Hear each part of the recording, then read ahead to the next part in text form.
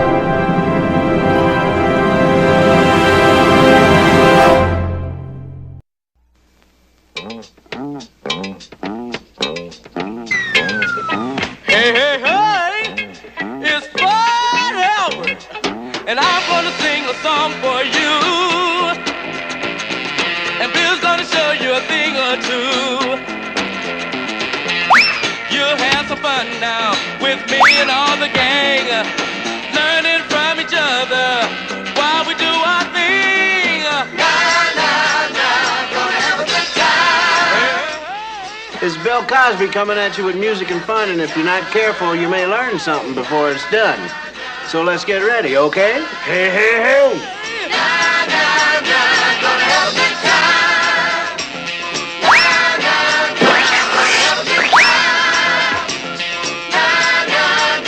Gonna have a good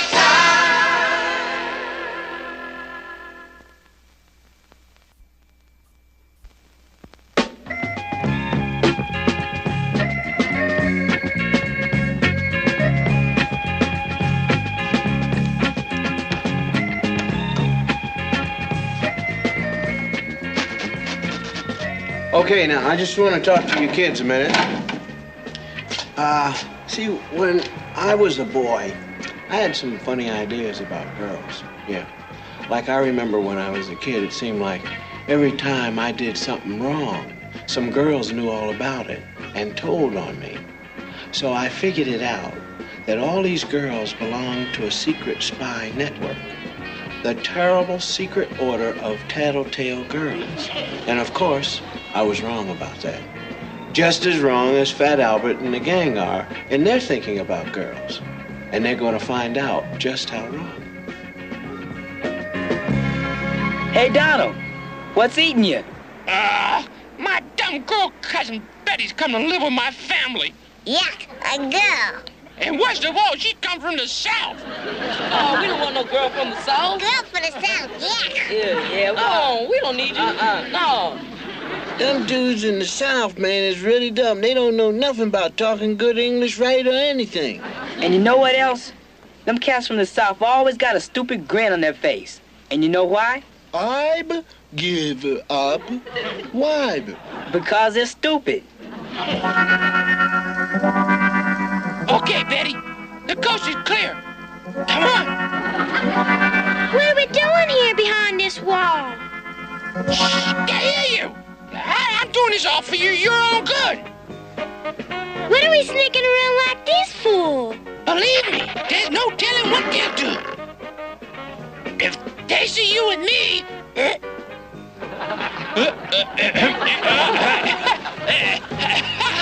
Hi, guys.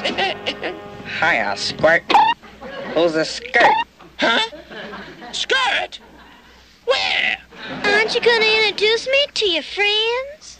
Oh, yeah. Friends, this is her. I'm Donald's cousin Betty, and he's told me so much about all of you. Now let me see.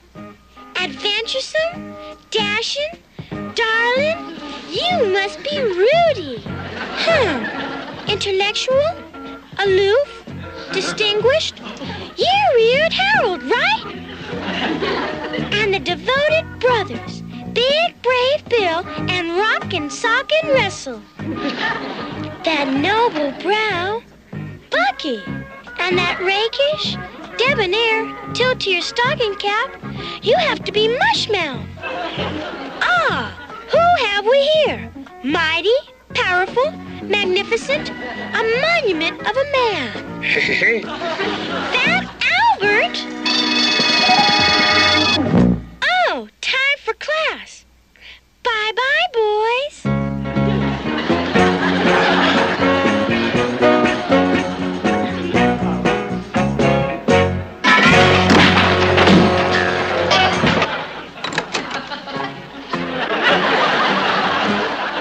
Girls, pooey.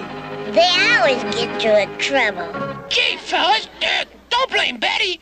Remember, I was the one who brought her on.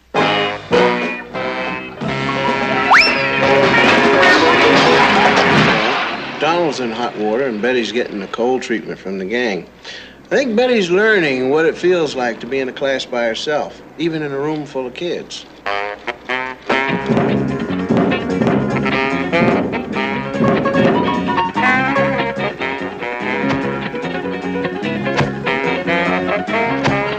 You miss me.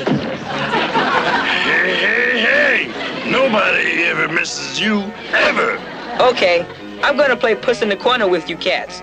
Puss in the corner? Yeah, you stand in the corner and I'll smack you in the puss.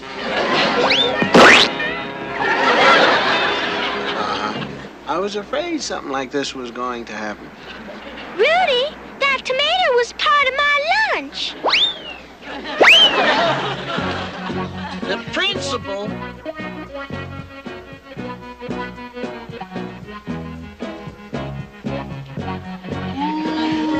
Wee, is somebody going to get it? Young lady, come with me. Just wait and see. She'll tell like nobody's business. You can say that again. Before she's through squealing on us dudes, we'll have to stay after school for 100 years, man. Now tell me, who threw the tomato? I'm sorry, Mr. Breyfogle. I just can't tell you that. Well, Miss Berry, I guess we have no choice. Betty has to pay the penalty.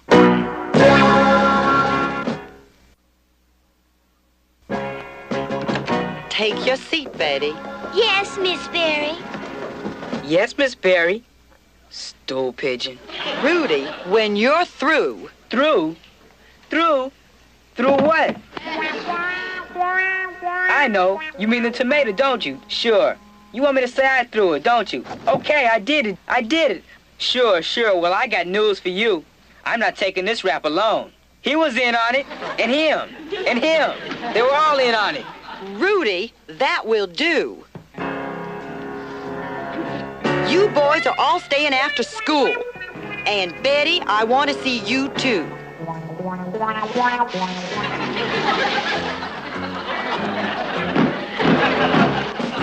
This is all your fault, Donald. If you hadn't brought your old cousin in here with her tomato, none of this wouldn't have happened. See what I mean, Miss Berry? They're blaming me for everything. Now, Betty, don't worry. We know it wasn't your fault. You go on home and I'll straighten it all out. Well, all right. I'll just go in and get my books.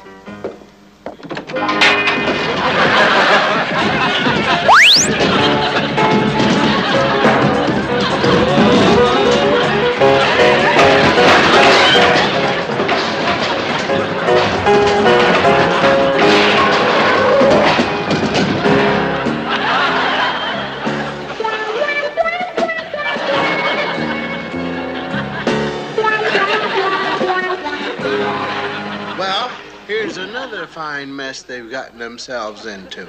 They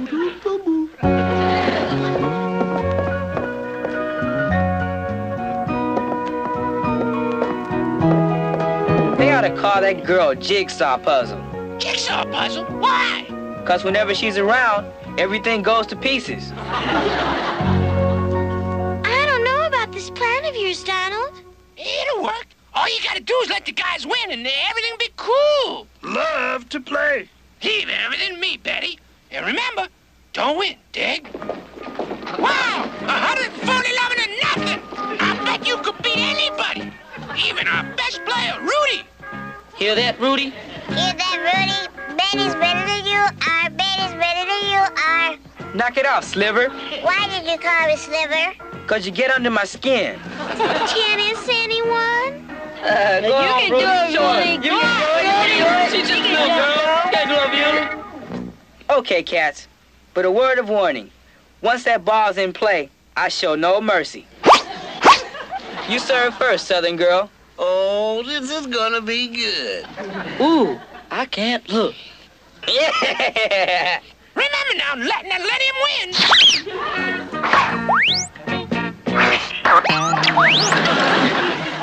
Rudy's just getting warmed up. I'm just getting warmed up. Just serve the ball.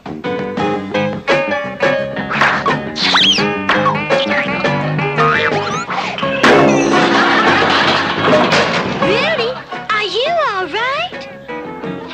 He's okay. You can't hurt Rudy. He's He's an Iron Man. Yeah.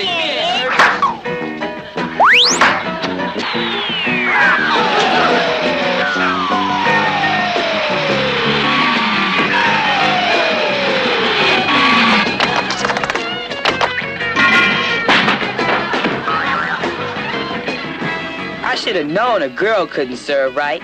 I'm gonna serve.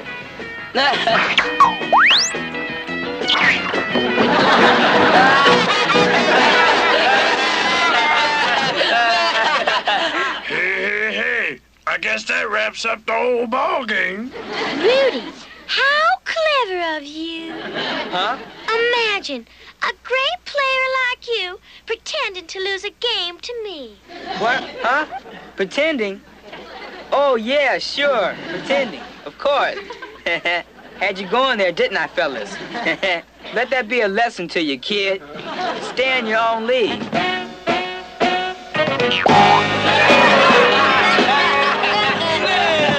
Okay, man. Enough of this female scene. Let's split.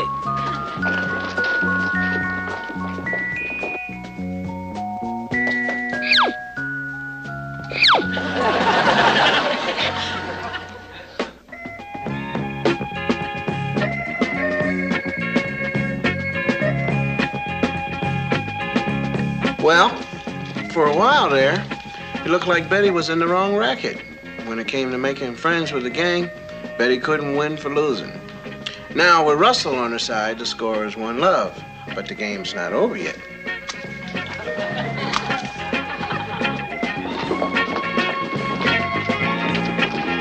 This old raggedy essay we gotta write on King Arthur, man. Phooey. It'll take all night. I had to miss my favorite TV show, The Brown Hornet. King Arthur? Who cares about a bunch of squares from a round table? Maybe. Hobacumber, we're getting so much homework lately. It's funny, man. We never had all this homework till Donald's southern cousin come here. It's all her fault. Yeah, I bet she talked the teacher into this, just to make us look dumb. Hey, we don't need her to make you look dumb.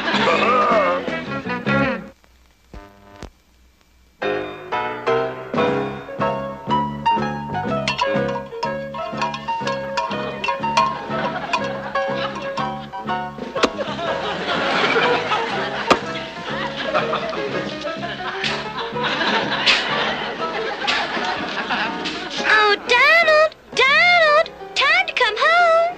Oh, no! Donald! Why, Donald, where did you ever find a genuine Arthurian jousting helmet? A genuine what? A jousting helmet, just like they wore in the days of King Arthur when knights had duels. Duels? Hey. My dad's got duels on his pickup. Dual carbs, dual pipes, dual... Not that kind of duels. She means this kind of duel. Oh, Rudy, the way you handle a sword. You look just like Sir Galahad. I'm King Arthur in person. Who you jiving with that king jazz? I'm King Arthur. Give me my crown. You but just be abdicated, but I'm King Arthur. No, me. Give me that crown. I'm King Arthur. No, you ain't. You ain't gonna get that crown. I'm Noble Knights. Noble Knights. No, wait, stupid. I want the crown. Give me it. Cool it. Do you remember how Arthur proved himself to be the real king? Excalibur! What? Excalibur, the sword! Young Arthur proved his right to the throne by being the only man strong enough to pull the sword from the stone. Hey. Swords away.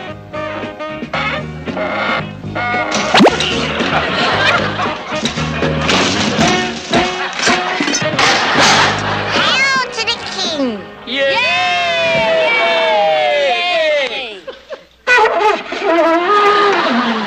On your knees, dudes. It's knights dubbing time. Hey. You're all knights today. Hooray! Hey, herp, hey, hop, hey, hop, hey, hop. Well, your essays on King Arthur were certainly a surprise. In all my teaching experience, I have never read papers like these. They're wonderful. You all passed with high marks.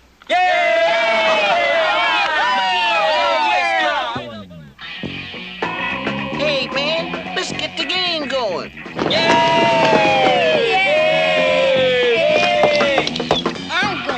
I'm gonna pitch. Wait, no. Give me that ball. No, give me that No, get out the way. Hey, Betty, ain't you coming? Yeah, you gotta be umpire. Can't but play but a game but without an umpire, but maybe. Gee, gang, this is gonna be fun. Where's Rudy? Hey, you can't win them all. Let's move upside. Use your back. I'm playing left field. I got shortstop and pitcher. Oh, well, it looks like Betty finally changed the gang's mind about her. She just hung in there until she made it. Of course, there's still old Rudy who might come around in time, but then again, he just might not. But that's the way the ball bounces.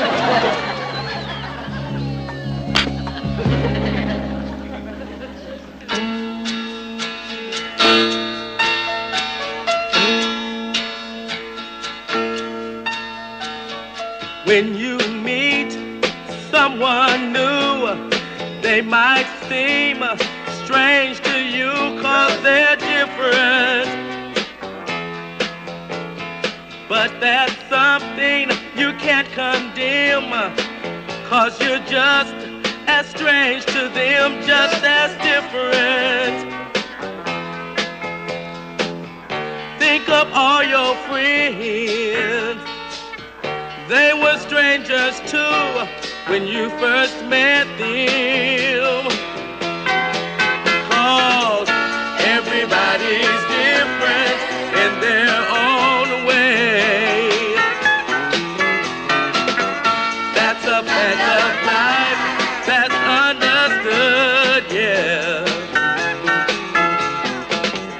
Everybody's different and that's okay. 'Cause being different is good.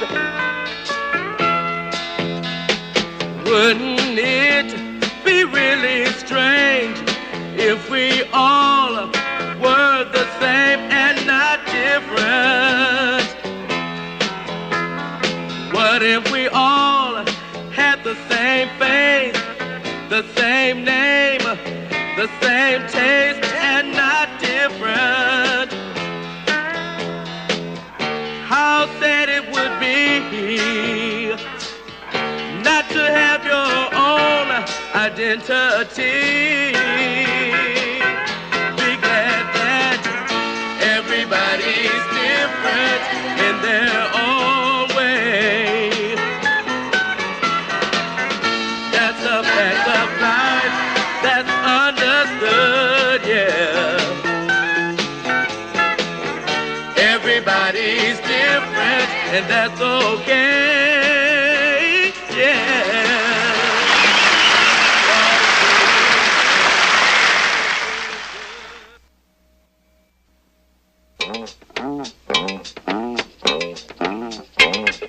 Hey, hey, hey! It's Fun Albert! Na, na, na, gonna have a good time! Hey, hey, hey! Na, na, na, gonna have a good time! Hey, hey, hey! Na, na, na, gonna have a good time! Hey, hey, hey! Na, na, na, gonna have a good time! It's a great new gas lamp, Power Fuel, Speedway 79, Power Fuel, the ESSO gas tube, and surpassing Speedway Power Fuel. The gas tank's connected to the gas line, the gas line's connected to the fuel pump, the fuel pump's connected to the carburetor, and you get more power from Power Fuel. Carburetor connected to the intake valves, valves are connected to the cylinder head connected to the cylinder, and you get more mileage from Power Fuel. The cylinder's connected to the piston's connected to the spark plug's connected with the gasoline, and you run much smoother on Power Fuel. Speedway 79, Power Fuel, higher octane, Power Fuel. Everybody's raving about Power Fuel, Speedway 79. So get yourself connected with Speedway 79.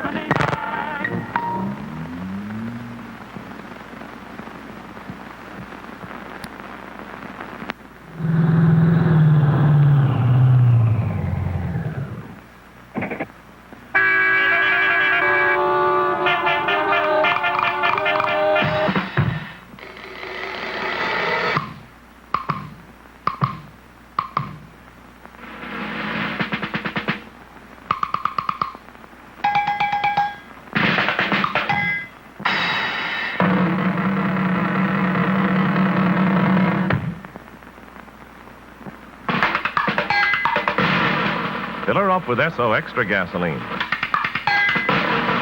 The gasoline that stops cool weather stalling. Fill up with ESSO Extra and go!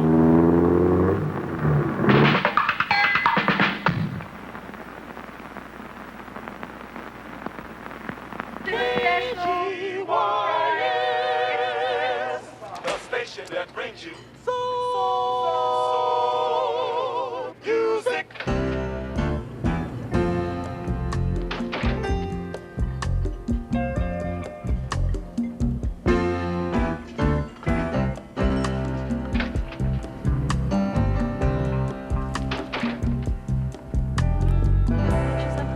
Sitting here in this chair. Anybody want more coffee? Oh, baby, to see things my way. But not a word do you say. You won't even look my way.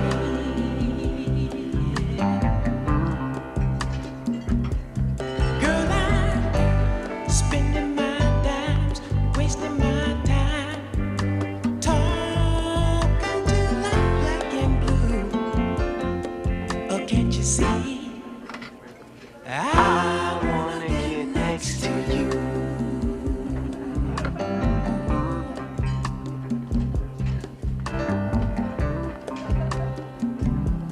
Okay, what have you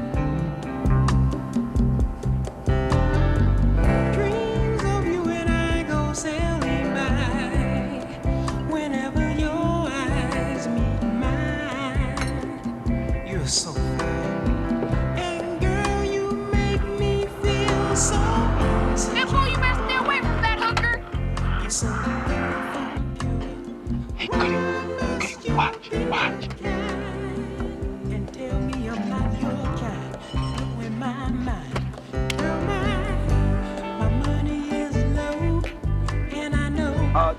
that I can't take you to the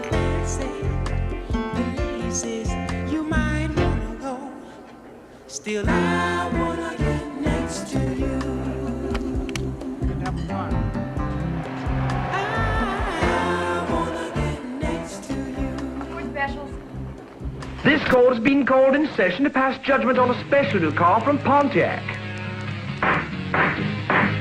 All rise for the judge.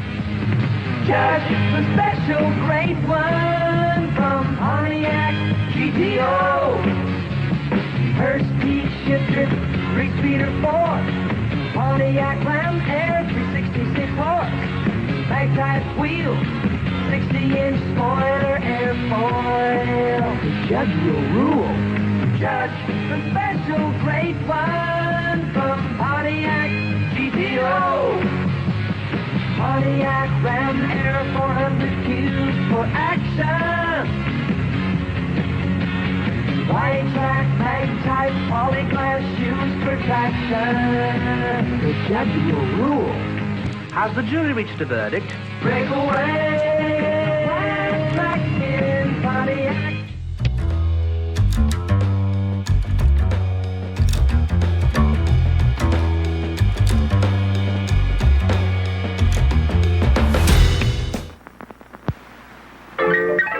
Do you have money jitters?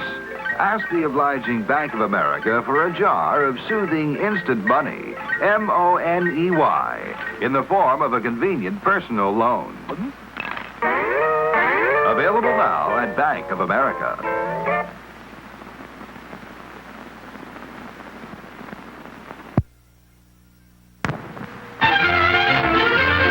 Places all join hands, circle left. Now circle right and listen to me. LS, MFT. Elementary corners like swinging on a gate. To right to your honey with the right and left date. Grand right and left around you go. Lucky strike means find tobacco. Meet your honey and give her a whirl. All swing around with the little girls. Smoke 'em, then you'll see. LS, MFT. Promenade and don't you fall. Promenade around the hall. Lucky strike is first again with tobacco men. Promenade straight down the pike. It's time right now for a lucky strike.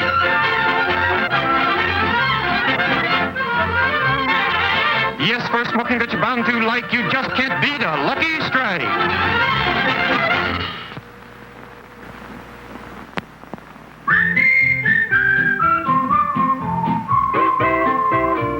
Winston tastes good like a cigarette should. Winston tastes good like a cigarette should. Winston gives you real flavorful, rich tobacco flavor. Winston's easy drawing too. The filter lets the flavor through. Winston tastes good like a cigarette should.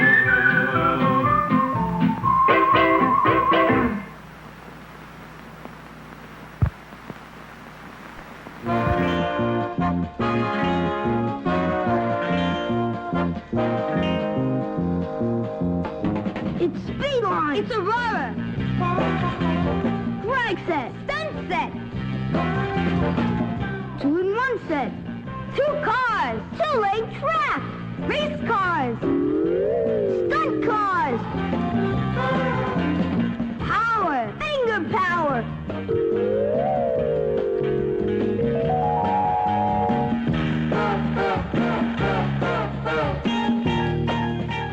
Speedline cars. Speedline track. Speedline Super Looper. Look at the box.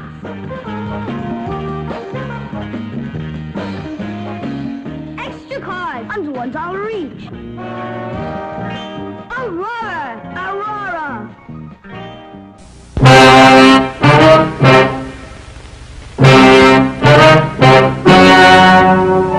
Ladies and gentlemen, the story you are about to see is true. The names have been changed to protect the innocent.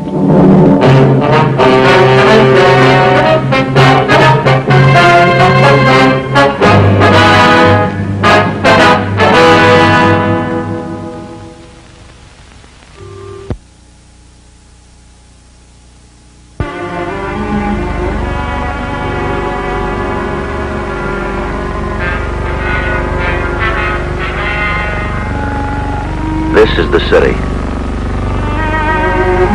450 square miles of it. 150,000 acres. A big place. 6,000 miles of streets. 2 million people. In my job, you get a chance to meet them all. I'm a cop. This is the City Hall. The base is 476 feet on its longitudinal axis. The tower goes up 452 feet above the level of Main Street. They put it up to stay.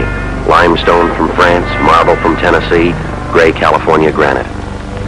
It was Tuesday, November 15th. It was cold in Los Angeles. We'd been working the early watch out of Central Division, Detective Bureau. I got an emergency call to check back in at the office. An entire block in the heart of the city was facing sudden, total destruction. We had 26 minutes to try and stop it. This is the story of those 26 minutes.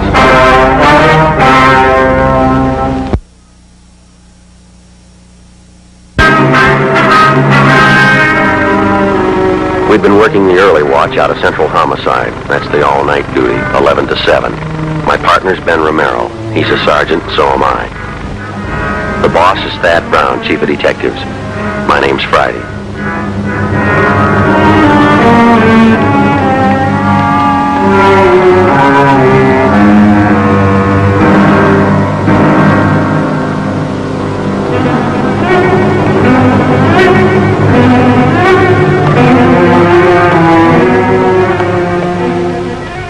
Down here, Sergeant.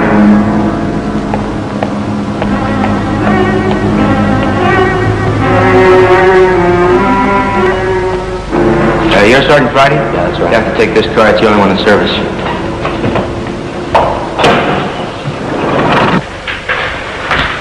Joe? Ben? You made good time. I came as soon as I got the call. Come on down here. What is it, Skipper? Why all the hush? Come on.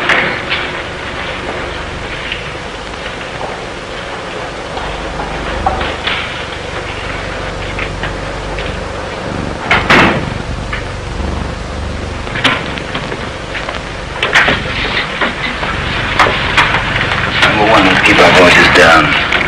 I'll make it short. Every minute counts. What time you got, Friday? 8:34. All right, here it is. 55 minutes ago, a man walked into this building with a homemade bomb under his arm.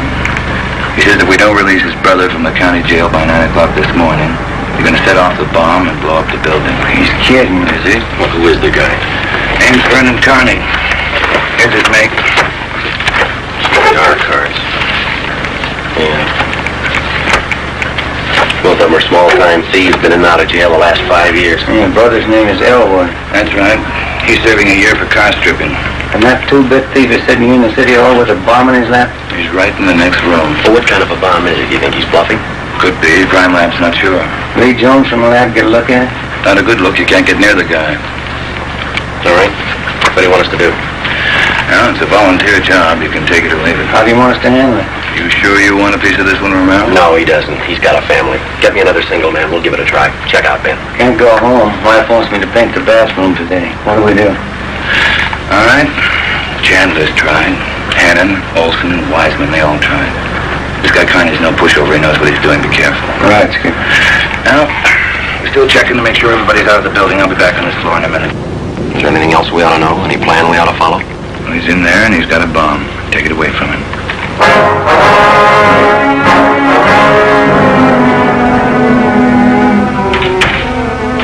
We had two big questions, and we needed the answers fast. Was Vernon Carney holding a real bomb, or was it only a harmless gadget? Was Carney ready to make good his promise to blow up the building by 9 o'clock? If it was true, we had 24 minutes to talk him out of it. I looked at my watch. It was 8:36.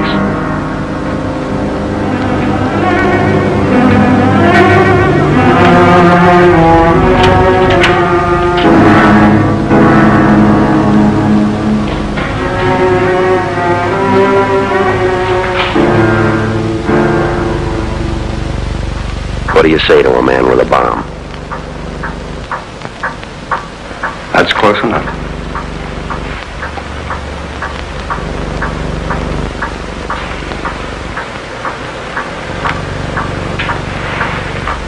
Smoke, Carney? No. What are you trying to prove? You know what I want. We're not going to let your brother out of jail. You got till 9 o'clock to change your minds. You got 22 minutes. We go, you're going with us, Connie. Don't take much of a brain to figure that. What makes you think you can get away with it? I want my brother out of jail. He's only got a couple of months to go. He'll get out when he serves his time. Yeah, that's where you're wrong, cop. He gets out at 9 o'clock this morning. All right. Come on, Connie. Get your hand out of that box. Put the box on the table. You think I'm bluffing, don't you? I'm going to let you get within 5 feet before I make a liar out of you. Okay, Carney, I guess you mean it. You can take 2 more steps and find out for sure. Suppose we did let him out. We'd just pick him up again, you along with him. If you could find us. Now, let's get this straight. If we let your brother out, how do we know he'll keep your promise? What promise? I haven't made any promise.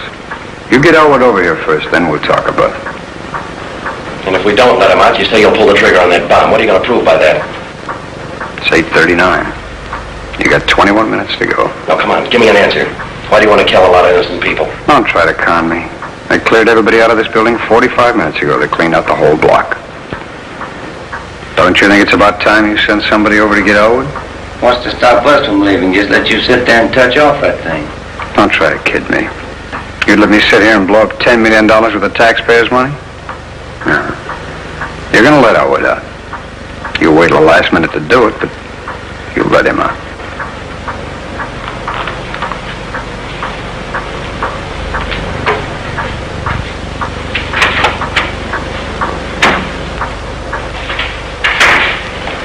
In here.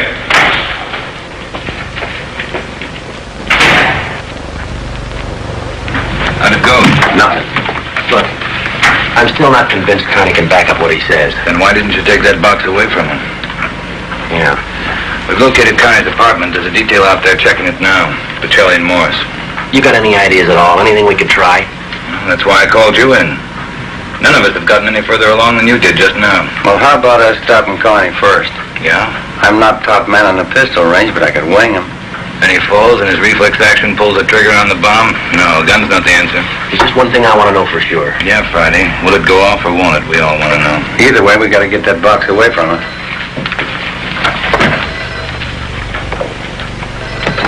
Brown Piggy. Yeah. You did? Yeah.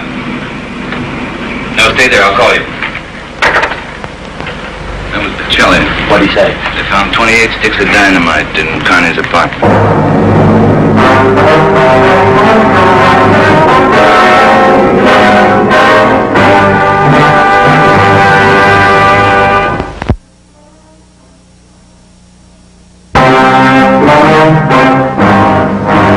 We knew now Carney wasn't kidding. We could see into the bomb through the glass window in one end. There was dynamite inside. There was dynamite in Carney's room. We didn't know if he had the nerve to pull the trigger. We couldn't be sure if it'd go off when he did. But with only minutes remaining, nobody wanted to take the chance. From here on in, all of us agreed that Vernon Carney sat in the next room, holding in his 2 hands a force powerful enough to destroy us all. I looked at my watch. It was 16 and a half minutes to 9. How do we get it away from him? Well, I got an idea. It might work. Let's have it. Well, Carney's sitting in the next office between 2 windows. Both of them are open. If we could get a man in through one of those windows, we might get Carney from behind. How are you going to get him? Well, whoever gets to the window could slug him. What do you do then? Well, somebody grabs the box. Crime Lab can tell us what to do with it. How do you get a man through the window? We're on the 11th floor. Well, there's some kind of a ledge runs around each story, isn't there? Wide enough for a man to walk on? I don't know. Let's have a look.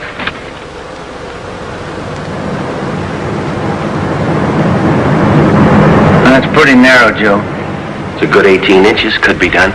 No, Joe. Too risky. Strong wind out there, too, Joe. It'd tear a man right off the building. Yeah, I guess you're right. There still might be a way. How about a ladder? 11th floor, Skipper? There might be a way. The fire department will know that. I'll get Battalion Chief Erickson. Is Lee Jones still in the building? No, he's over at the crime lab. I'll get him up here, too. I don't know, Friday. Maybe it'll work. It's got to. All right, now look. It's going to take a couple minutes to set this up. We've got to know what Connie's doing every second. Well, how about the dictograph in there? Adjoining offices should be connected with this one. Good. See if you can get it on without him seeing you. Get the receiver off the hook and leave it off. Right. You know, if it isn't off the hook, we won't be able to hear a thing in here. Right.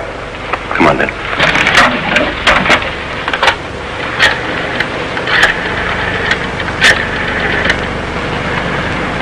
This Dad Brown Police Department. Give me Erickson, Battalion Chief.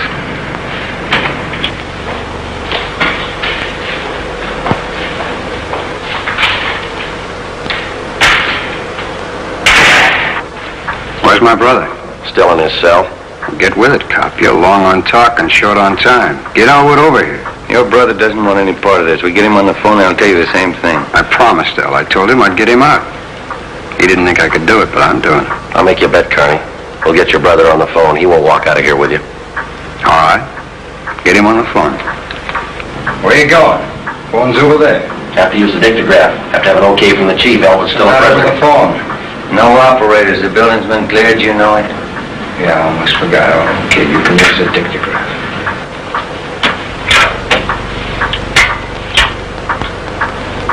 This Friday, Chief. Carney wants to talk to his brother. Yeah, I know you'll have to send somebody over. What? Just a minute. 5801. Yeah. Right.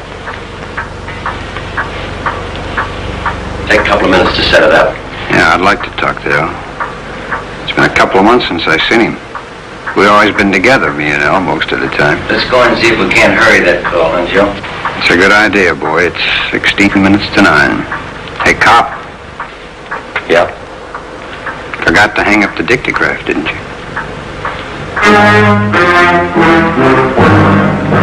I put the receiver back on the dictograph. Ben and I had failed to make good on the first step of the plan.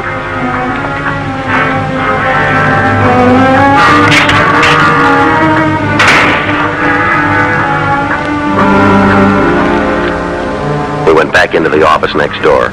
Chief Sam Erickson of the fire department and Lieutenant Lee Jones from the crime lab were already there. We can't run a ladder up from the street. Too high, Chief? Best we've got's a 100-foot aerial. You figure 12 foot to this story, that'll take you up 96 feet, 8 floors, and we've got the latest equipment. What's that idea you had, Lee? Sam, can you get hold of a Pompier in a hurry? Sure, we got a lot of scaling ladders, but you got nothing up there to hook them on. You figure on dropping down from the floor above, is that right? That's right. I figure a Pompier would do it. Sure, we could make it fast with a windowsill up there, but you got a 1.5 foot ledge in the way. Now, what you want is a lifeline. Lower a man down on a rope, is that it? Lifeline, yeah. It's quick and it's quiet. Can you rig it so one of my men can do it? Sure. What's the risk? None if you work it right. We'll strap on a life belt. 2 of my men will drop him down. What do you think, Lee? That's it. What do we do with that bomb when we get it, Lee? I figure that box Connie is holding is about a foot square. Now, here's what I'll do. I'll get you a bucket with a 1.5 foot mouth. It'll be full of water.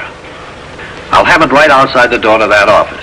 When you get that box, place it in the water, and we'll get the bucket out of the building as fast as we can. Once we get the thing underwater, we're in the clear, huh? I can't promise you that, but it's the safest way to handle it under circumstances. All right, that's it. Sam, you want to take care of your end? Yeah, right away. Lee? I got a detail to give me a hand down the street. When we get the bomb, we'll take it to a safe area and decommission it. All right, work as fast as you can. No choice. Friday. Yep. Can you handle that bomb? I can try. I'll take the rope. All right, that's the routine. And carry this with you, Romero. When you come down on that rope, you got one chance to make good. Slug him and make it count. There's no second try. Right. And Joe, when you grab that box, you got to get it away from Carney before you can squeeze the trigger, and then get it right down to the street. The elevator. Can you operate it? It's pretty simple. I can double check it. Do it now. Right. You better get Carney's brother for him on the phone. He seemed anxious. I'll call him. Get going. Right.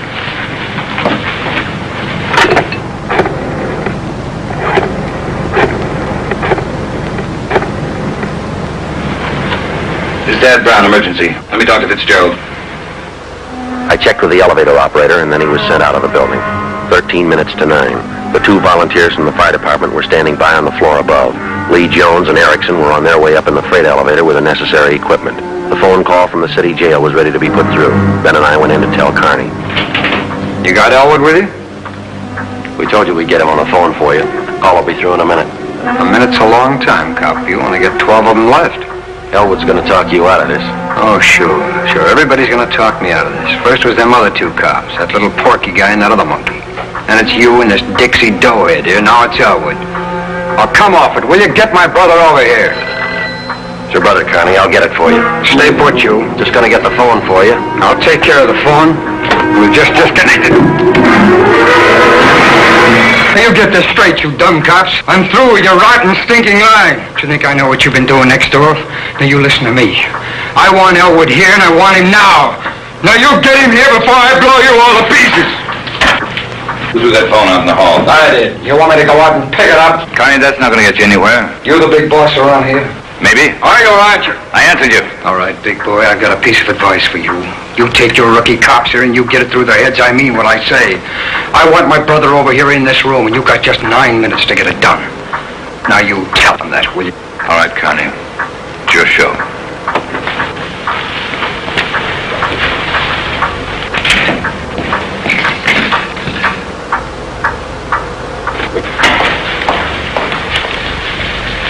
All right, we got to work fast now. Jones, everything set with you? All set. The car's waiting down in the street. Erickson, your men ready? Upstairs, waiting. And we all know what to do. I'll need somebody to give me a hand with Carney when he falls. I'll be in there with you Friday.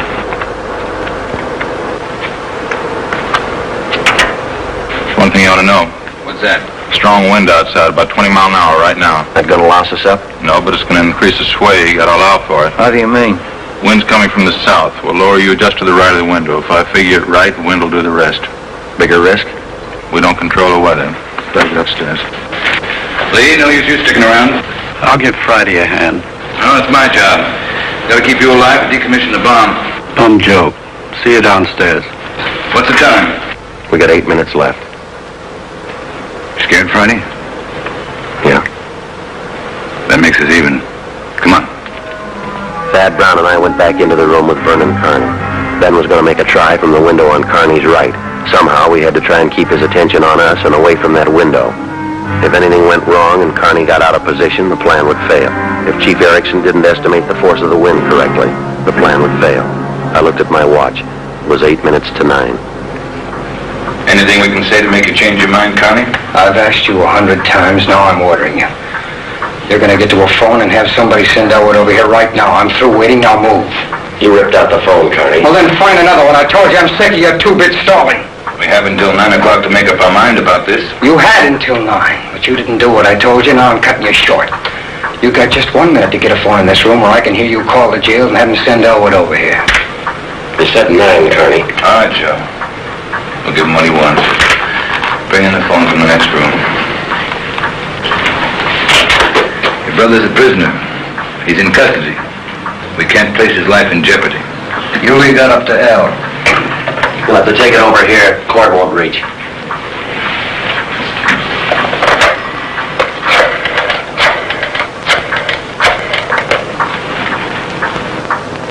Thad Brown, Egan. We want Elwood Carney over here at the City Hall.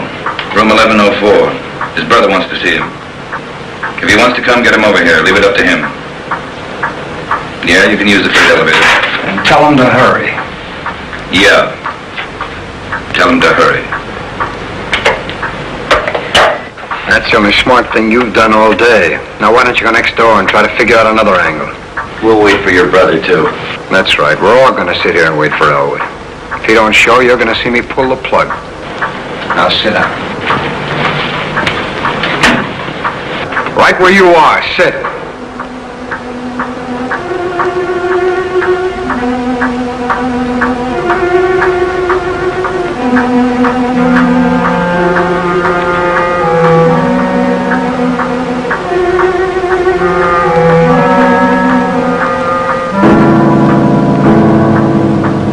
Sure odd clock, ain't it?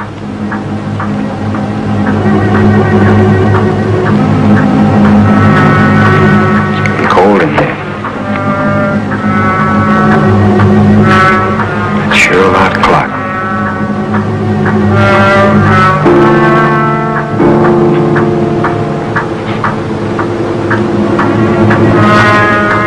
Maybe I ought to shut the windows. I don't want to catch me a cold. I can turn up the heat. Stay put, you.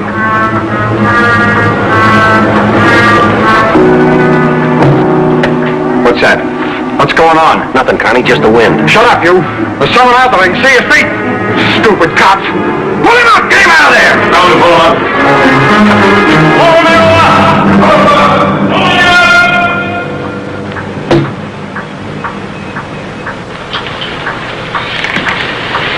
All right, Connie, you win. You bet I win. You didn't think I'd miss a trick like that, did you? Now, that one's locked. Now we'll get the other one. Is your brother, Carney? Yeah. Hi, Al. You're crazy, Vern. You're crazy. There's a million cops outside. People all over town heard about this. They're holding back the crowd. You'll never make it, either one of you. I got in this far, didn't I? We'll make it. Vern, you think we could do it? You. Get a car for us ready down in front of the building, a fast one. Move! Do what he tells you, Joe. You're not fooling, are you, Vern? Will that thing really blow? 4 miles high. I'll never let you pull it. We're getting out. What happened? You spot me? Yeah, it's got to go fast now. We had to bring Carney's brother over from the jail. Are we still on time limit? We got 4 minutes left. How about the ledge? Do you think you can do it? Try. Here's your gun. Oh, yeah. And the sap. Yeah, got it.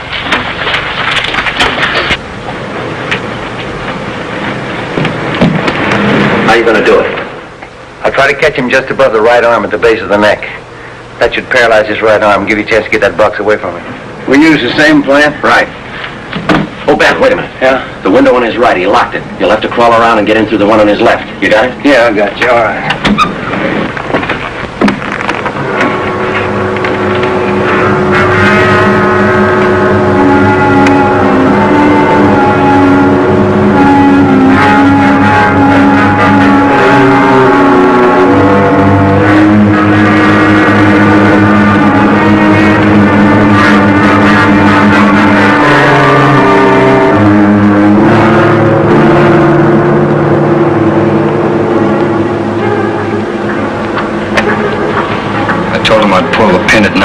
They didn't let you out.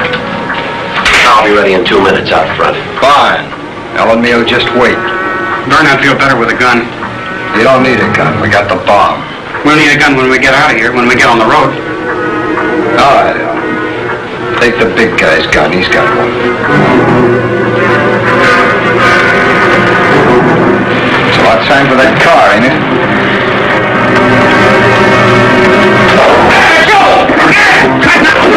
Run, buddy, get in the water,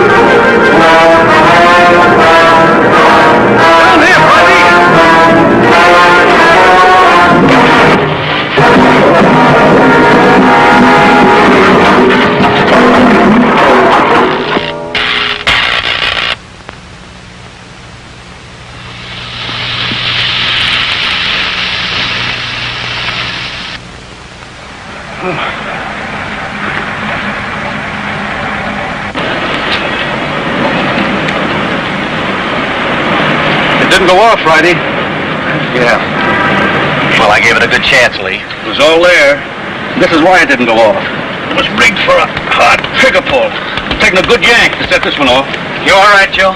Yeah, sure, I'm all right. Clumsy.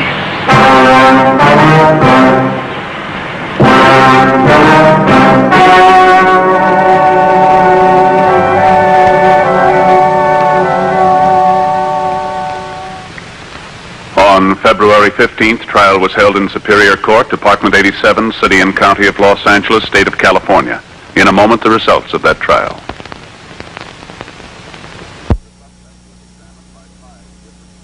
The suspect was examined by 5 different psychiatrists appointed by the Superior Court and found to be mentally incompetent.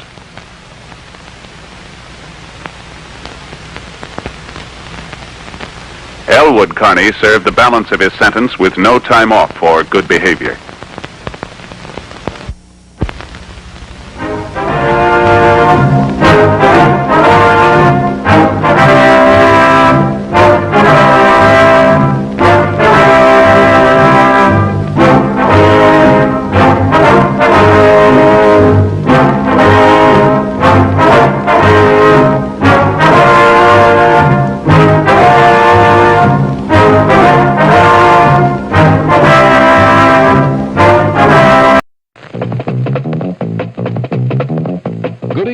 ladies and gentlemen, it's intermission time. You now have 10 minutes to stock up on the tasty treats offered at our refreshment stand.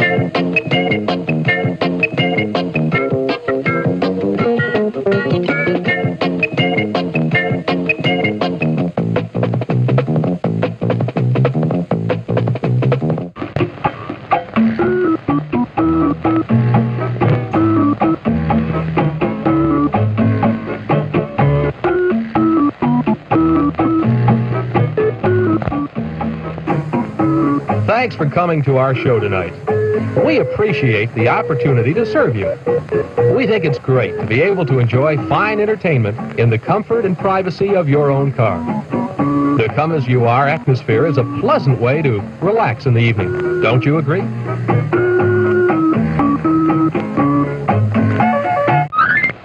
You now have 9 minutes. In the meantime, come and enjoy the many delicious treats at our refreshment stand. We've brought back those good old-time flavors, and today they're better than ever. All these delicious treats are waiting for you at the refreshment stand. Delicious fresh popcorn, ice-cold cola, and candy you know and love. They're all ready for you now, so you won't have to miss any of the feature. Come and get them.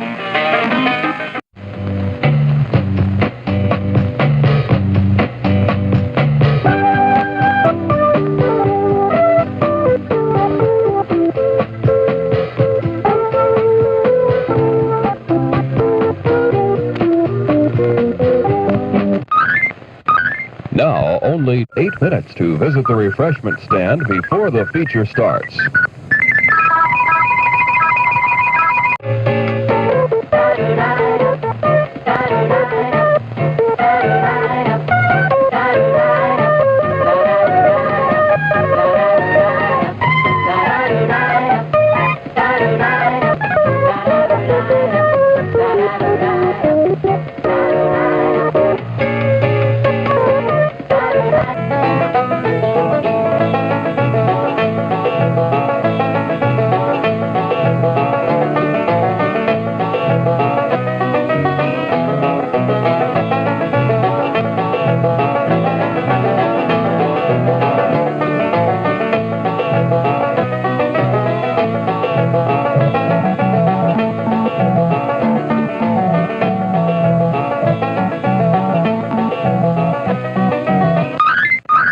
You now have 7 minutes to visit the refreshment stand.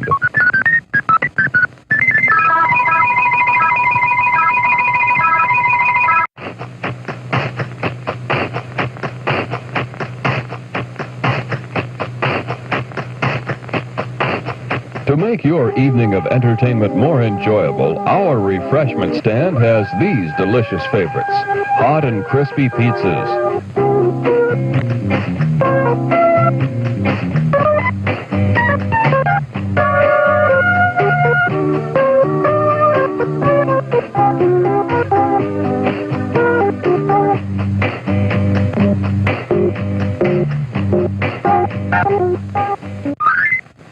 The feature will start in 6 minutes. Still plenty of time to visit our refreshment stand.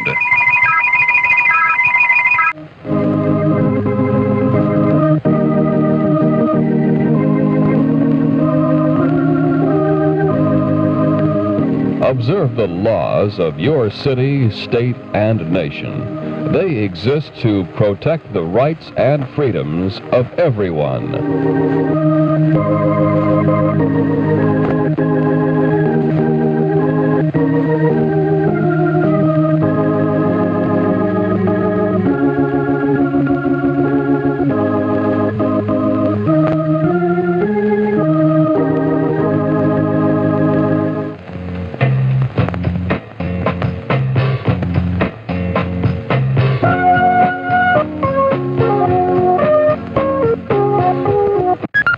Before the feature starts, you still have 5 minutes to look over the menu before the feature starts.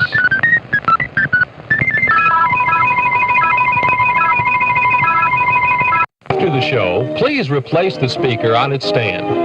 If you accidentally break the cord, please turn the speaker in at the refreshment stand or the manager's office. Thank you. And by the way, on your way home, drive carefully.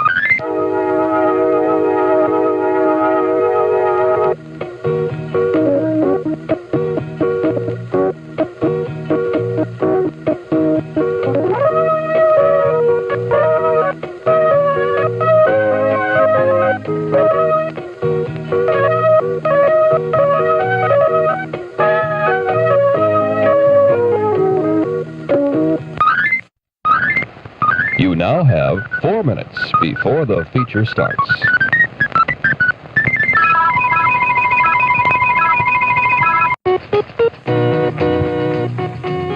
America, my land, your land. But will it always remain America the Beautiful?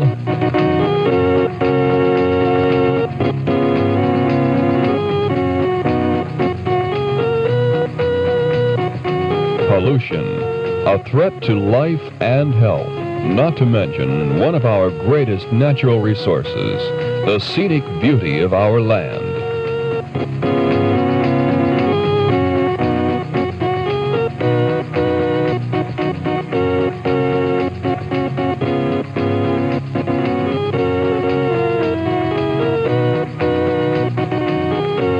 Starting now, we must all pitch in to clean up our country before it's too late.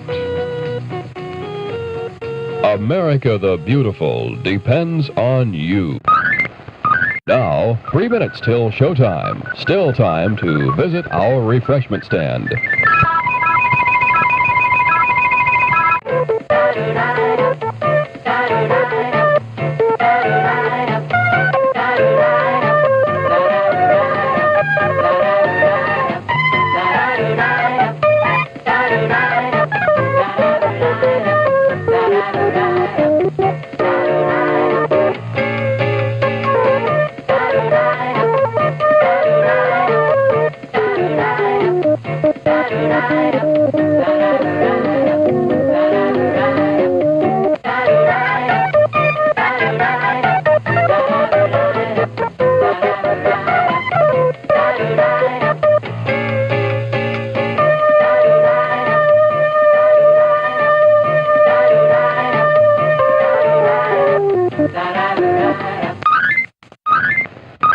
Now, only 2 minutes till showtime.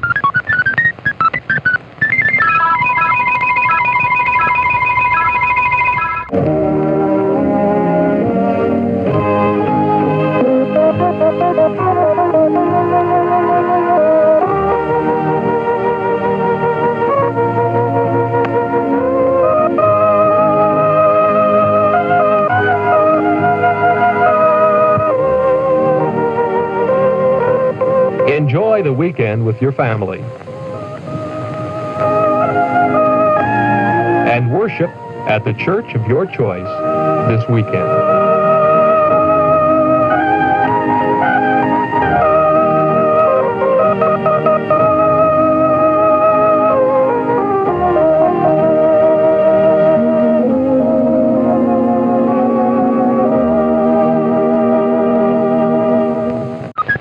Now, only 1 minute till showtime.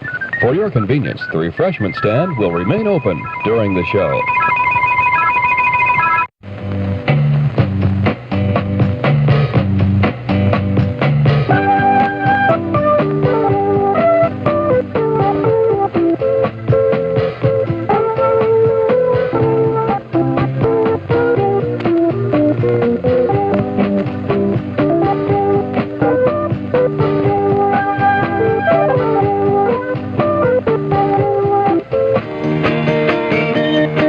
Now, ladies and gentlemen, time for the show.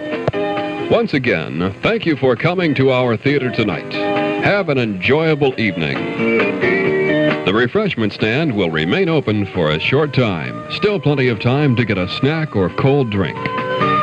We'll make an announcement before the stand closes to give you plenty of time to get that last-minute treat.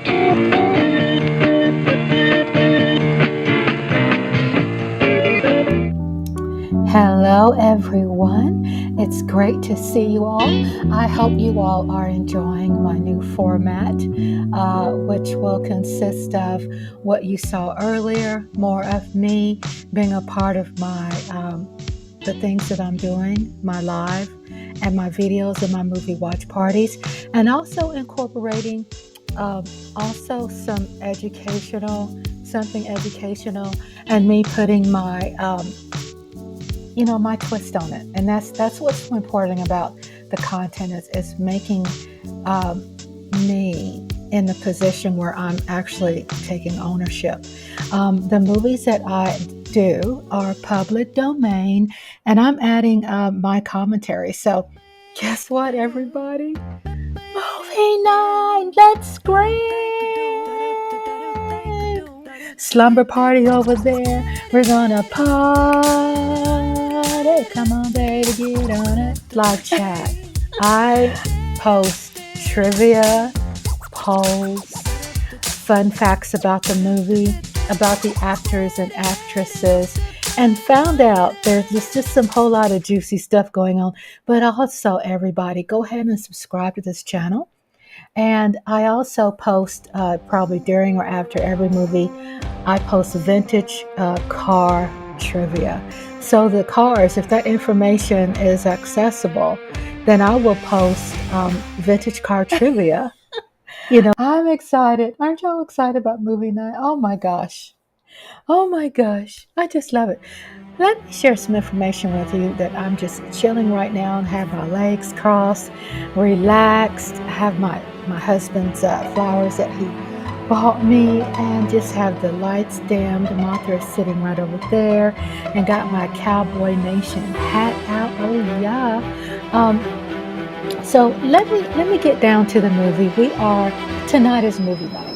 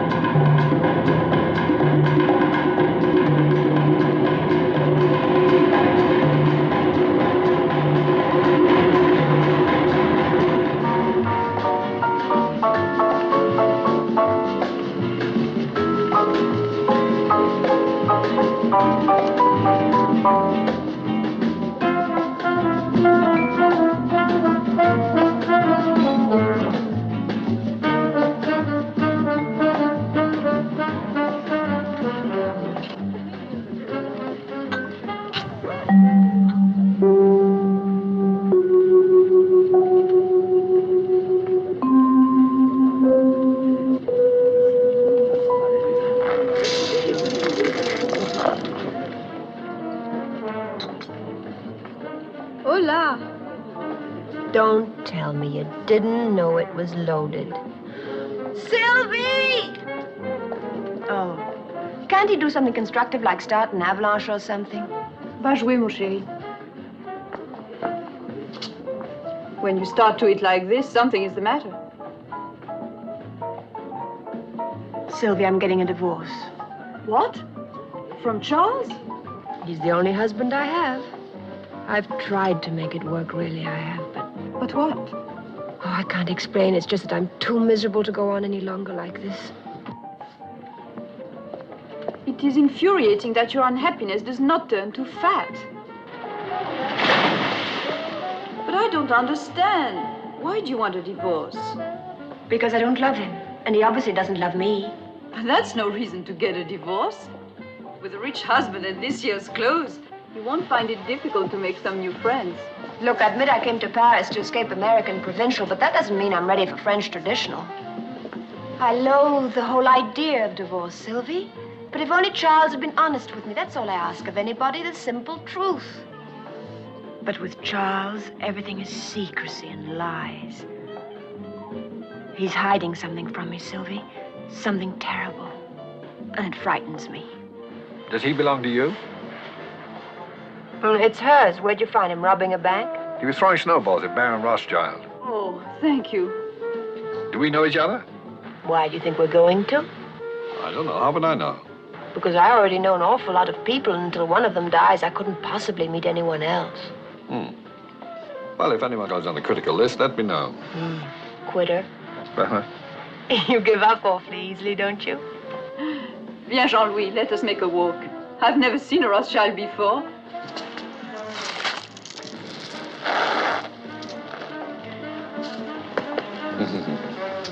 Clever fellow. Almost missed me. Thank you. You're blocking my view. Oh. Which view would you prefer? The one you're blocking. See, it's my last chance. I'm flying back to Paris this afternoon. What's your name? Peter Joshua. Oh, mine's Regina Lampert. Is there Mr. Lampert? Yes. Good for you. No, it isn't. I'm getting a divorce. Please, not on my account. Oh, no, you see, I don't really love him. Well, at least you're honest. Is there a Mrs. Joshua? Yes, but we're divorced. Oh, that wasn't a proposal. I'm just curious. Is your husband with you? Oh, no, Charles is never with me. What do people call you? Pete? Mr. Joshua. I've enjoyed talking with you. Oh, now you're angry. No, I'm not angry. I just have a lot of packing to do. I'm going back to Paris, too. Well, wasn't it Shakespeare who said when strangers do meet in far-off lands, they should ere long see each other again? Shakespeare never said that. How do you know? It's terrible. You just made it up. Oh, well, it sounds right. You going to call me? Are you in the book? Well, Charles is. Is there only one Charles Lampert? Lord, I hope so.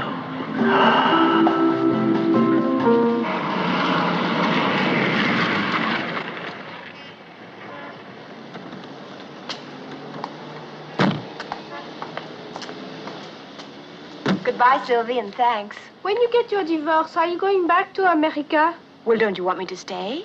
Yes, of course, but if you went back and wrote me a letter... You could have the stamps. I'll get you some here, okay? Okay. Goodbye.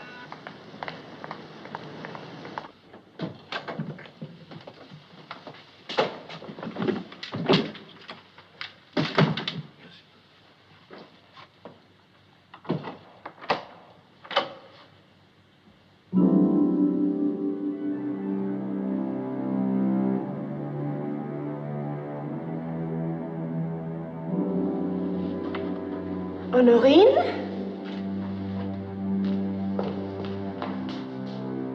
Honorine!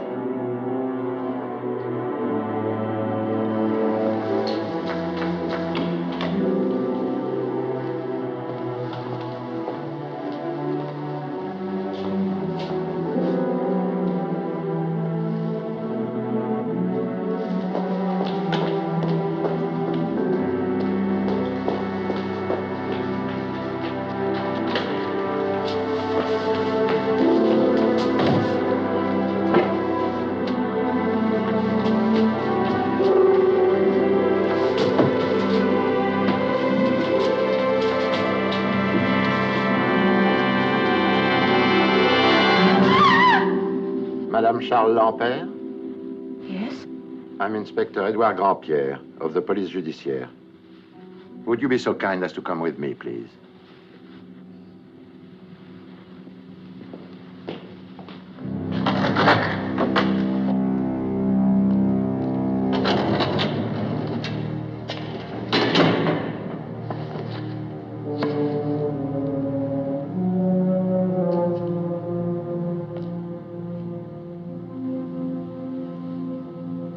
Well, madame. You're positive? You loved him? I'm very cold.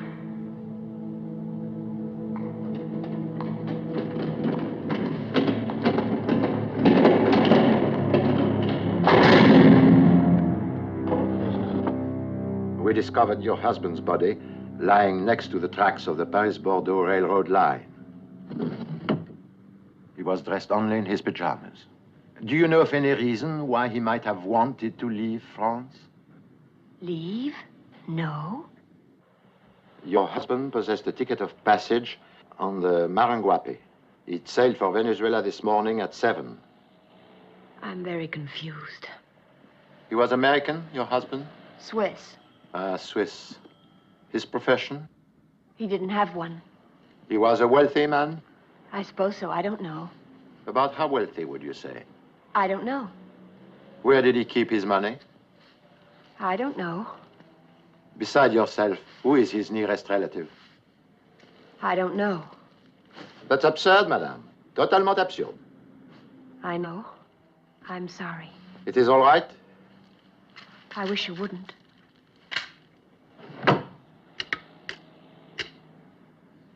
Les effets de Lampert. On Wednesday last, your husband sold the entire contents of the apartment at public auction. Everything.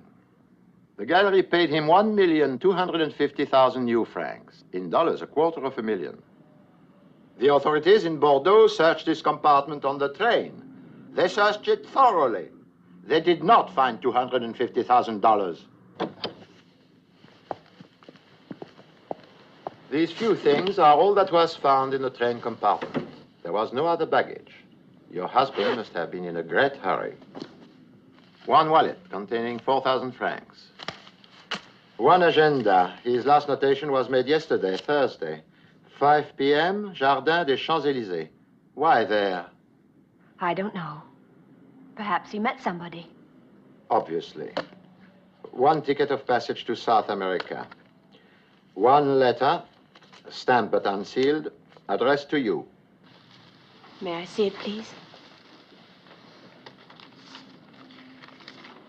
My dear Regina, I hope you're enjoying your holiday.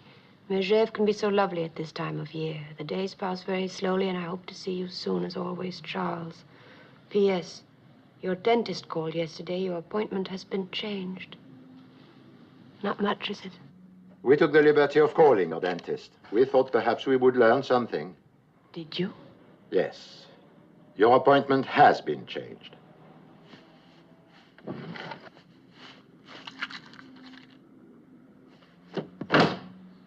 One key to your apartment.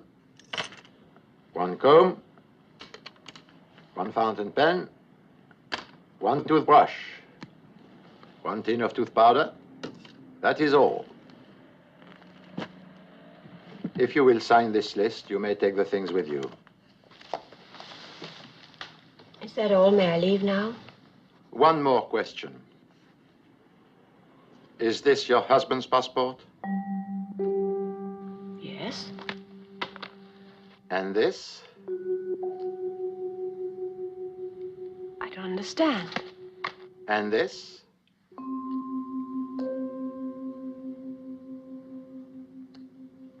And this?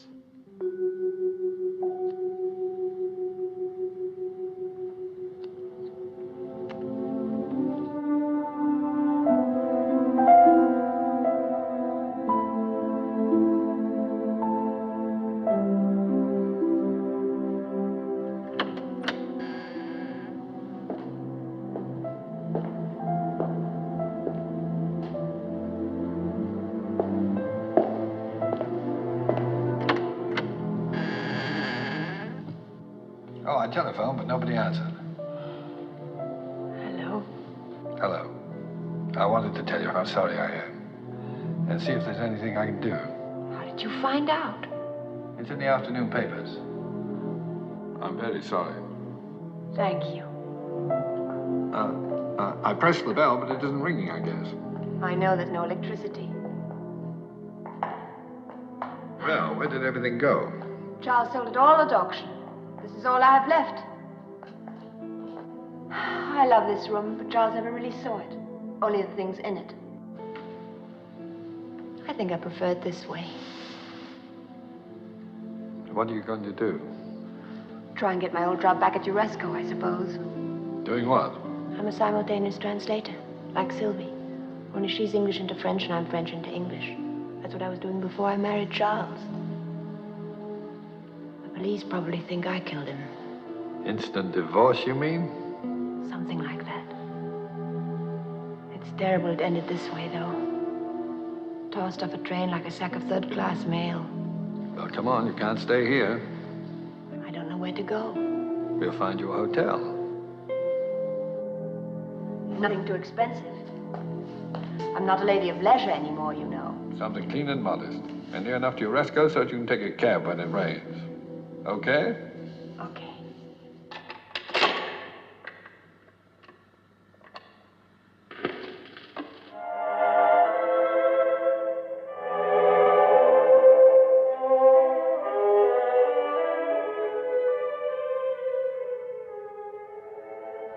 Not a very large turnout, is it? Didn't Charles have any friends? Don't ask me, I'm only the widow. If Charles had died in bed, we wouldn't even have him. At least he knows how to behave at funerals.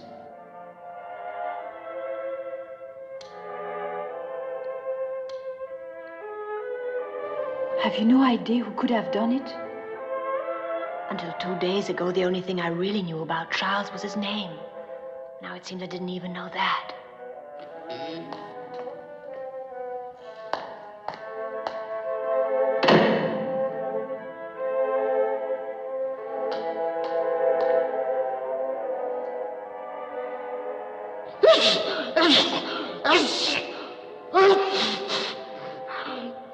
He must have known Charles pretty well. How can you tell? He's allergic to him.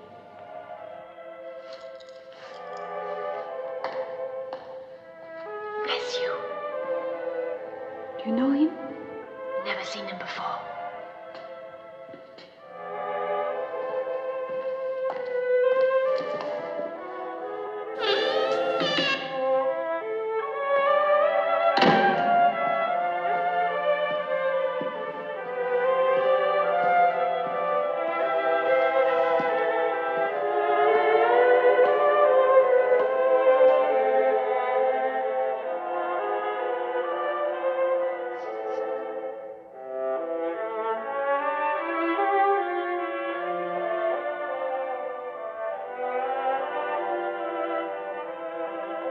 Arrivederci, Charlie.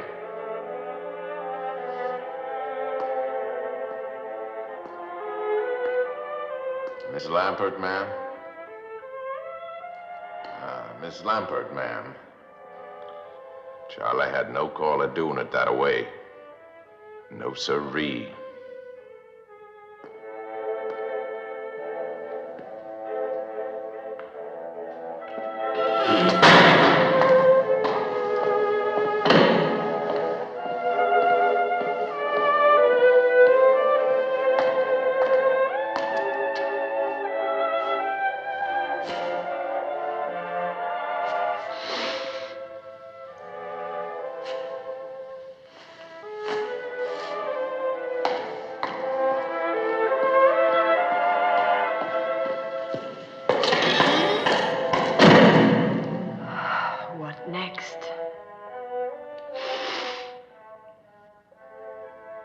Pardon, madame. Merci. Pardon. Pardon.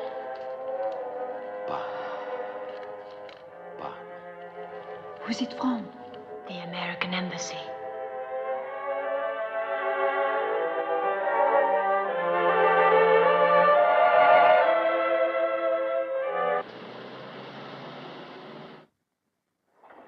I bluffed the old man out of the last pot with a pair of deuces. What's so depressing about that? Well, I mean, if I can do it, what are the Russians doing to him?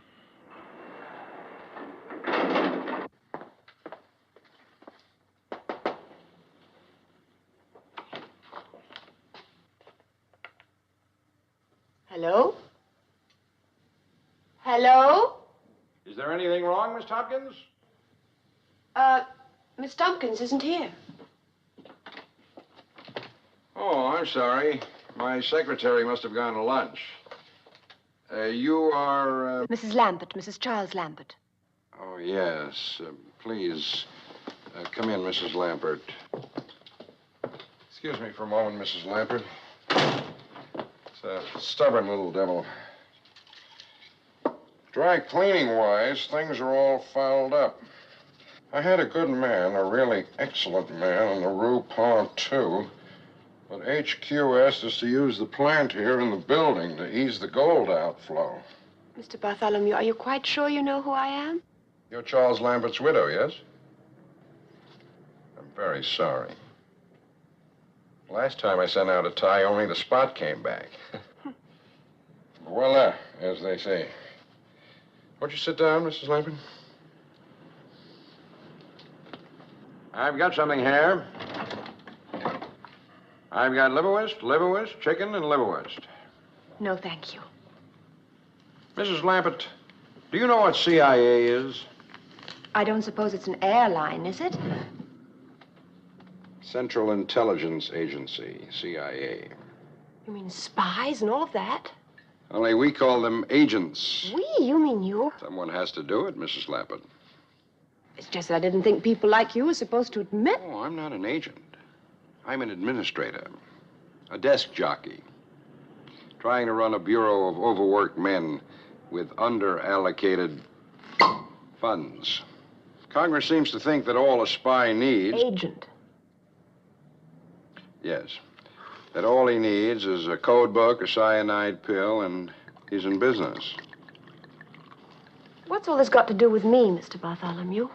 Your husband was wanted by the United States government. May I have a sandwich, please? Chicken or liverwurst? Chicken. To be more specific, Mrs. Lambert, your husband was wanted by this agency.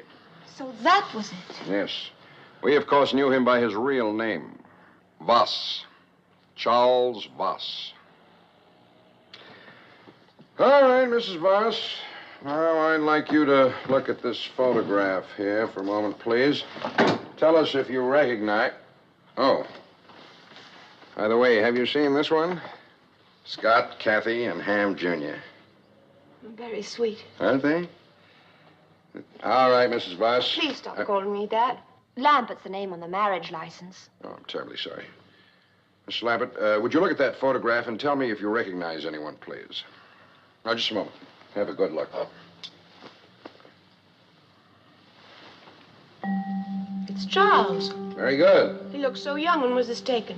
1944. Next, please. The man who was at the funeral yesterday. A tall man in a corduroy suit. Does the name Tex Penhollow mean anything to you? No. You like some wine?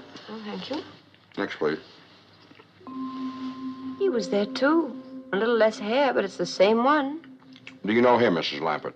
Leopold W. Gideon? No. The last one, please. That's a face you don't forget. He was there, too. Herman Scobie. You've never seen him before, either? No, thank heaven. Mrs. Lambert, I'm very much afraid that you are in a great deal of danger. Why should I be in any danger? You're Charles Voss's wife. Now that he's dead, you're their only lead. Mr. Bartholomew, if you're trying to frighten me, you're doing a first-rate job. Please do what we ask, Mrs. Lambert. It's your only chance. Gladly, but I don't know what you want. You haven't told me. Oh? I haven't? Well, it's the money, Mrs. Lambert. The money. $250,000 Charles Voss received from the auction. Those three men want it, too. They want it very badly. But that's Charles's money, not theirs. Oh, Mrs. Lambert, I'd love to see you try and convince them of that. Oh, boy. But Then whose is it? His or theirs? Ours. Oh. Charles Voss stole $250,000 from the United States government. I'm afraid we want it back. But I don't have it. That's impossible, Mrs. Lampert. You're the only one who could have it. Mr. Bartholomew, if I had $250,000, believe me, I'd know it. Nevertheless, Mrs. Lampert, you've got it. You mean it's just lying around somewhere? All that cash? Or a certified check, a safe deposit key, baggage claim. You look for it, Mrs. Lambert. I'm quite sure you'll find it. Look for it. Look just as hard and as fast as you can.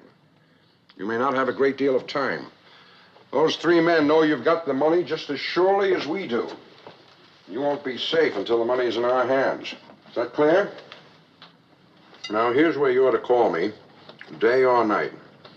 It's a direct line to both my office and my apartment. And please don't tell anyone about coming to see us today. It could prove fatal for them as well as yourself. As I said, Mrs. Lambert, I'm afraid you're in a great deal of danger. I regret very much having to say this, but please remember what happened to your husband.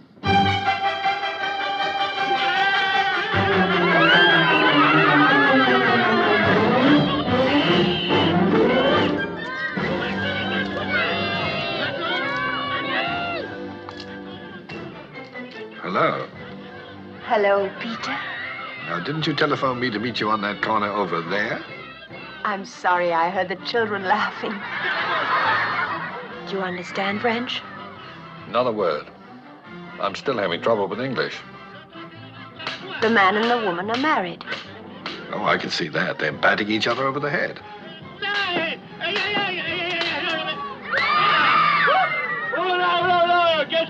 Who's that with the hat? That's the policeman. He wants to arrest Judy for killing Punch. What's she saying now? That she's innocent. She didn't do it. Oh, she did it all right. I believe her. Well, who was that? That's Punch, of course. Punch, of course. I thought he was dead. He's only pretending to teach her a lesson. Only he is dead, Peter. I saw him. He's not pretending. Somebody threw him off a train. Charles was mixed up in something terrible. What am I going to do? I wish you'd let me help you. It doesn't sound like the sort of thing a young woman can handle by herself. How about making me vice president in charge of cheering you up? Starting tonight?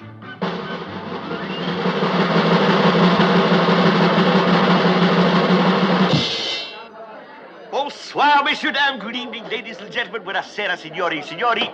Ce soir, comme tous les autres soirs d'ailleurs, vous savez très bien qu'ici au Black Sheep Club, l'attraction, c'est vous. Alors, approchez-vous, messieurs, dames. Venez-y. Step right up, ladies and gentlemen. What's going on? Fun and games. Evidently, we're the floor show. Come on. What, you and me? Everyone. Avanti, avanti, signori, signori. Écoutez-moi bien, messieurs, dames, les règles du jeu sont très simples. Alors, écoutez-moi. Alors, il y a deux équipes. There are two teams. Et pour chaque équipe, il y a une orange. For every team, there is one orange. Una naranja. Un appelsinet. Vous mettez l'orange sur le moto comme ça. You put the orange on it like so. Vous passez cette orange à la personne derrière vous. You pass the orange to the person behind you. Mais sans vous servir les mains. Without the use of your hands. Are you ready? 1, 2, 3.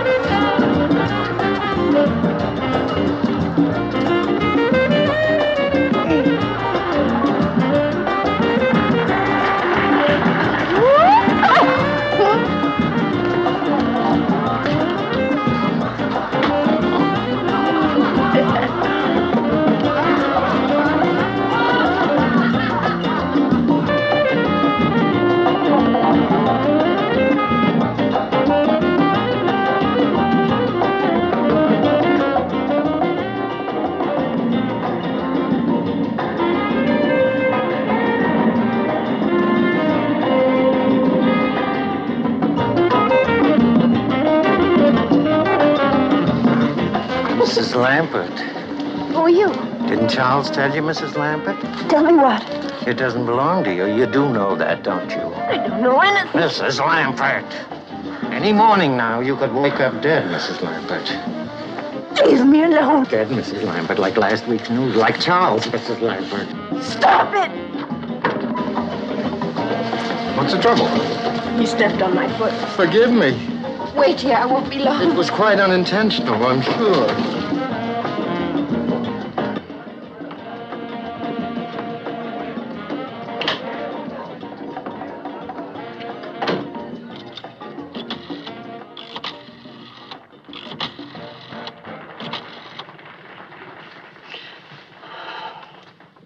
Mr. Bartholomew, this is Regina Lambert.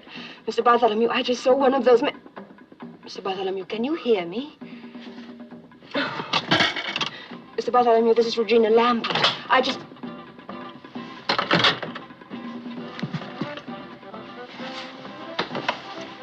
Howdy. What do you want? Now, you must be kidding. No, I'm not. Now, come on now, Miss Lambert. You know what it is? You're gonna get it for me, too. You know I ain't fooling around here.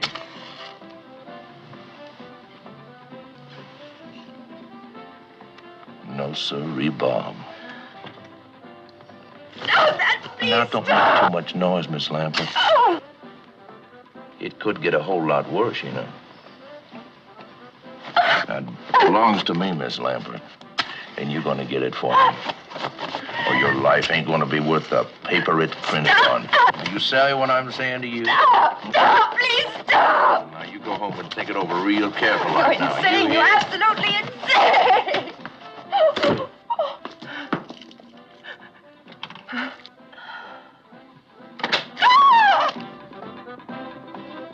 What's the matter? What are you doing in here? I'm having a nervous breakdown.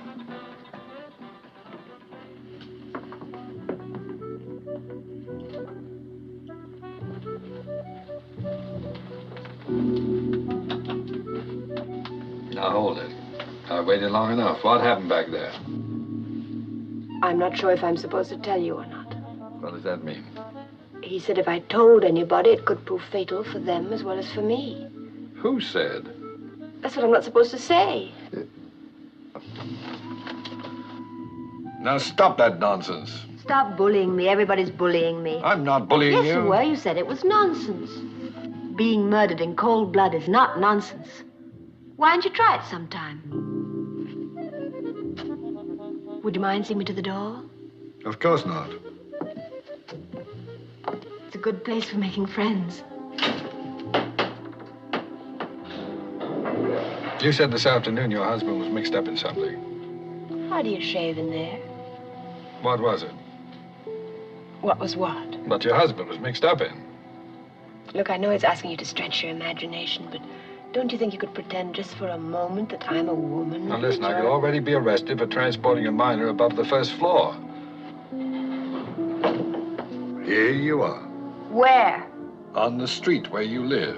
How about once more around the park? How about getting out of here? Come on, child, out.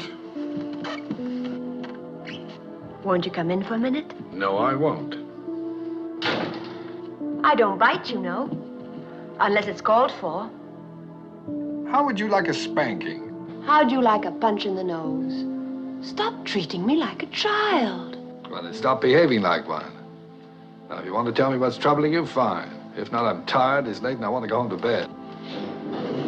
Oh? Do you know what's wrong with you? No, what? Nothing.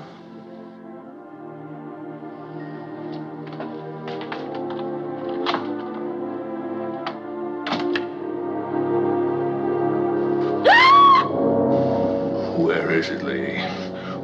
I don't know.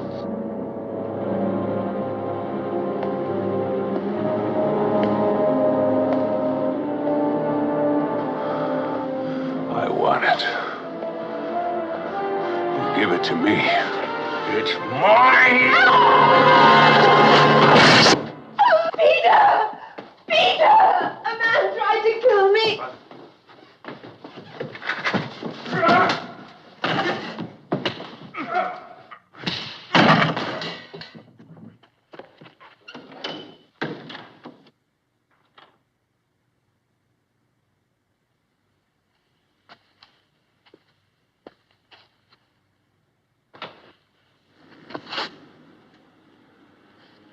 Peter?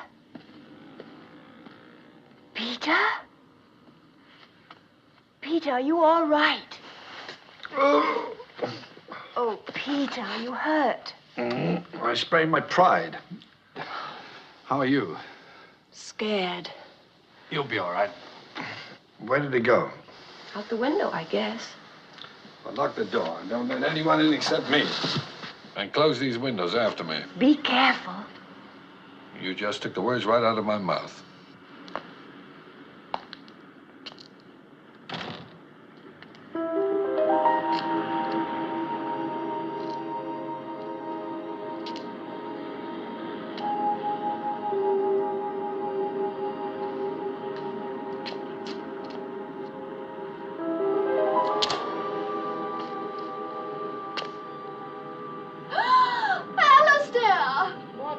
Now, Pamela. It happened again. Another strange man peered in the window at me and then went away. Bad luck, Pamela.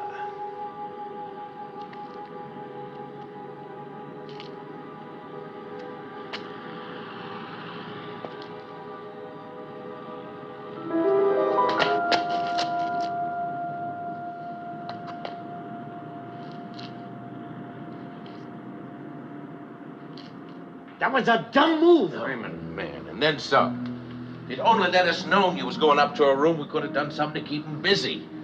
But sneaking off up there that way by yourself. Man, what did you expect him to do? Walk up and shake you by that hand of yours? A dumb move, Herman, a dumb move. Yes, it was a dumb move, Herman. What is the matter with you? You want some more? Never mind that. Did you get the money? How could I with the 3 Marx Brothers breathing down my neck? I thought we had an agreement. Now, the girl trusts me. If she's got the money, I'll find out about it. But you just leave me alone. We took all the chances. The money belongs to us, not to him. Now, don't be piggy, Herman. A third of nothing is nothing. Just think about that. But make up your mind. She's waiting for me. I don't see how another 24 hours could hurt anything. Shoot, no, not after all these years. Then he gets it out of your share, not mine. Not mine. Either one of you got the room next to her? Yeah, I have. Why? Give me the key. Get yourself another room. I want to use it.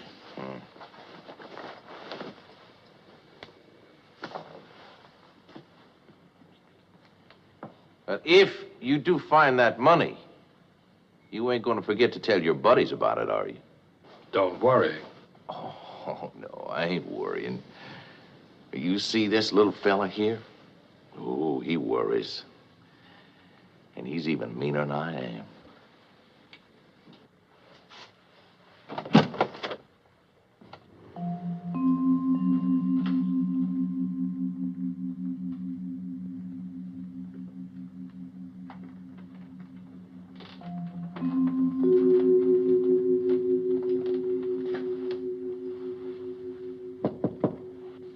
Who is it? It's me, Peter.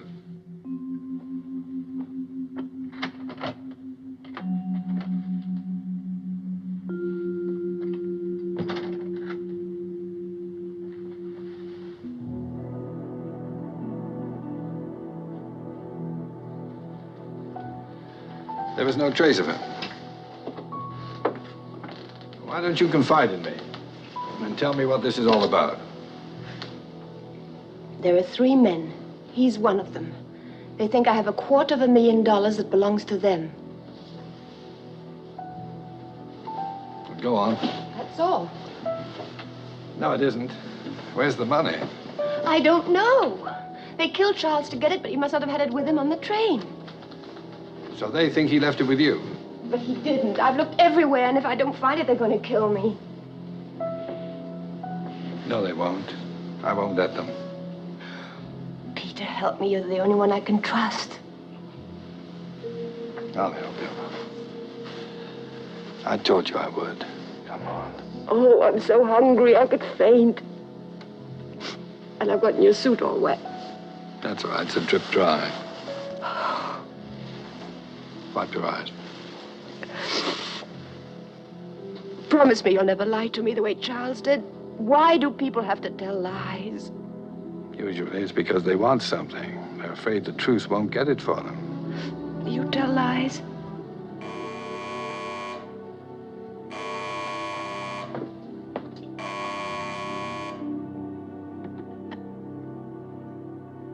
Hello?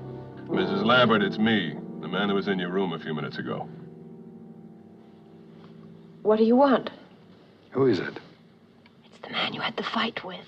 Is Dial with you? Who? The man I had the fight with, lady. Dial. That's his name. What's wrong? Is he still there? Yes. That's right. What's he saying? Don't trust him. Don't tell him anything. He's after the money.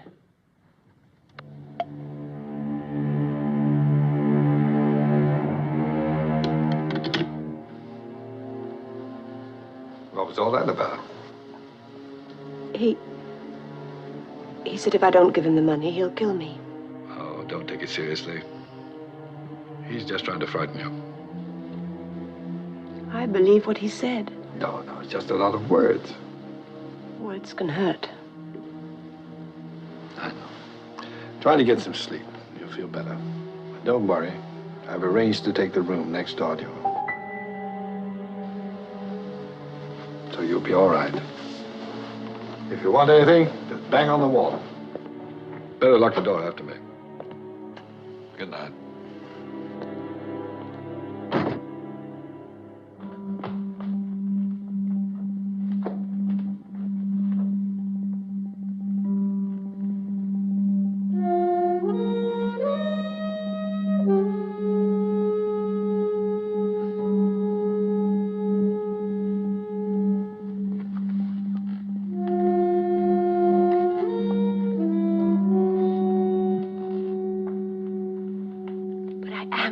Bartholomew, what I'm trying to say is that there's someone else. What? Someone who wasn't in that photograph you showed me today. He says his name is Peter Joshua, but it isn't. It's Dial. Are you still there, Mr. Bartholomew? Yes, Miss Lambert. I don't know who this Mr. Dial is, but it's just possible we were wrong about who killed your husband. You mean he might have? Mr. Bartholomew, I'm catching the next plane out of here. I'm not going to sit around for somebody to make chopped liver out of me. Now, take it easy, Miss Lambert. Take it easy. Where are you now? Can you meet me at the market? At Leal? Yes, opposite San Eustache. I'll meet you there in 15 minutes. All right, I'll be there in 15 minutes.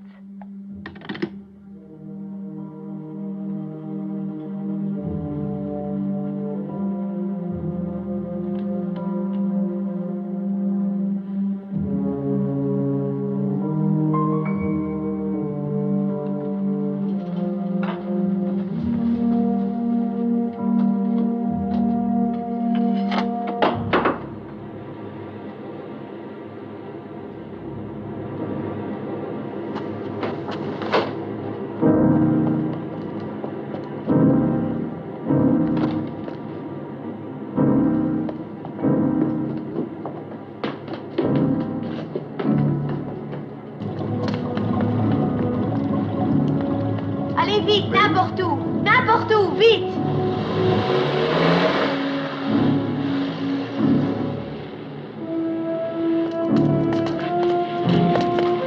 Sweet Base taxi.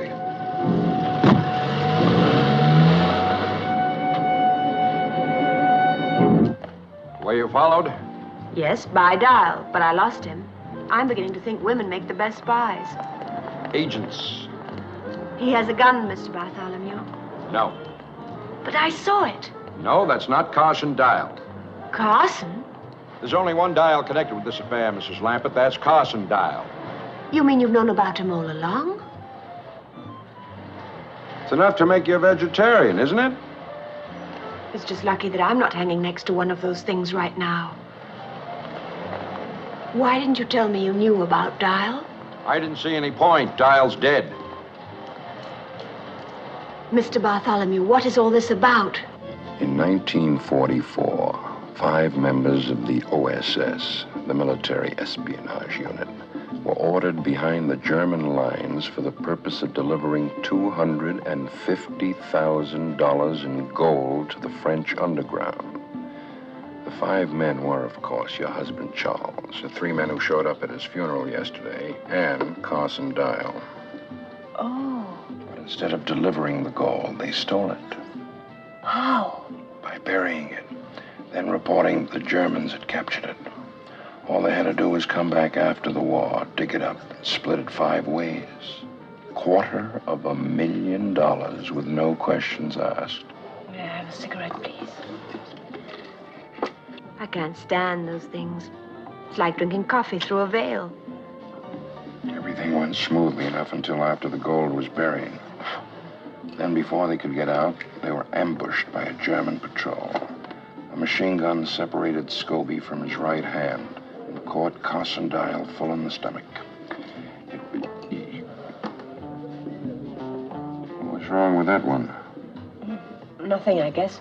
What happened then? Have you any idea what these things cost? Please go on, Mr. Bartholomew. What happened then? Carson Dial was dead, but Cosby was able to travel. So... La soupe, c'est pour qui? Pour moi.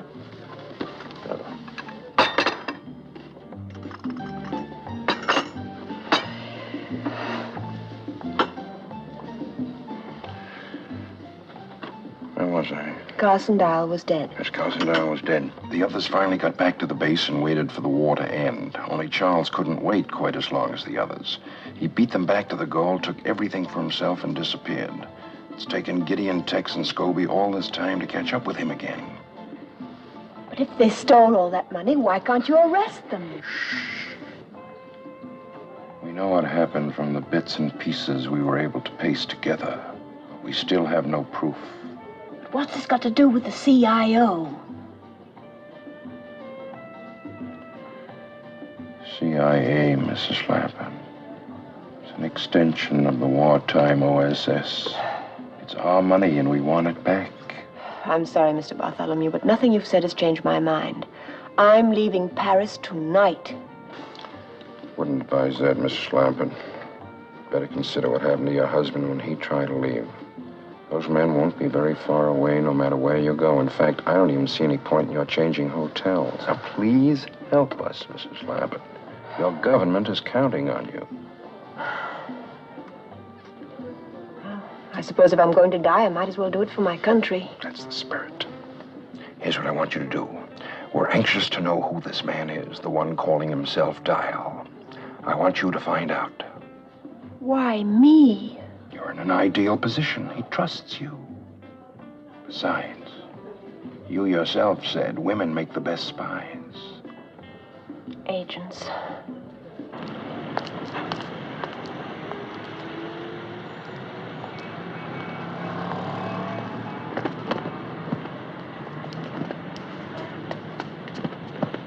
Oh, pardon.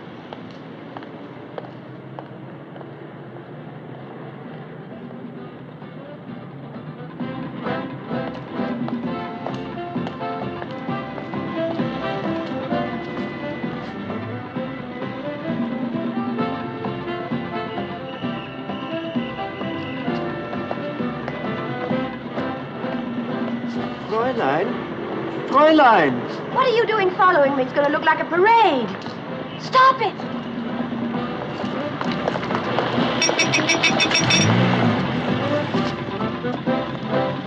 How are you? How nice to see you. When did you arrive? It's a lovely town to stay. Are you having a good time? So many things to see.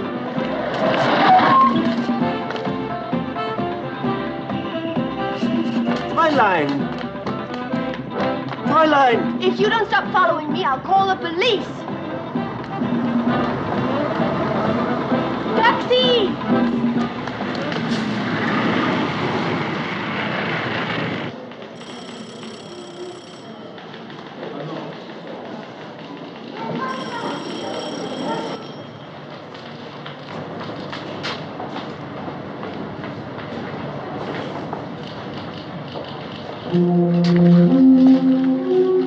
Dial, please. D-Y-L-E. Yes, Mr. Dial, I remember.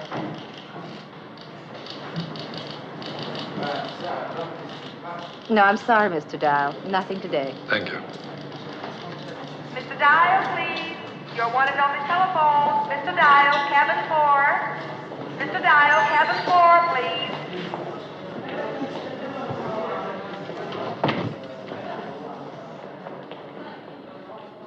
Yes? Good morning, Mr. Dial. Reggie? It's the only name I've got. How about you? I know cat and mouse. You've got me. What do you want to know? Why you lied to me? I had to. For all I knew, you were in on the whole thing. I'm trying to find out who you are. But you know my name. It's Dial. Carson Dial is dead. Yes, he is. He was my brother. Your brother? The Army thinks he was killed in action by the Germans. But I think they did it. Tex, Gideon Scobie, and your husband. Because my brother wouldn't go along with their scheme to steal the gold. I think he threatened to turn them in, and they killed him, and I'm trying to prove it. They think I'm working with them, but I'm not, Reggie. I'm on your side. Just believe that. How can I? You lied to me just the way Charles did, after promising you wouldn't. Oh, I want to believe you, Peter. Oh, I can't call you that anymore, can I? Take me a while to get used to your new name. What is it? Hello? Hello?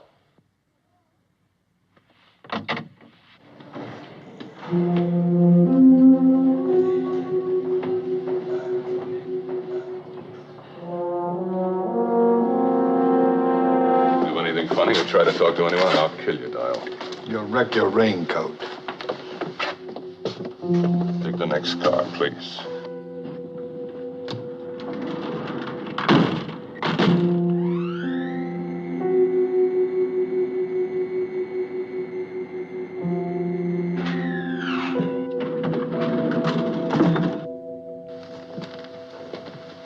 Look out. Didn't want you to bump your head. Get in there.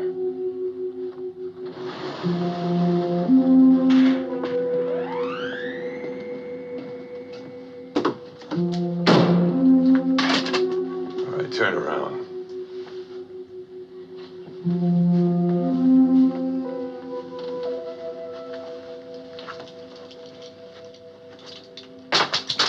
Now sit down.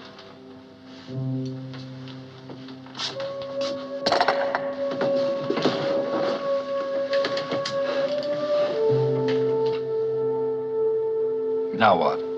We wait with our mouth shut.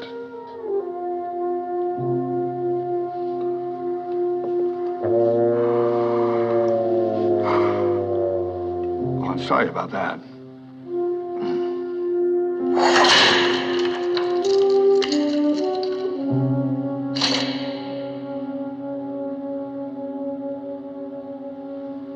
Okay, up there.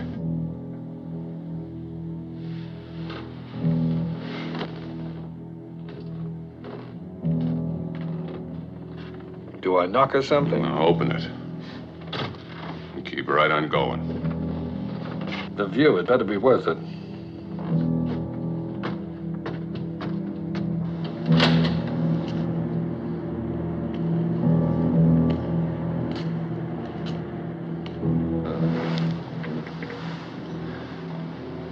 Very pretty. Now what? I was afraid of that.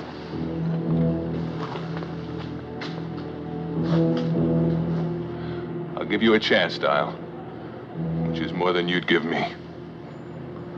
Where's the money?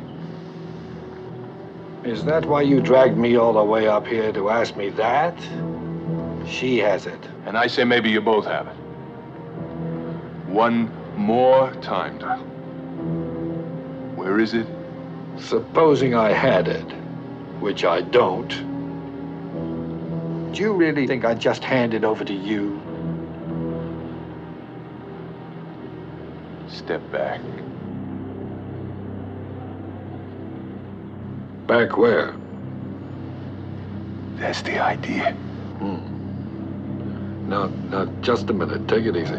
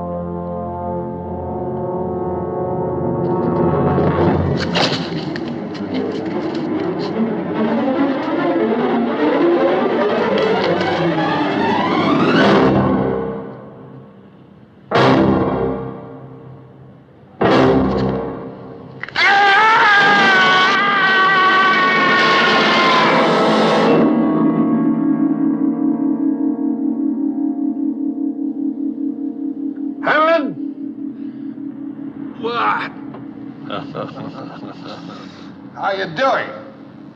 How do you think? If you get bored, try writing Love Thy Neighbor 100 times on the side of the building.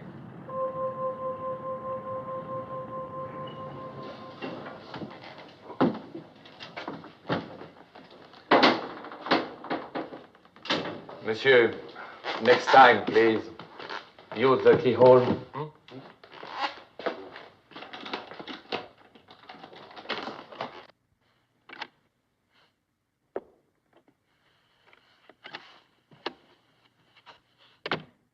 Is that you? Yeah, You gonna open up? sure. Wait a minute. Don't you know it's impolite to leave someone holding the phone? What happened? Oh, I met a man with sharp nails. Scobie? Mm-hmm. I left him hanging around the American Express. Come in. I've got something that stings like crazy. Now, you're the kind of girl that'd have something like that. Sit down. Hey, wait a minute. What is that stuff? Marvelous stuff. It's gonna hurt you much more than it's gonna hurt me. Oh, Beth. Oh. Did you hear something rip? No? Oh, that's odd. Listen, I only came in for an estimate. Sit still. It's not too bad. Oh. You won't be able to lie on your back for a few days. Then you can lie from any position, can't you? Oh. Does it hurt? What? Does it hurt? Oh, are you kidding? Have you got a bullet I could bite like they do in the movies? Are you really Carson Dials, brother? No, would you like to see my passport? Passport? What kind of a proof is that? No. Would you like to see where I was tattooed? Yes. All right, we'll drive around that way. Could at least tell me what your first name is these days. Alexander. Okay, Alexander. You're done. Good. You're a new man. I'm sorry the old one couldn't tell you the truth. But I had to find out your part in all this. Is there a Mrs. Dial? Yes. But we're divorced. I thought that was Peter Joshua. I'm just as difficult to live with as he was. Alex, how can you tell if anyone's lying or not? You can't. There must be some way. No, there's no riddle about two tribes of Indians. The white feet always tell the truth and the black feet always lie. So one day you meet an Indian. You say, hey, Indian. What are you, a truthful Whitefoot or a lying Blackfoot? He says, I'm a truthful Whitefoot. But which is he? Well, why couldn't you just look at his feet? Because he's wearing moccasins. Well, then he's a truthful Whitefoot, of course. Then why not a lying Blackfoot? Which one are you? A truthful Whitefoot. Come in. Sit down. Right, you want to look at my feet? Yes. Uh-oh. Hey, knock it off. Now, come on, Reggie, listen to me. Oh, here it comes, the fatherly talk. You forget I'm already a widow. So was Juliet at 15. But I'm not 15. Well, that's the trouble. You're too old for me. Can't you be serious? Oh, you just said an horrible word. What did I say? Serious. When a man gets to be my age, that's the last word he ever wants to hear. I don't want to be serious. And I especially don't want you to be. Okay, we'll just sit around all day long being frivolous. How about that? Reggie, cut it out. Okay. Well, now what are you doing? Cutting it out. Who told you to do that? You did. Oh, I'm not through complaining yet. Oh. Now, cut it out. Alex, I think I love you.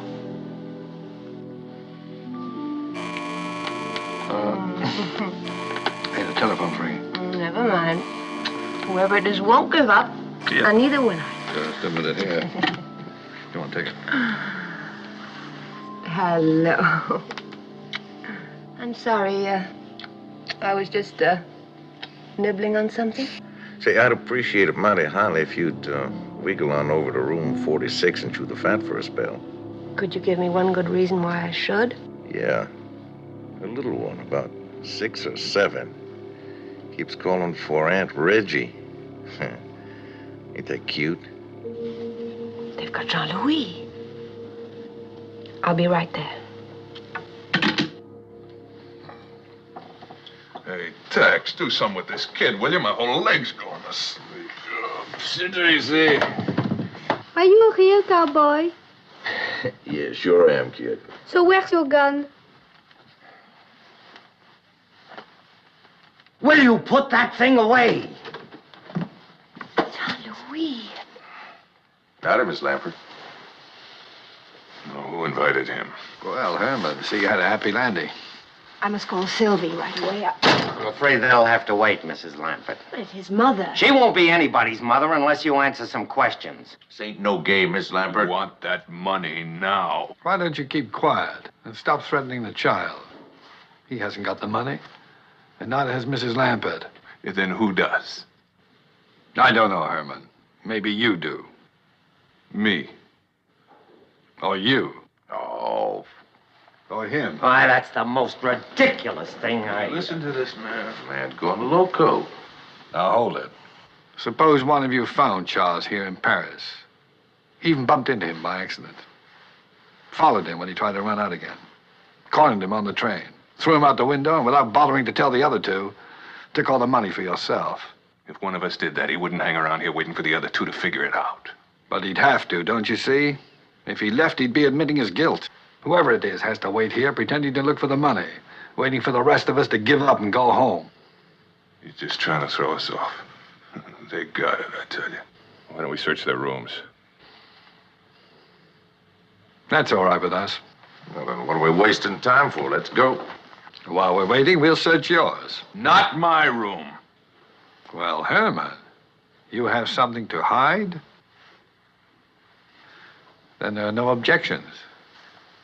All right, here's my key. I'll take that. My room's open. There we go.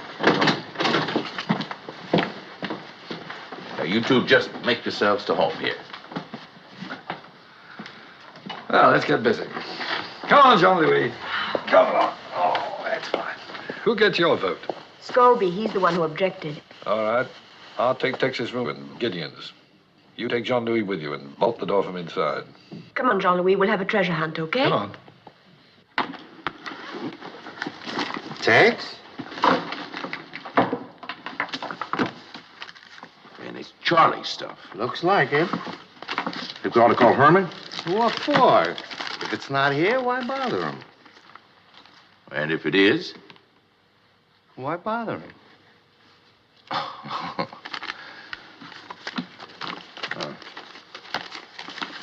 All right. Sure there's nothing missing. No, everything's here. The police have kindly provided us with a list. Sure ain't nothing here worth no $250,000. Not unless we're blind. I keep telling myself we've stolen a great deal of money, but up to now, I've yet to see a penny of it. You think maybe we're fishing up the wrong stream? Meaning what? Suppose one of us has it, like the man says. Now, that'd be mighty distasteful, us being veterans of the same war and all. Well, you know I'd tell you if I had it. Oh, naturally, just like I'd tell you if I had it. Naturally. And that goes for Herman, too. Naturally.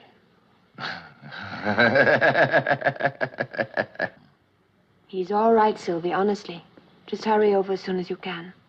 Okay, goodbye. Now, if you had a treasure, where would you hide it? I would bury it in the garden. Well, swell, but this man doesn't have a garden. Oh, neither do I. You don't?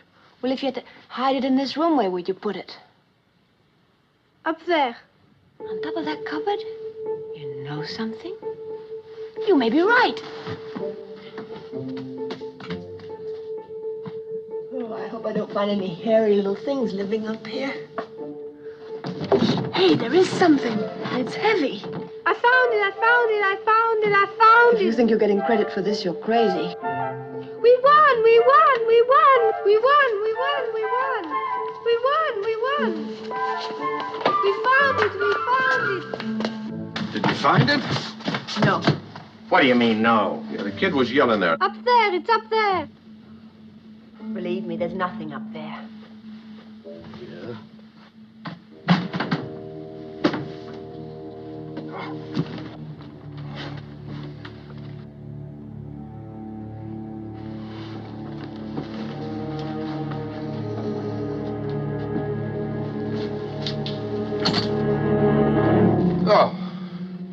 freeholders Herman spare. Where is he? He's over in my room.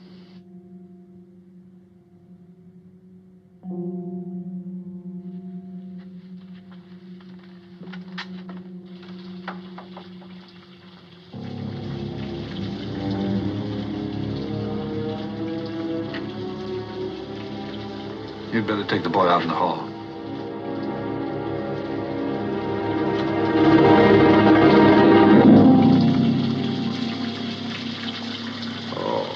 Now, who would have done a mean thing like that? I'm not quite sure. Well, this ain't my room. Mine neither. Oh, the police aren't going to like this a bit. We could dry him off and take him down the hall to his own room. He really doesn't look too bad. Oh, poor old Herman. Seems like him and Good Luck always was strangers. Well, maybe now he'll meet up with his other hand someplace.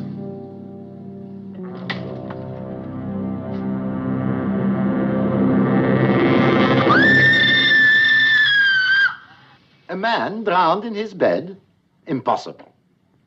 And in his pajamas. The second one in his pajamas. C'est trop stupid. Stop lying to me. This nose tells me when you are lying. It is never mistaken. Not in 23 years. This nose will make me commissaire of police. Mr. Dial or Mr. Joshua. Which is it? Dial. And yet you registered in Megève as Mr. Joshua. Didn't you know it was against the law to register under an assumed name? No, I didn't. It's done in America all the time. None of you will be permitted to leave Paris until this matter is cleared up. Only I warn you, I will be watching. We use the guillotine in this country. I have always suspected that the blade coming down causes no more than a slight tickling sensation on the back of the neck. It is only a guess, of course. I hope none of you ever finds out for certain.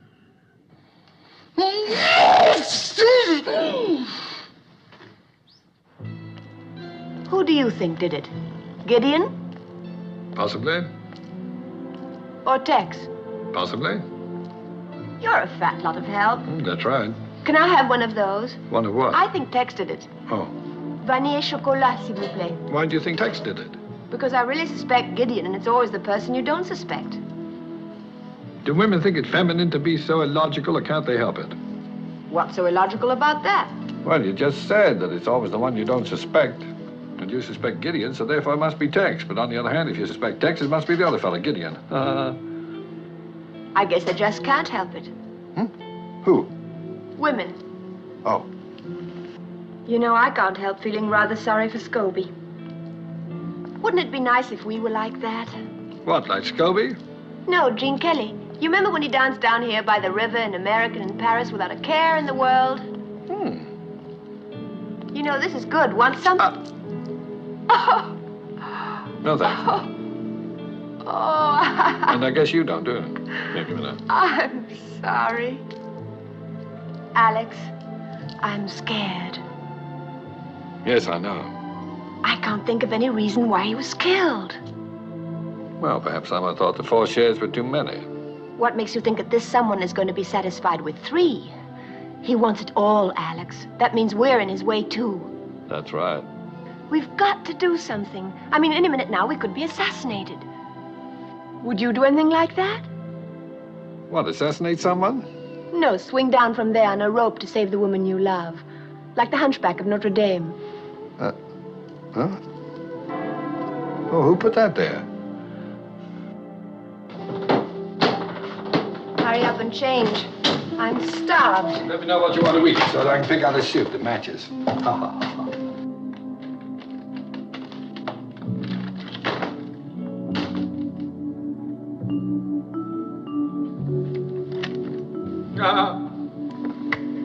What do you want?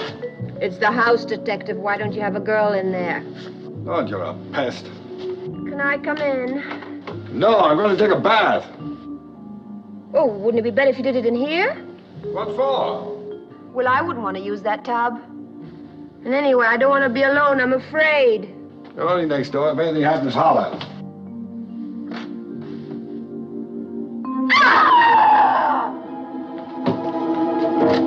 Reggie, Got you. did you ever hear the story of the boy who cried wolf? The shower's in there. Oh, come on, Reggie, open the door.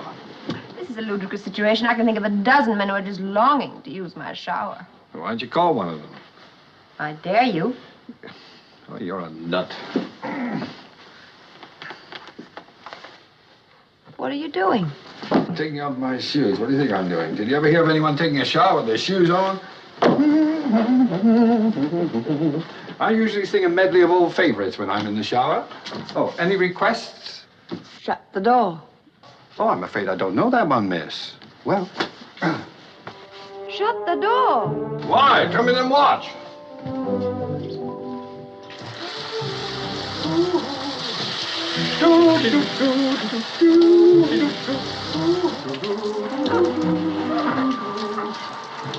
Drip dry. How often do you go through this little ritual? Oh, every day the manufacturer recommends it. I don't believe it. Oh, yes, it's... Wait a minute. There's a label. Look at the small print. Wearing this suit during washing helps protect its shape.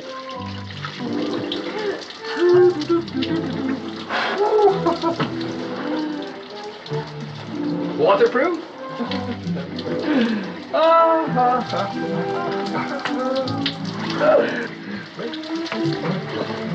Acronylon, fibrous resistant, plastic, rust-proof, fly-proof, proof. You're the nut. Nut-proof.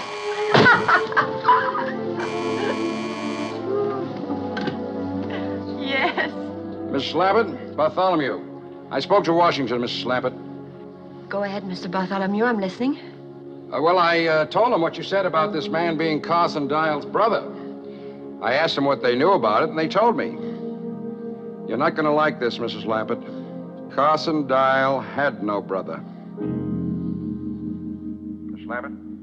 Are you sure there's no mistake? None whatsoever. Please be careful, Mrs. Lappett. Bye.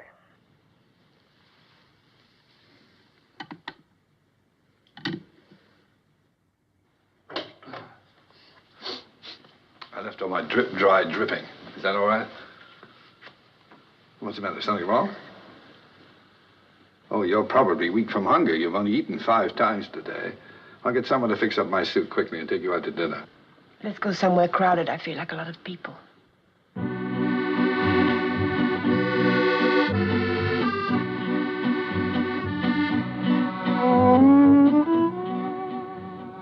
Hey, you know this thing is still damp?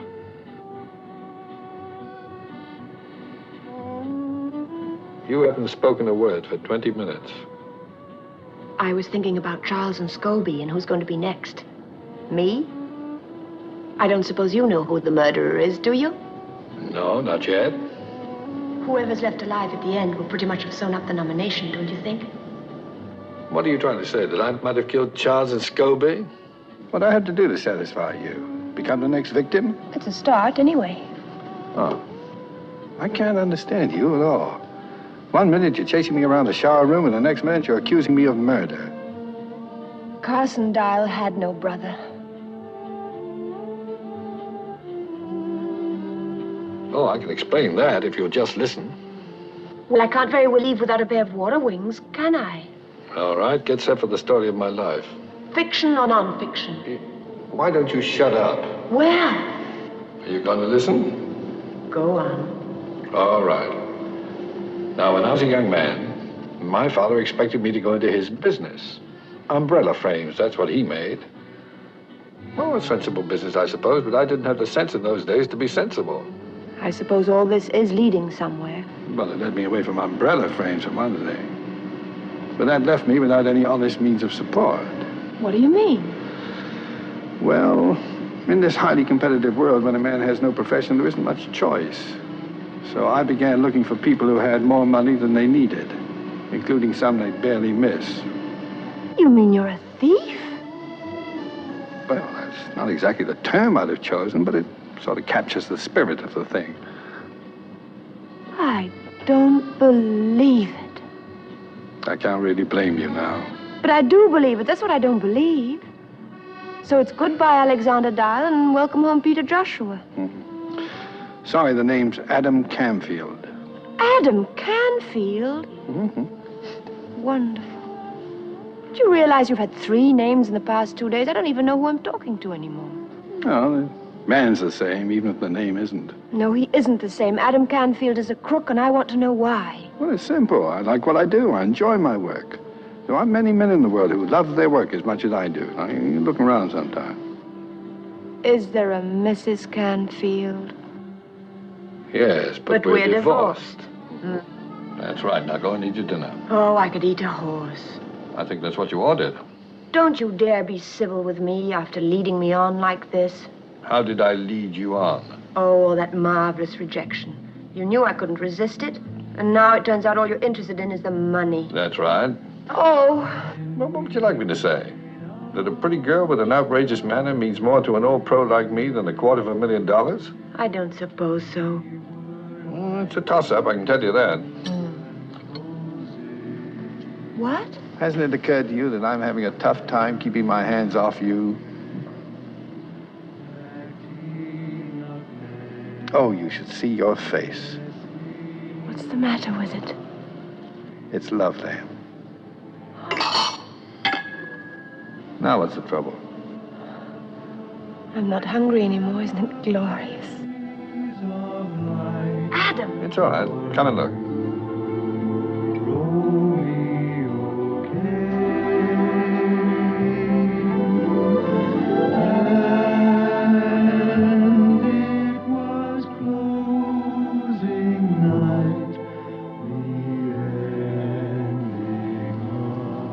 Hey, you don't look so bad in this light. Why do you think I brought you here? I thought maybe you wanted me to see the kind of work the competition was turning out. Pretty good, huh? I taught them everything they do. Oh, did they do that kind of thing way back in your day? Sure. How'd you think I got here?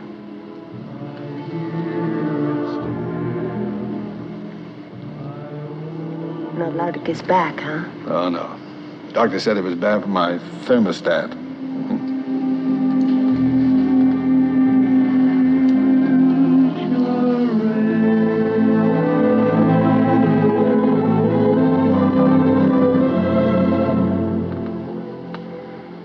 Well, when you come on, don't you? Well, come on.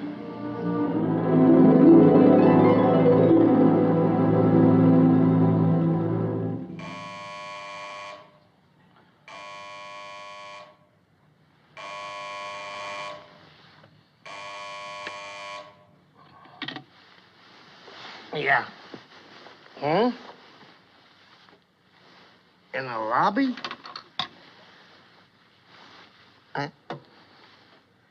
Are you out of your mind or something? It's 3:30 in the morning. You mean it? All right, I'll be right down. Wait a minute.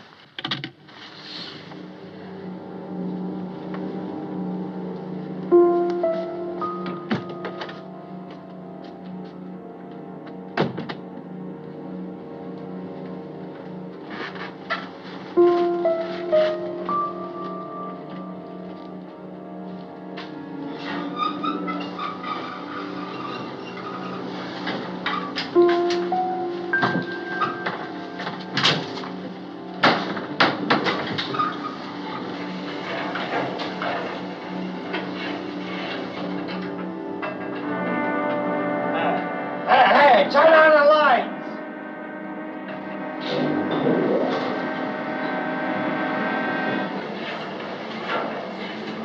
Hey, I stop this thing! Yes! Yes!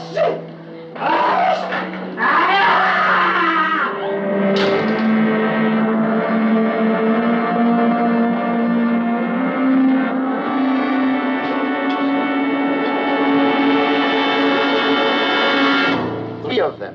All in their pajamas? C'est ridicule. What is it, some new American fad? And now, your friend who lives here, the one from Texas, he's disappeared, into thin air. Where is he? I wish I knew. Madame? Tell me, Mr. Dial, where were you at 3:30 a.m.? In my room, asleep.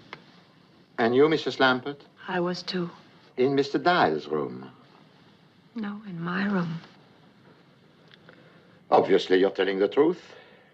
For why would you invent such a ridiculous story? And if I were you, I wouldn't stay in my pajamas. Good night. Well, that wraps it up. Tex has the money. You go to bed. I'll let you know when I found him. You gonna go looking for him now? Well, if the police find him first, they're not going to turn over that $250,000 to us. Oh, Adam. Do as I tell you. Go to bed and bolt your door.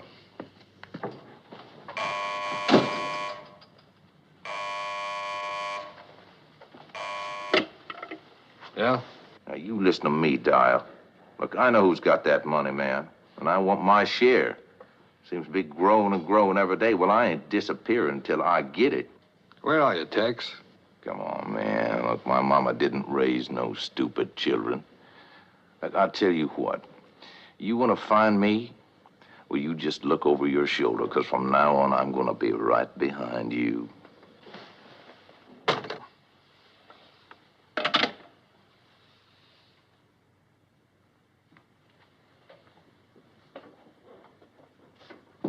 Open up.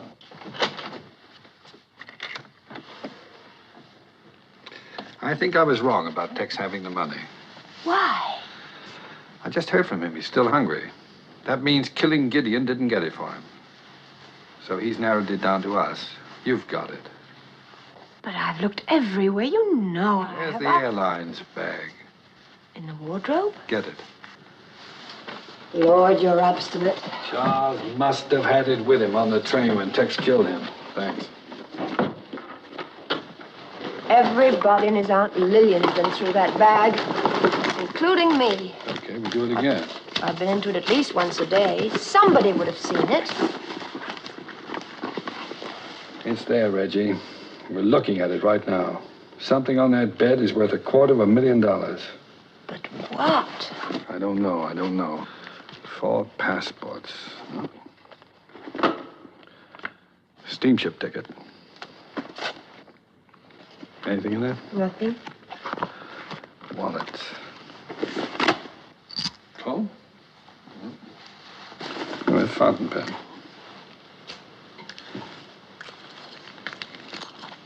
What about that key? To the apartment matches mine exactly. Oh. I bet you don't really need those. You need them. Well, it still doesn't make sense. But it isn't worth $250,000 either. Wait a minute. What? The tooth powder. What about it? Could you recognize heroin just by the taste of it?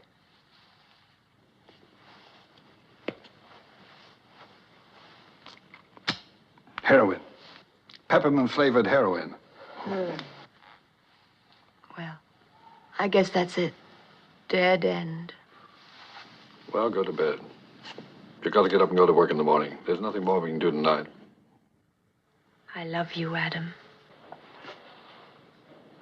Yes, you told me. No. The last time I said I love you, Alex. Oh. Che io ho l'onore di rappresentare disturberebbe l'esportazione dei derrati farinosi italiani in queste parti del mondo. Signori delegati, vi ringrazio della vostra attenzione. Hold it. They're recognizing Great Britain. What a mush. Mr. Chairman, fellow delegates, my distinguished colleague from Italy. Her Majesty's delegation has listened with great patience to the Southern European... Oh, are you on? No, it's all right.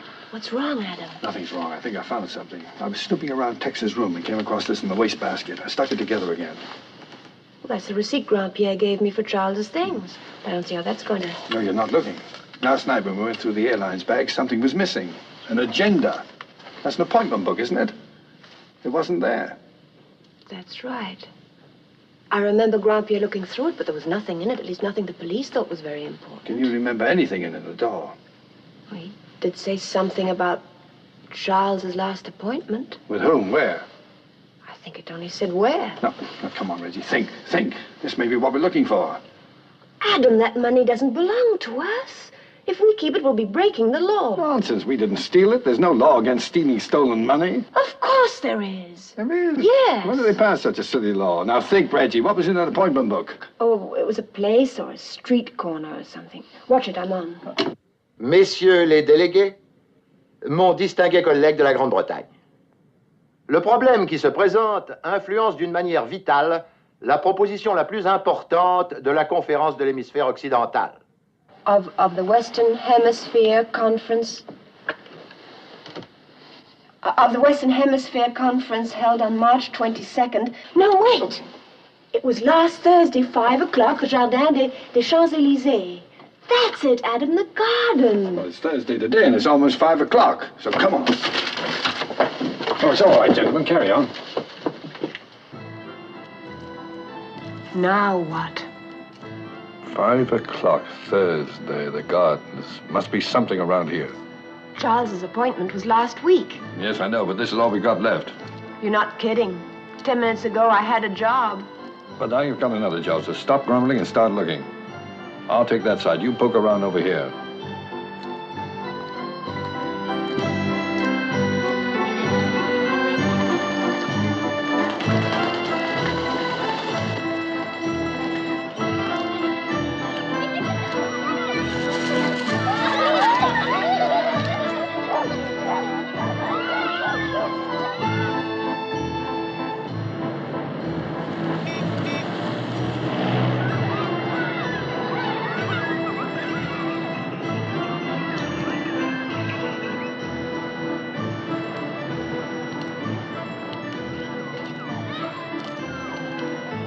It's hopeless. I don't even know what we're looking for. I don't think Tex does either. Tex, is he here? Look.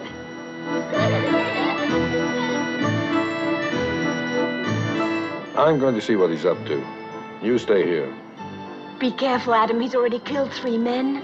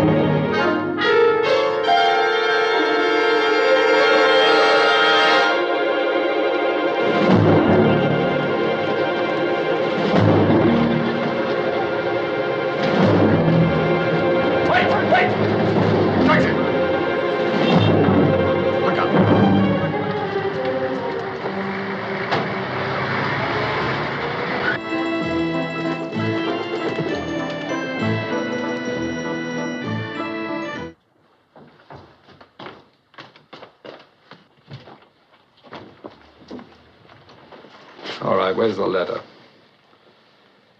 The letter, huh? It ain't worth nothing. You know what I mean. The envelope with the stamps on it. I want it. You greenhorn. Why, you thick-skulled, harebrained, half-witted greenhorn. And they was both too smart for us. What are you talking about? Oh, first her husband, now her. She betted all of them big eyes at you, and you fell for it like an egg from a tall chicken. You want the envelope? There. You take it. It's all yours. You killed all 3 of them for nothing. You greenhorn, you block-headed jackass. You nincompoop. Sylvie, what are you doing here? I'm waiting for Jean-Louis. Oh. What's he up to? Oh, he was so excited when he got the stamps you gave him this morning. He said he'd never seen any like them. I'm glad. What's all this? The stamp market. It's there every Thursday afternoon. That's where Jean-Louis trades his stamps. Good Lord, where is he? What's the matter, chérie? The stamps. They're worth a fortune. What? A fortune. Come on.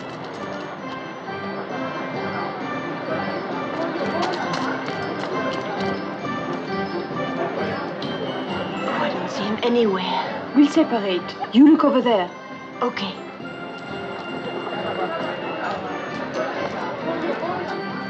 Jean-Louis! Jean-Louis! Jean-Louis!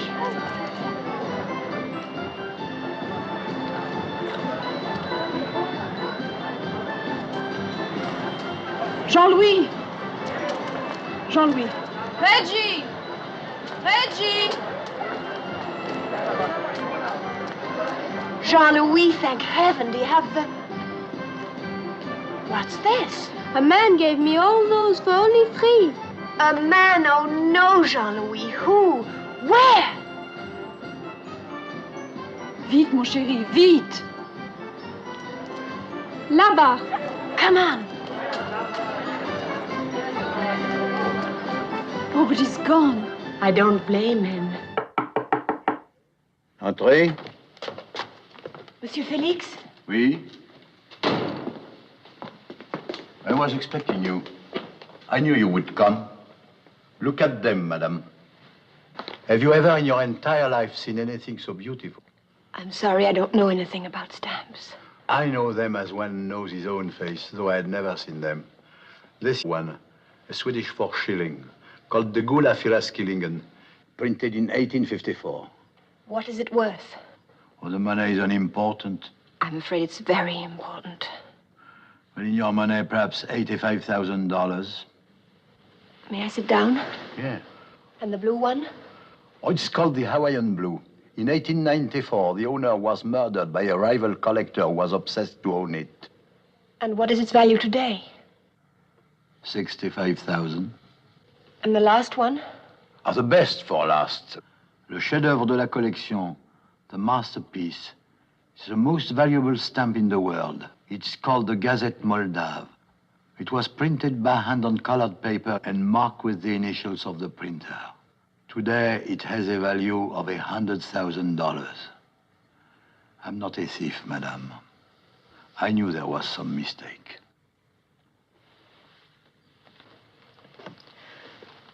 You gave the boy a great many stamps in return. Are they for sale now? Oh, let me see. 350 European, 200 Asian, 175 American, 100 African, and 12 Princess Grace commemorative, which comes to 10 francs. And don't forget these. Thank you.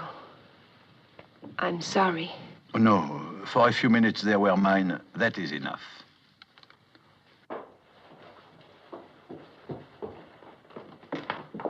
Adam?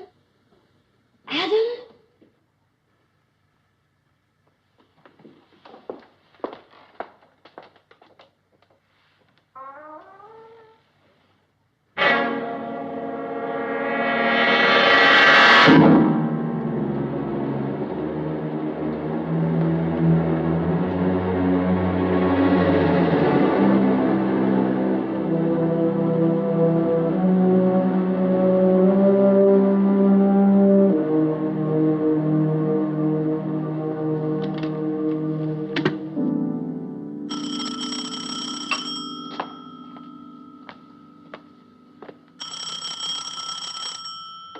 Hello?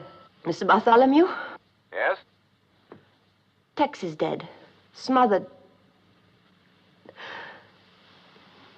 And Adam did it. He killed them all. Are you sure? Yes, I'm sure. Tex wrote the word dial before he died. He's the murderer, I tell you. Now, wait a minute. Just a minute, Mrs. Lambert. You better give that to me again. It was the stamps on the letter Charles had with him on the train. They were there in plain view all the time, but no one bothered to look at the envelope. Now, Mrs. Lambert, listen to me. You're not safe as long as you have these stamps. Let's see. Do you know the Center Garden at the Palais Royal? Yes, the colonnade. Yes, by the colonnade. As fast as you can get there. Hurry, Mrs. Lambert. I'm leaving right away. Goodbye.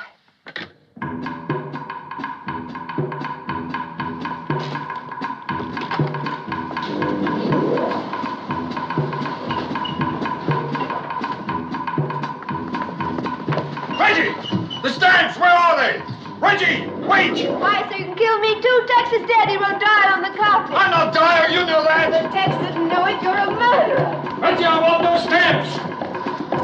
Palais Royal, vite. Je suis occupé. Mais c'est très urgent. Occupé.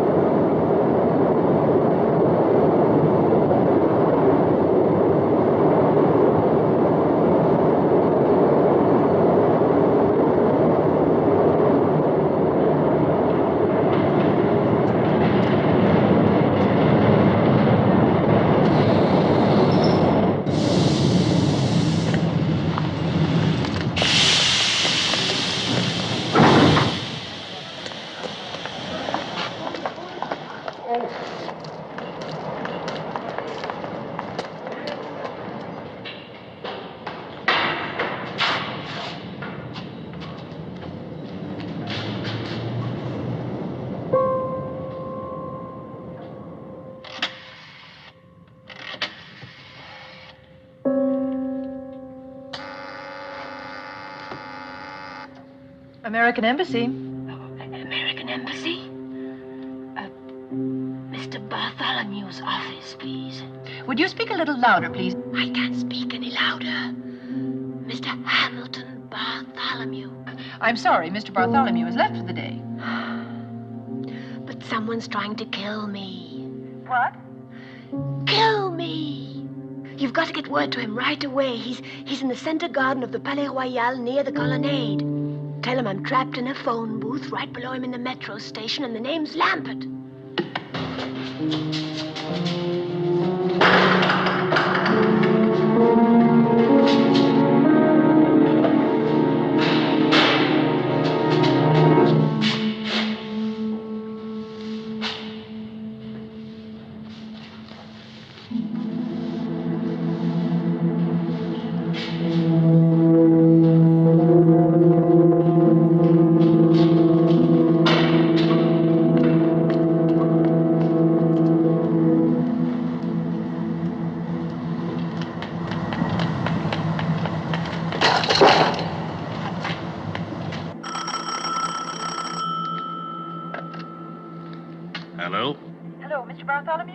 Yes? There was a call for you just now, Mr. Bartholomew. It sounded quite urgent. A Mrs. Lampert. Lampert? I don't know any Mrs. Lampert. She says she's trapped in a metro station and someone's trying to kill her. Trying to kill her? Who does she think I am, the CIA? All right, I guess you better call the French police.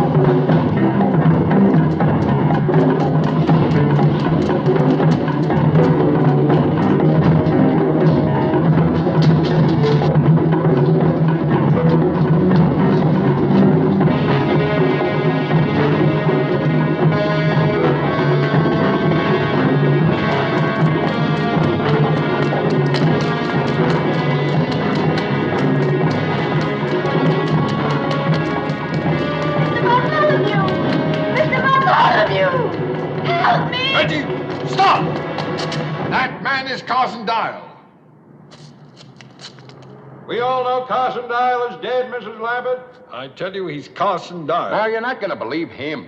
Just bring those stamps over here. He's trying to trick you again. Tex recognized him. That's why he wrote Dial. If you take him those stamps, he'll kill you, too. Mrs. Lambert, if I'm who he says I am, what's preventing me from killing you right now? Because he'd have to come out to get the stamps. And he knows he'll never make it. Mrs. Lambert, he wants the money for himself. That's all he's ever wanted. He's with the CIA. I saw him at the embassy. I tell you, he's Carson Dial. That's right, Mrs. Lambert. That's right. I'm a dead man. Look at me. Oh, I don't know who anybody is. Reggie, I beg you. Just trust me once more. Why should I? I can't think of a reason in the world why you should.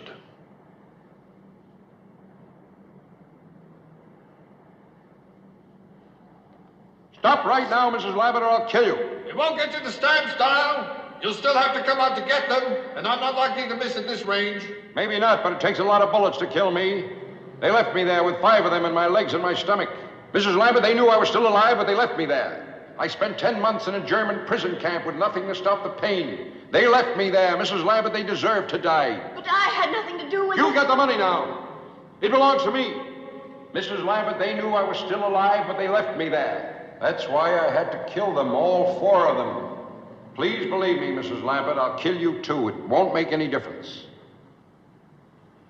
It's no use.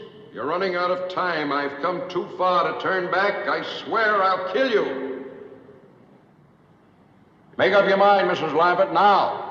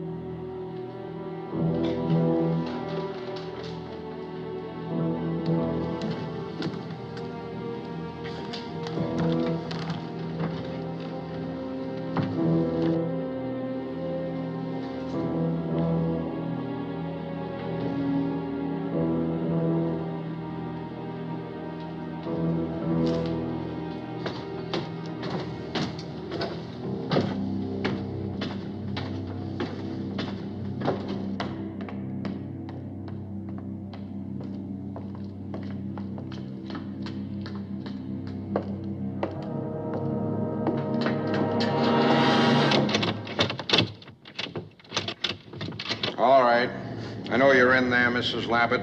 Come on out.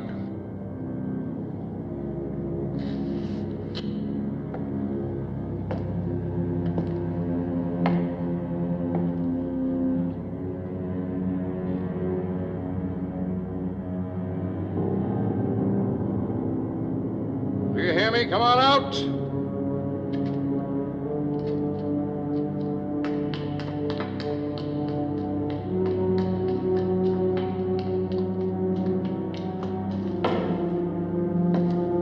I don't want to kill you, but I will.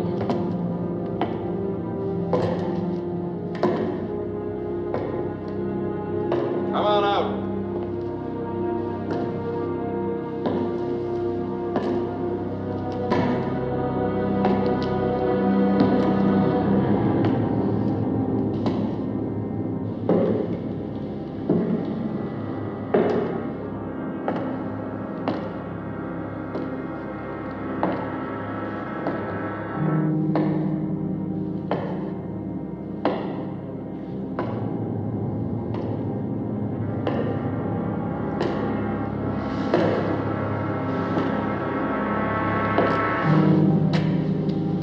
Game is over, Mrs. Lappet.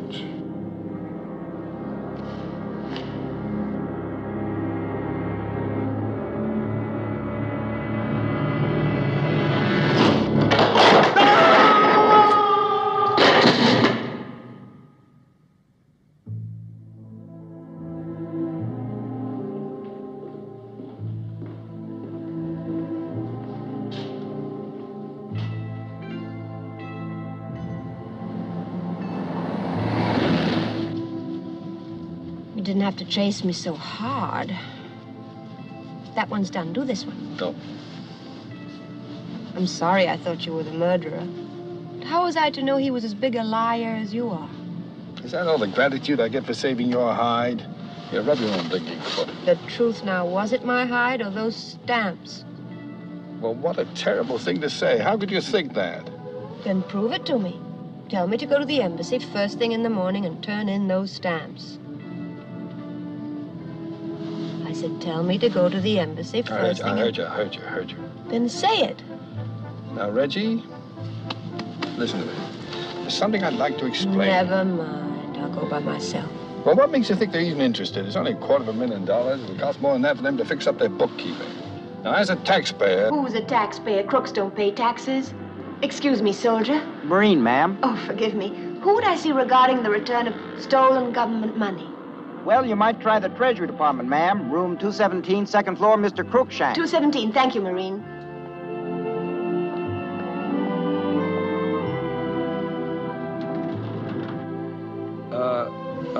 Do you mind if I don't go in with you? The sight of all that money being given away might make me break out. Mr. Crookshank, please. My name is Lampert. Yes. Mr. Crookshank? Miss Lampert. Mrs. Lampert to see you. Yes, sir. Go right in. Thank you.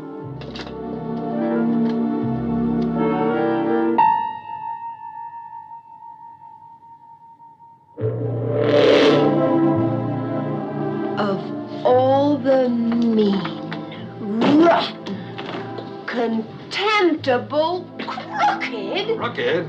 I should think you'd be glad to find out I'm not crooked. You can't even be honest about being dishonest. Why didn't you say something? You were not allowed to tell. Now, come on, give me the stamps.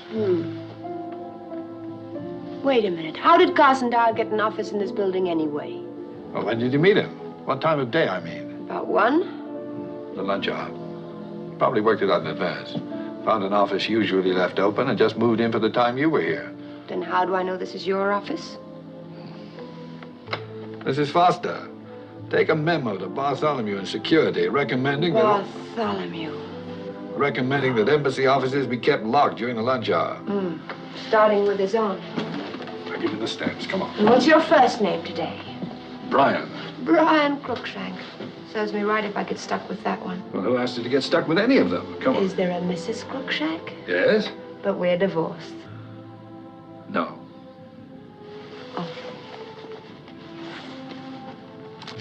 My mother. She lives in Detroit. You'd like her. She'd like you, too. Come on, give me those stamps. Not until you prove to me that you're really Brian Crookshank. All right, one day next week, I'll put it on the marriage license. How about that? Quit stalling. I want some identification now. I wouldn't lie on a You license. can't prove I it to could go me, to can you? jail. You're still trying to... Marriage license? Did you say marriage license? Now, don't change the subject. Just give me the stamp. Oh, I love you, Adam, Alex, Peter, Brian, whatever your name is. Oh, I love you. I hope we have a lot of boys and we can name them all after you. Well, before we start that, may I have the stamps?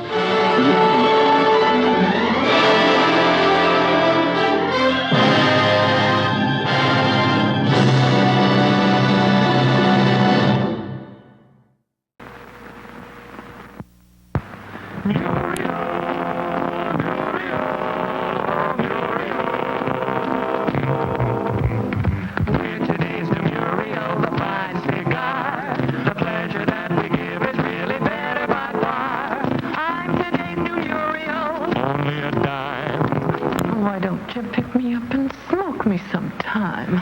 Everybody likes a rapper, really they do. It's luxury light, and it's pleasant for you.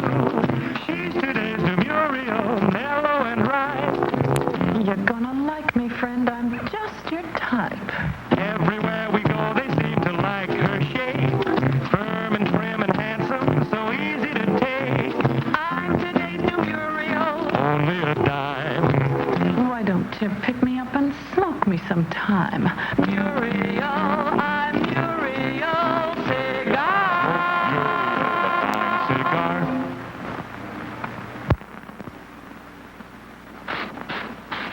Switch from Hearts to Snow Fresh Filter. Cool. Cool, Snow Fresh, cool, tastes so clean, so refreshing, smoke cool. As cool and as clean as a breath of fresh air. That's Snow Fresh Filter Cool. Your mouth feels clean, your throat refreshed. The finest leaf tobacco, mild, refreshing menthol, and the world's most thoroughly tested filter. That's Snow Fresh Filter Cool. Why don't you switch from Hots to the Snow Fresh coolness of Cool? As cool and as clean as a breath of fresh air. America's most refreshing cigarette. Snow Fresh Filter Cool. This is a man who smokes Marlboro cigarettes. What kind of a man is he? I'm a guy who likes to work on my car. I like to take it apart and put it back together. I get to working on it and forget where I am, what time it is.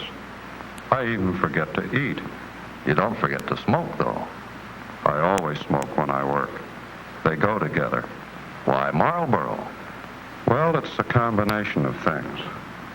When I draw on a cigarette, I want to taste something. With Marlboro, I do. Yet it's got a filter that works. Then there's this flip-top box. I like things that are well designed. This box is interesting and practical. Would you recommend Marlboro to your friends? I already have. New Marlboro. Filter, flavor, flip-top box. Popular filter price.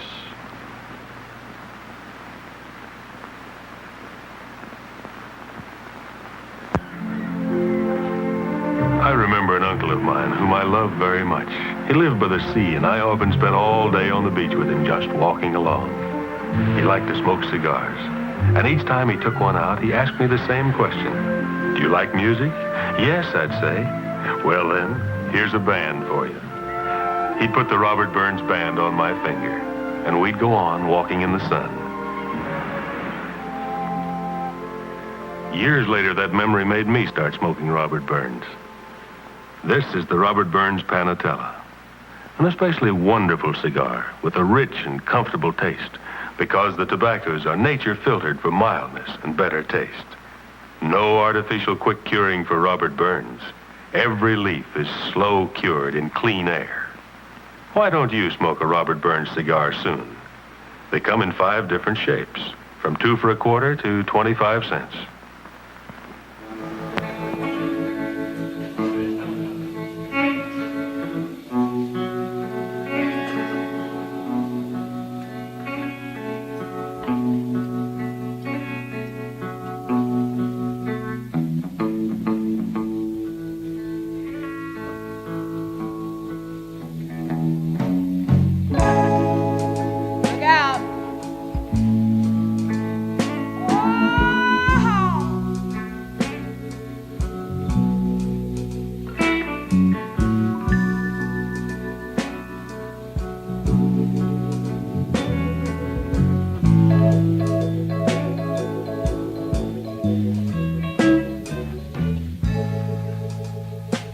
Something told me it was over, babe.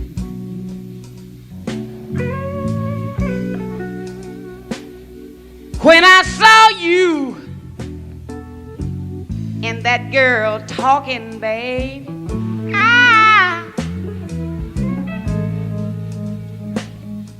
something deep down in my soul said, go on and cry, girl.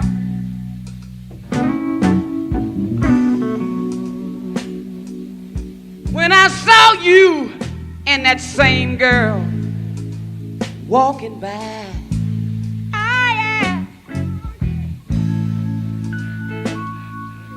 and I would rather be a blind girl, babe,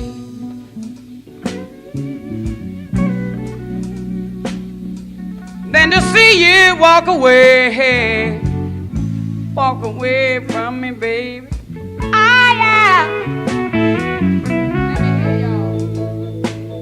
Cause you see, I love you so much, I don't wanna watch you leave me, babe. And another thing is, I just don't wanna be free, no, babe. No.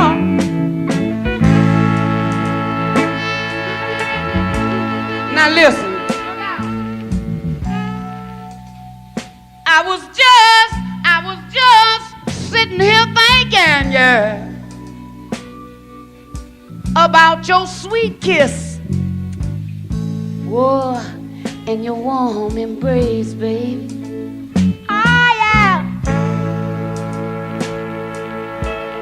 When the reflection in the glass that I held to my lips, babe, yeah.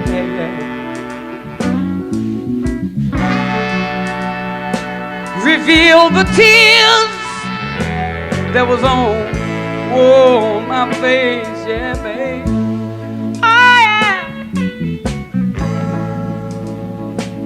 Baby, I'd rather be a blind girl.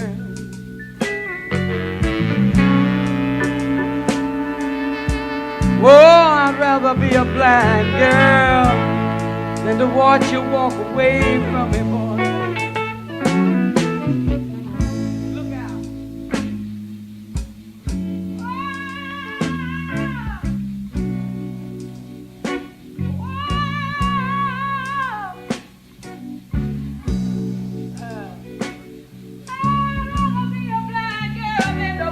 Walk away from me, baby, don't leave. Whoa. Now listen, I'm gonna tell y'all one more time. I was just sitting here a minute ago thinking, baby. I was thinking about your sweet kiss and your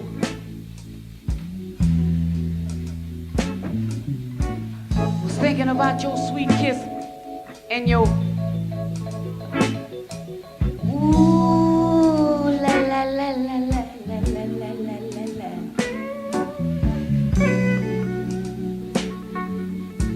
When I looked down in the glass that I held to my lips, I was looking in the glass and I saw the reflection of the tears rolling down my face.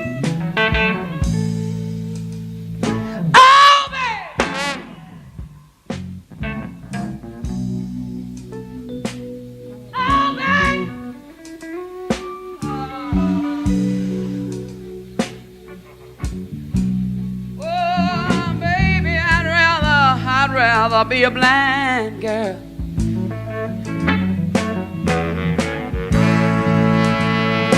Oh Lord, baby, baby, baby, don't leave me, boy.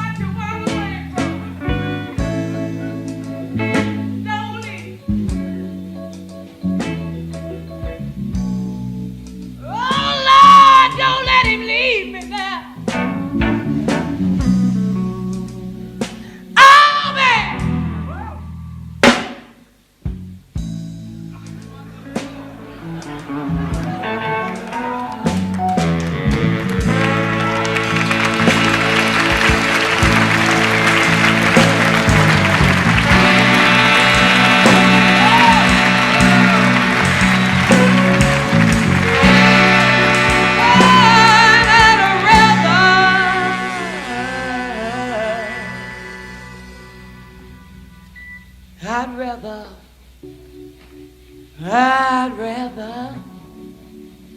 I don't want to watch you leave me. I can't stand to see you go. Whoa, babe. I'd rather be a blind girl.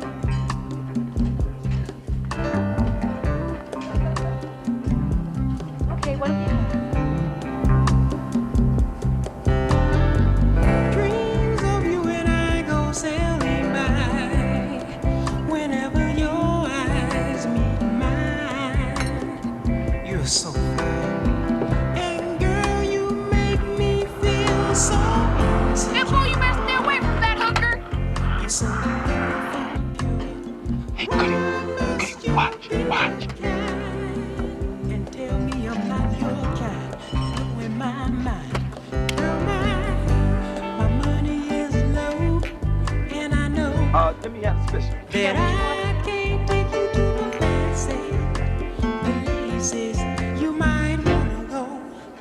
Still, I wanna get next to you. I wanna get next to you. More specials.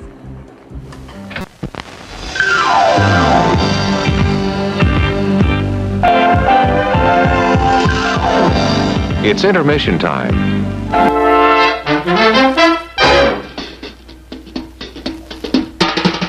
Oh, the time is now, the time is here. Now's the time for a bite of cheer. A tasty light where the price is right. Well, look at here, you'll dig this sight. The moment's handy for a piece of candy. Just name your brand, they're all so grand. Hey, what do you think of a nice cool drink? Or a big box filled with a popcorn thrill? Let your taste buds meet with an ice cream treat. Refresh yourselves, it's time to eat. So come on, folks, let's join the band as we all head for the refreshment stand. The next show will start in 9 minutes.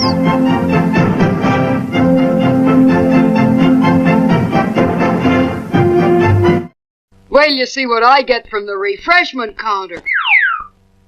Oh boy, popcorn and candy bars and ice cream and oh boy, sparkling ice cold Coca-Cola. Oh boy, that tastes good. Have you been to the refreshment counter? Remember, your favorite snack will taste especially good with world-famous ice-cold Coca-Cola. Savory barbecue beef. Go ahead, fix a sandwich for yourself. Just look at that pure prime beef simmering in that special tangy barbecue sauce. Make a big one, like you do for the customers. Customers? Uh-oh.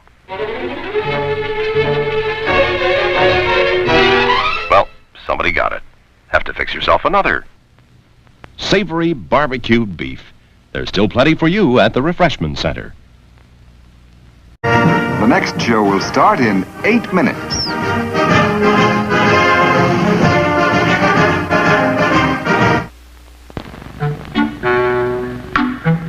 I'm sorry, sir. This is a private mountain. But I only wanted it. This mountain is reserved for patrons of drive-in theaters. But it's a supply depot for all sorts of good things, which people can get at the snack bar.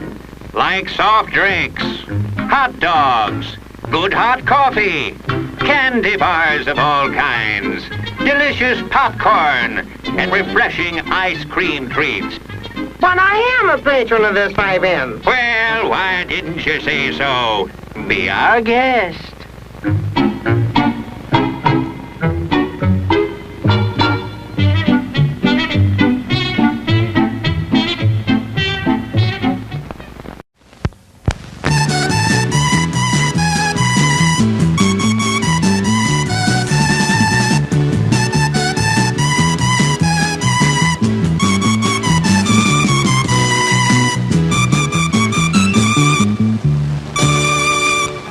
The next show will start in 7 minutes.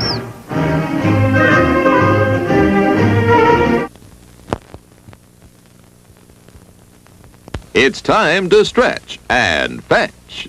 See what's cooking at our refreshment counter. You'll find your favorite foods and beverages, plus many new goodies to tempt your appetite and add to your evening's pleasure. Everything's the finest quality. So treat yourself now. Hot popcorn just popped. Try a terrific hot barbecue sandwich.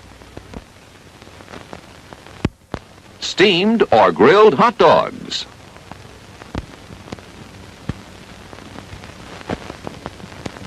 Sparkling soft drinks.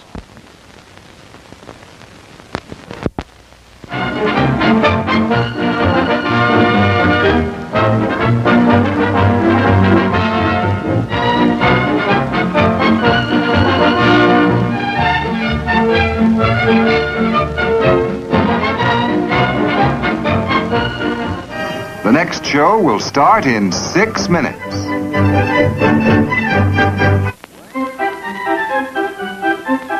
Hurry, hurry, step right this way, folks, for the most extravagant array of refreshment goodies ever assembled under one roof.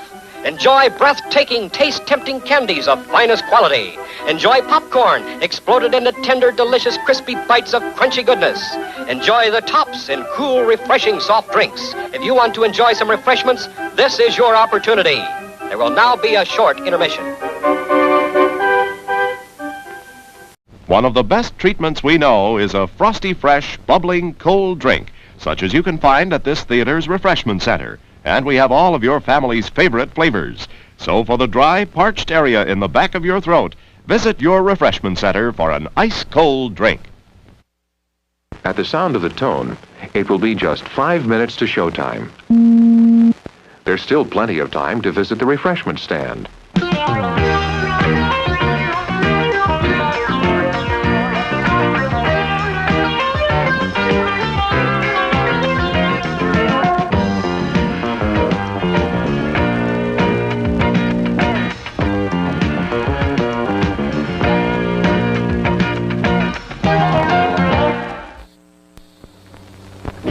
No, that's not big enough.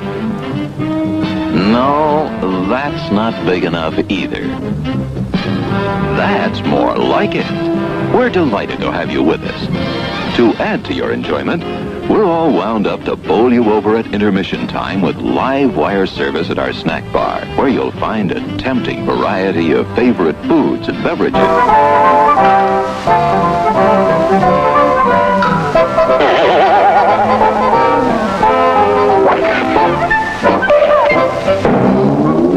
4 minutes to go to showtime. And now, intermission. Refreshment time. The potato chips are extra good. Have some. Steaming hot coffee.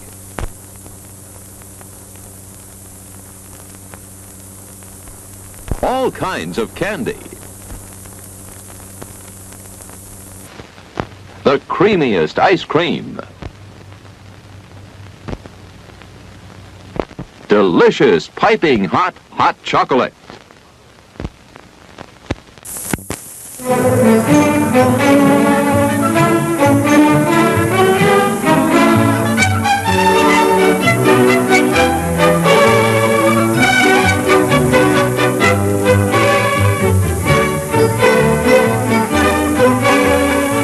When you hear the tone, it will be just 3 minutes to showtime. Still time to visit the refreshment stand before the next feature starts.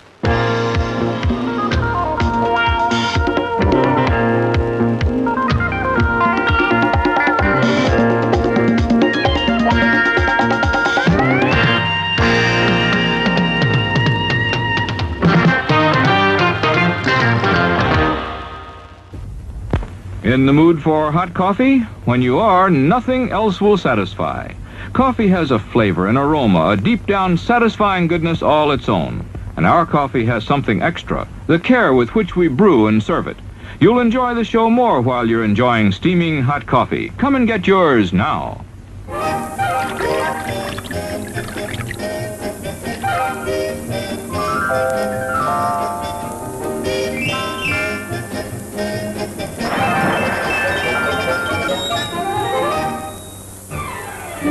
2 minutes to go to the snack bar for a quick refreshment.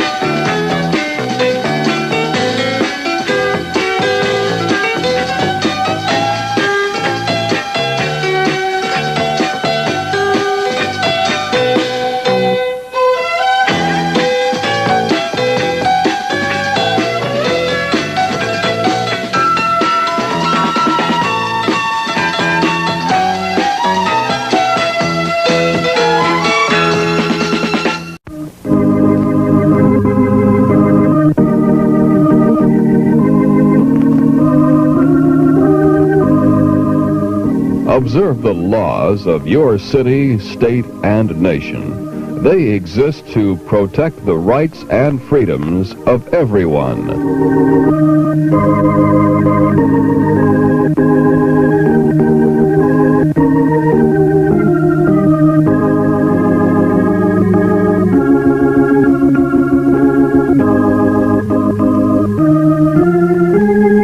There's just 1 minute to showtime. After the next feature begins, the refreshment stand will continue to serve you. It will remain open, so there's still time to add to the fun of enjoying the movie.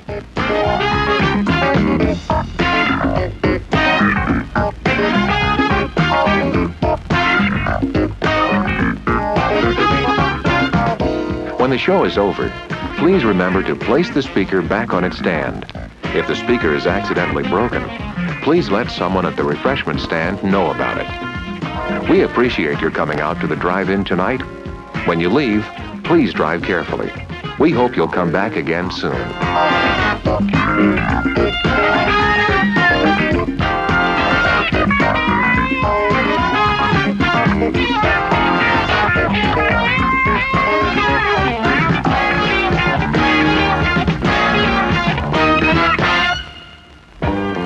And now, showtime.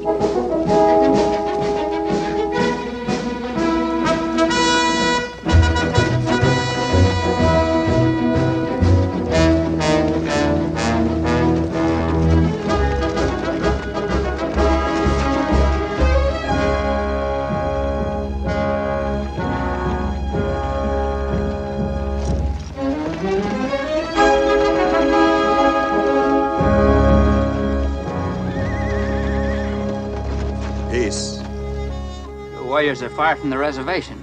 But we're carrying no arms. Cheyenne signed a treaty. Says you can't leave the reservation without permission. No guns, no bows and arrows. To the north have been many ranches burned, people murdered. We search for those who have done this.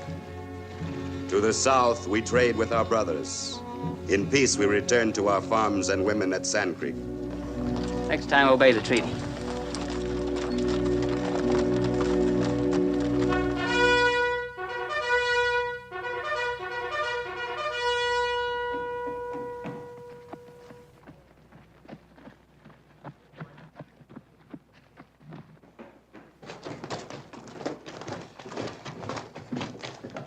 Old Shivington's sure going to be disappointed not to have somebody to shoot at. Yeah.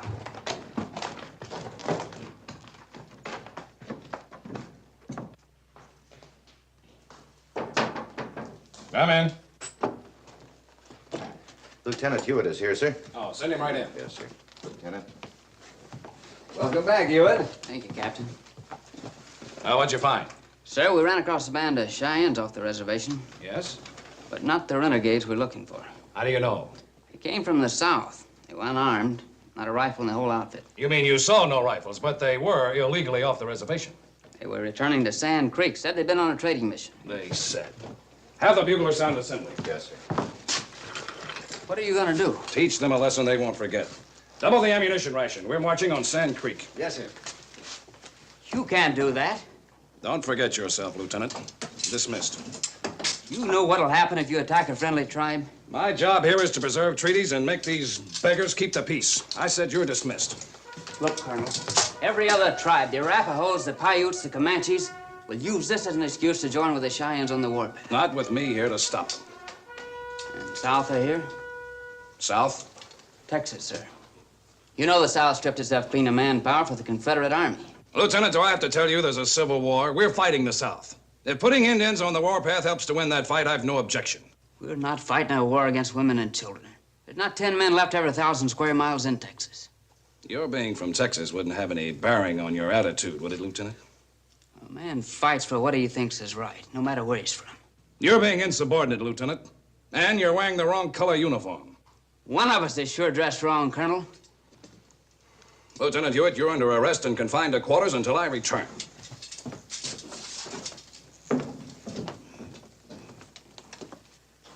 Yeah, you certainly fixed yourself up good, didn't you?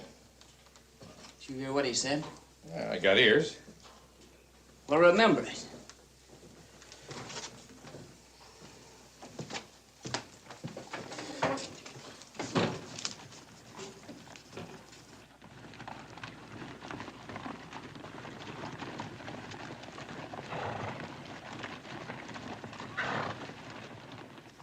Weber? Yes, sir? I want you to see that this gets to General Farwell. What do you mean? What are you going to do? Somebody's got to warn those settlers. Oh, wait a minute, Lieutenant. You know what's going to happen if you leave this fort. I'll worry about that when the time comes. But you're just being plain crazy.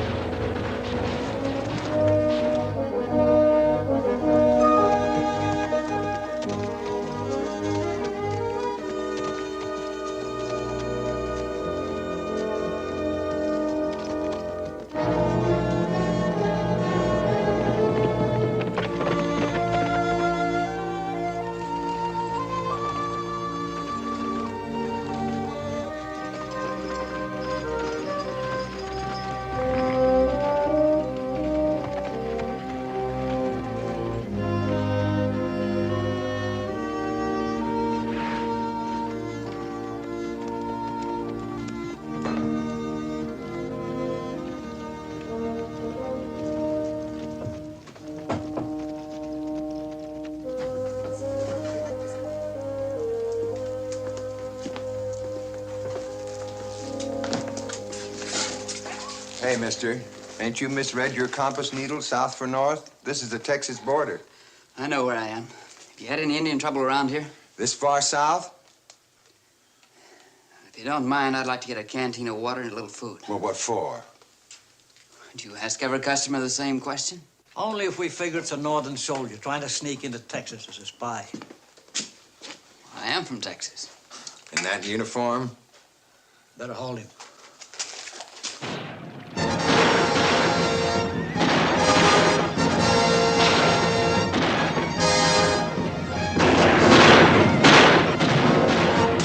Here, use these.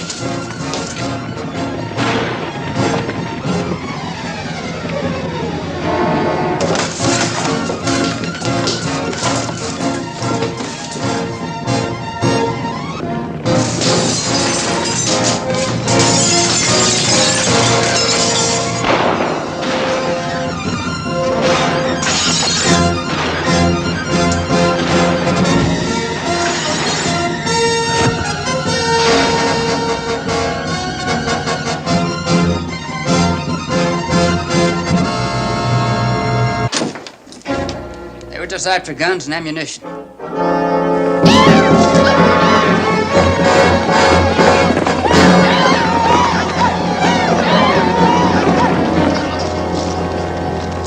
Don't go to sleep, because they'll be back. Here.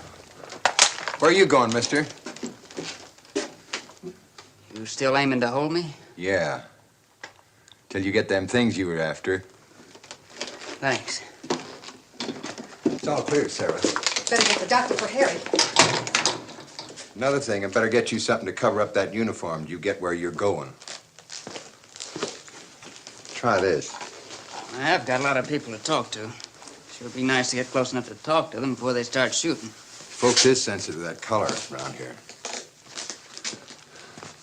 Say, just exactly what are you?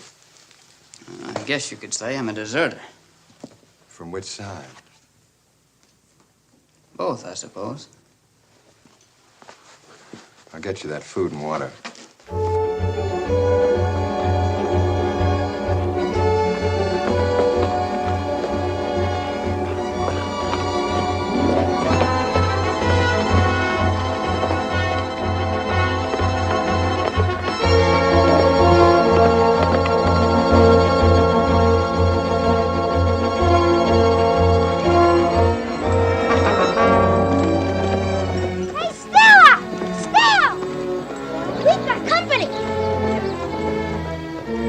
Stay for dinner. Will you open the peaches? Maybe.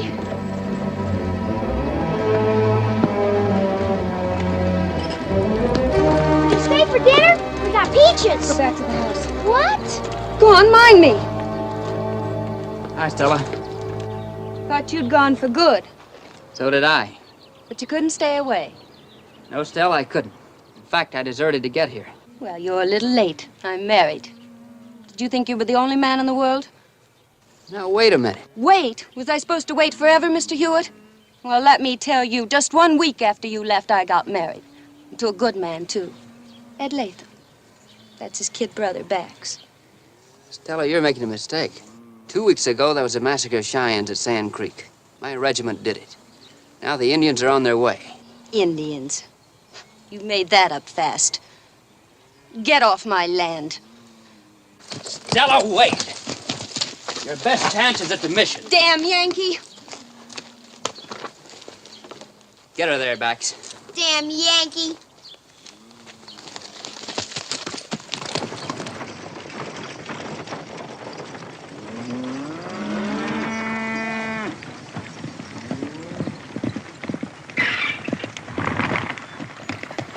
Hello, Miss Hannah.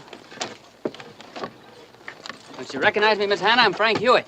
I don't recognize no traitors. Look, the Comanches are on their way here. I came to you because I figure you're the strongest woman of them all. If you think you can scare Southern women off their land so you can take over and claim it for your own, you're stupid. I don't want anything except to help. You'd better listen to me, Miss Hannah. Listen. Young man, I've already listened to 3 husbands in my time, and maybe I'll listen to 3 more before I'm done. Now you listen.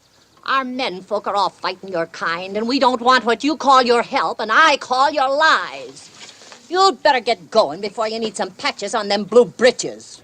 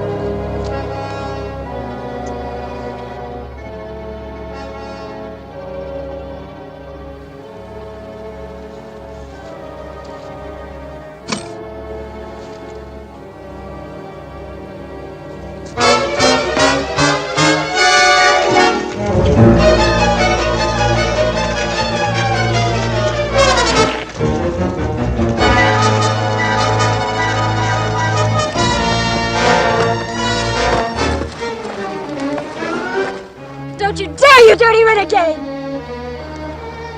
Sorry, ma'am.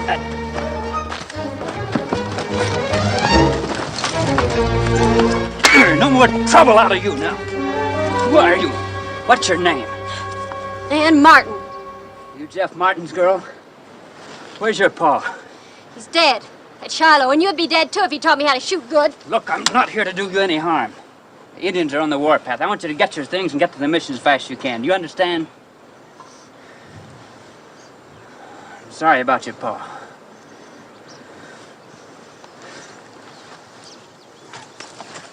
Now you start running. Oh, put that down, Ann. Your father and I were friends. Now get! All right. If you're pig-headed enough to stay here and get yourself slaughtered, I guess there's nothing I can do about it. Keep moving, Yankee. I was a horse's hind sight for ever coming here in the first place. You get!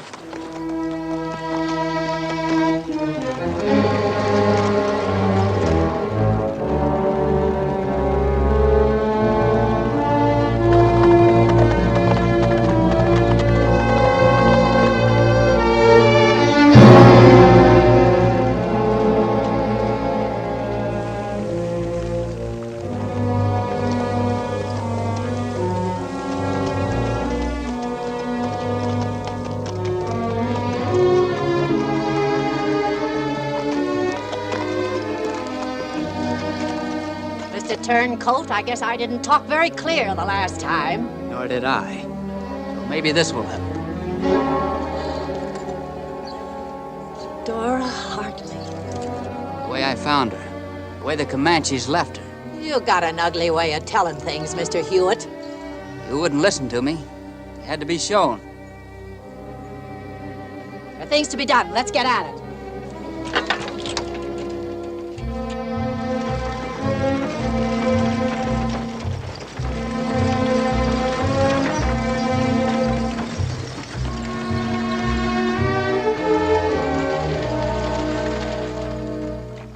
Merciful Father, who has been pleased to take unto thyself the soul of this thy servant Dora Hartley, grant unto us who are still in our pilgrimage, who walk as yet by faith, who have served thee with constancy, that we may join thy blessed saints hereafter in glory everlasting.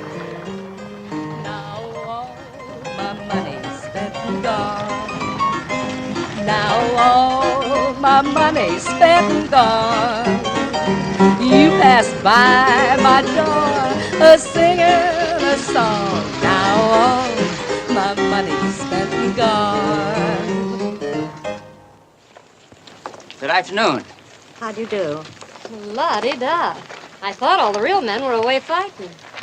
Are you ladies from around here? Most certainly not. I'm Mrs. Charlotte Ogden of the Charleston Ogdens. And the first thing that I wish to make clear is that I'm not with this... creature? Thank you. Our driver deserted 2 days ago to go and find a new freight wagon when this one broke down. Buy them on Rocky Flats and thought I'd better bring them here. You did right. Now, put a wheel on this vehicle, young man, and we too shall be on our way. I'm afraid that won't be possible. We're expecting Indians. Indians? Men Indians? You might as well light. Oh! Oh! Indians! Where's my rifle? Where's my rifle? Get out over there!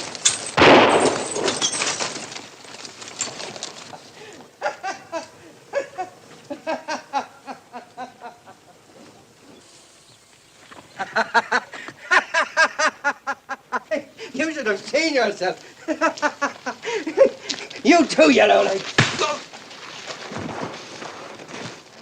Stand easy, son. What's the matter? Did you take a joke? Not when it isn't funny, Kettle. All right. I just thought you should hear the sound of the only Indian within 100 miles. Or maybe you really believe that tall tale of yours, huh? If Dora Hartley could speak from the grave, she'd tell you. Her killing was done by a stray full of whiskey. What if you're wrong? Well, if he's right, I say that we should run out of here so fast that the wind would knock over the trees. It's too late. Time it took you ladies to make up your minds gave the Comanches time to close off the valley. 2 days ago, even yesterday, could have been different. We're asking about today and tomorrow. I say we stay here, all of us. How many of you ladies know how to shoot?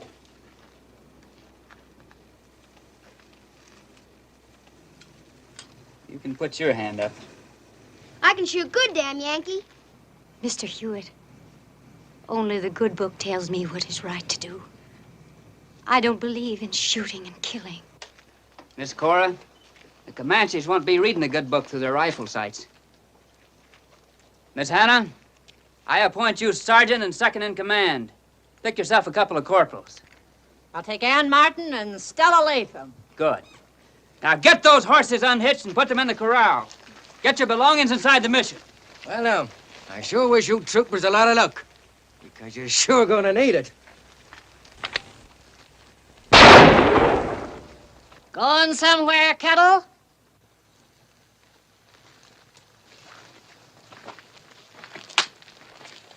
Maybe you do need a man around here. At least when you're sure is on your side. At least I chose a side. All right, let's get to work. You heard the man. Oh, Ellen, I'm glad you're here. Yeah, Mary. Yeah. All right, men, use your muscles. Turn it over.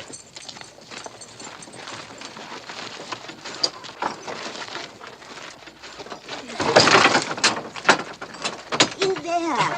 Push. Push. All right, Lieutenant. All right. Ready, men? 1, 2, 3, heave! Any 3 men, Lieutenant. Any 3 men. Yeah, well, target practice. Good. Hold it, hold it. Get your head down so you can see that front sight. That's it. That's fine, Eddie. You all right? I don't think you'll ever hit him with that cannon, but you sure as blazes scare him to death. If I remember correctly, you don't need much practice. I'll take my gun back if you don't mind.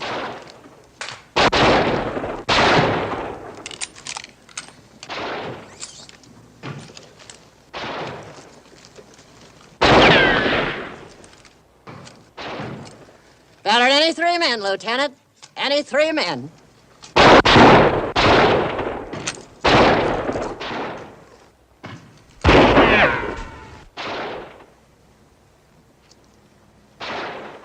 Most any 3 men. Hurry up! Hurry up! Prepare to move out, Sergeant. Skirts! Hop! Tuck 'em in. Tuck 'em in. Ready?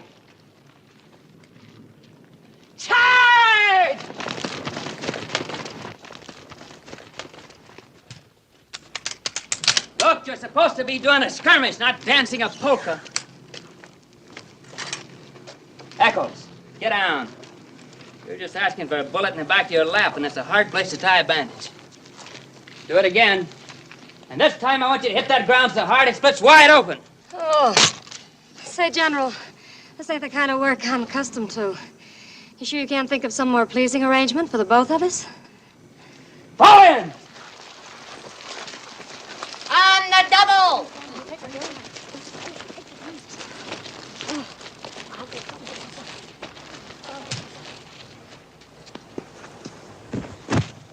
You got to brace your feet. Brace your feet, girls. Next. Hold it. Hold it. That's not the way I showed you. Get over there, Martin. You've got to use their momentum. All right, fast.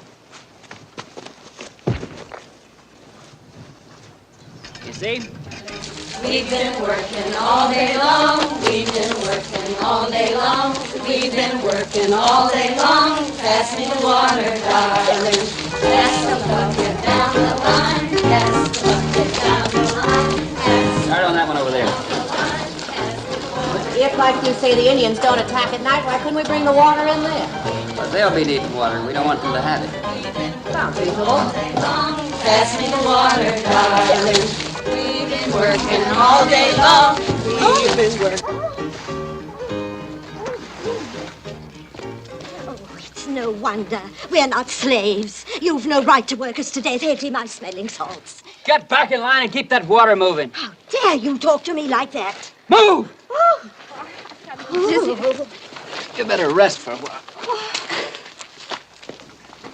Sit here. You'll be all right. Just a little touch of sun.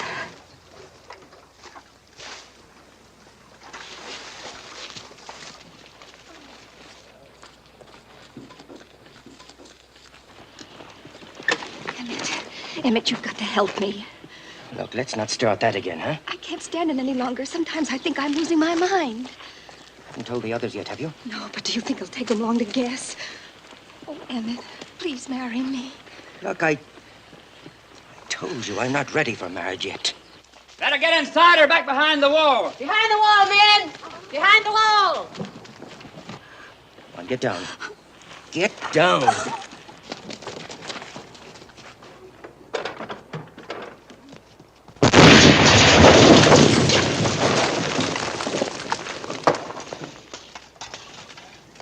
All right, let's get to work. Throw all these pieces down the hole.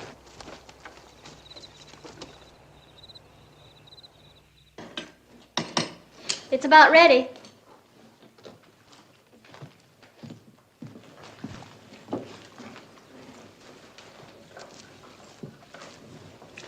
Martin, there's an old saying that an army travels on its stomach.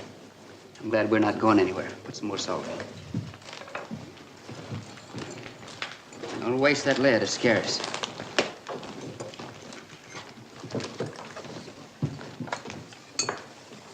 Don't reload any of these with the rough edges.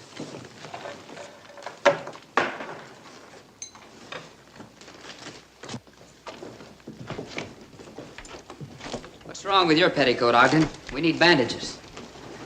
I had Hetty give up hers. Take it off. What?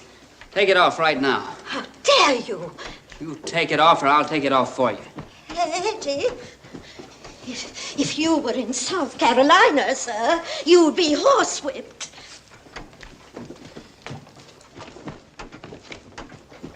Let me introduce a lady. La-di-da, la-di-da. A lady with a very pompous air. La-di-da. She can't see you pass her by, 'cause her nose is in the sky.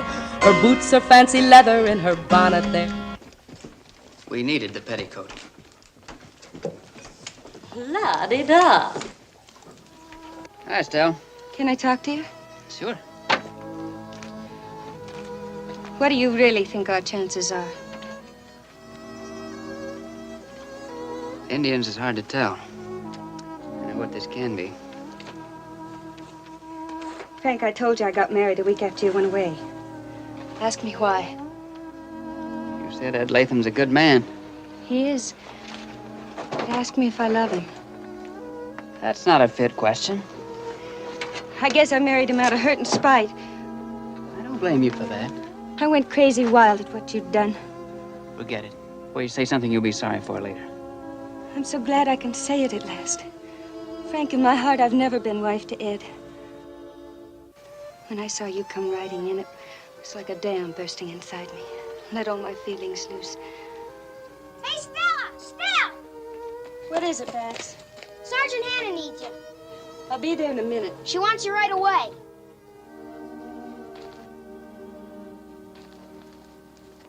I made that up to make her go. Now, mister. Hey, careful where you're pointing that gun. I know where I'm pointing it. At a no-good Yankee. Trouble we're in, don't you think we ought to forget about the war, Bax? When my brother went away, he told me to look after his wife. I bet you've been doing a good job, too. We were just talking about it. Out here? Like that? Hey, Bax, can you keep a man's secret? Depends. You're a good brother, Bax, but you got things a little mixed up. You see, I already have a girl. Which one of them is she? You'll find out. Which one? Well...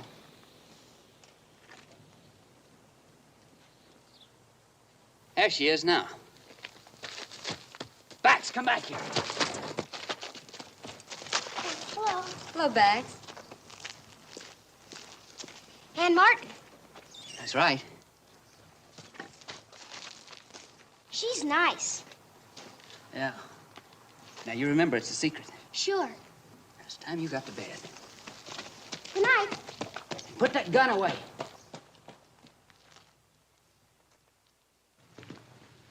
Look, what makes him so sure them Indians are between us and safety, huh? And that it's too late to make a run? Dora Hartley was pretty good proof. All right, even if he was right, why aren't we better off trying to fight our way the 200 miles than sitting around here waiting to be slaughtered like a bunch of sheep? Well, that's something to think about. Look, we can make it easy if we travel light. Load everyone in a couple of wagons, hitch the extra horses on behind, then when the first teams give out, we change over. Simple?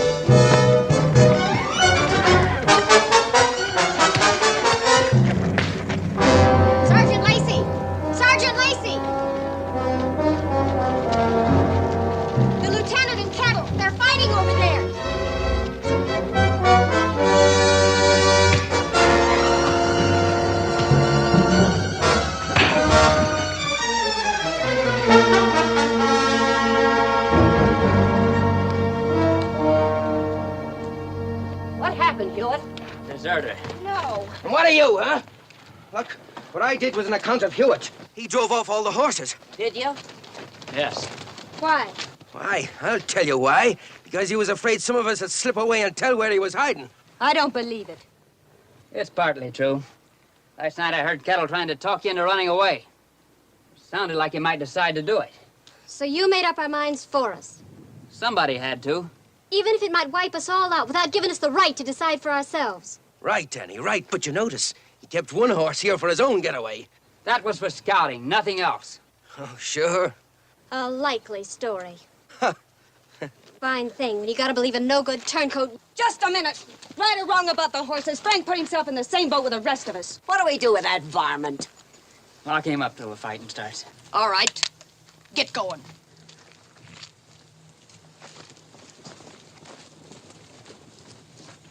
Frank, look. I'm afraid it's your place, Stella. We can hope they head north. We'll be ready just the same. Right. Back to your post, man. Move along. Move along.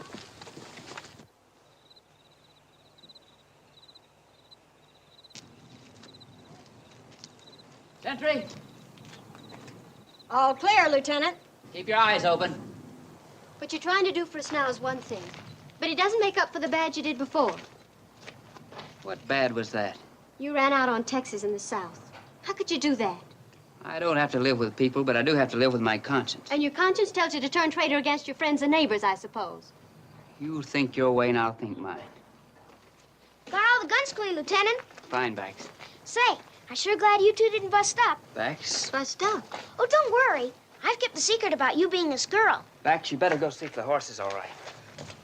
You told him I was your girl? Yeah, I had to. Why? Oh, he saw me talking to Stella and he jumped to a conclusion. Stella Latham. I'm glad I found out about that, too. Oh, Ann. Here's your water and candle. Oh, wait, Mary, wait, please. Whatever happens, Mary, I wanted you to know that I was wrong. So wrong. No, I was wrong. Right. I guess maybe you were to have anything to do with a person like me. I should never believe Listen you. to me, please, Mary, listen. Do you remember before the war, the monthly square dances? The men were so thick around you, a fella couldn't get closer than 10 feet without having his toes crushed. Then the war came along, and all the men in the valley left except me. And I guess I forgot how lucky I am. What suddenly makes you remember? We being here, waiting to die. We deserve to die. I do, Mary, I do, but not you and the... Oh, darling, we've got something to live for now. Marriage? Yes. Oh, no one here can. I know, darling, I know, but that horse will carry us to where there is one who can. Win it. Could we? Yes, darling. Oh, my darling, I love you so much. Keys, darling. Unlock the door. Hurry, darling. Hurry.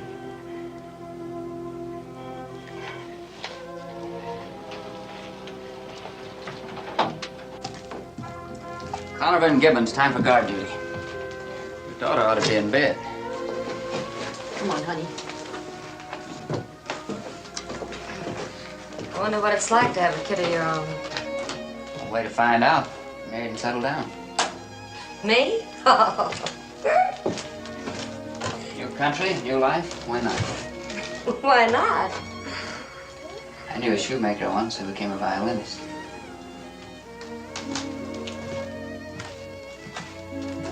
Yeah.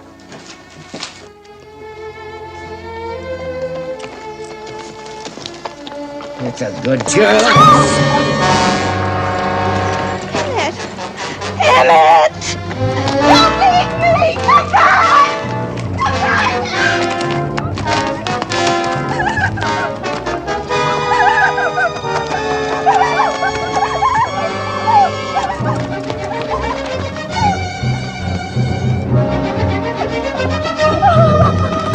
Hey, what? Kettle escaped. She tried to stop him, but she couldn't. We'll take her. Oh, no! Help me, Cora.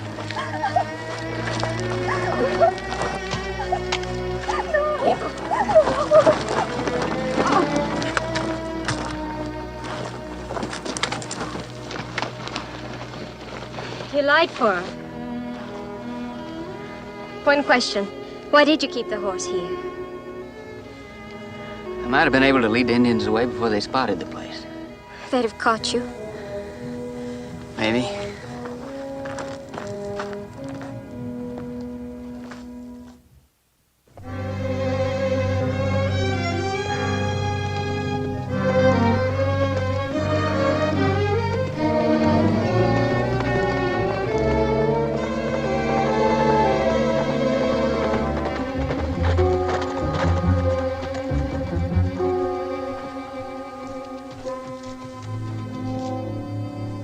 Hello?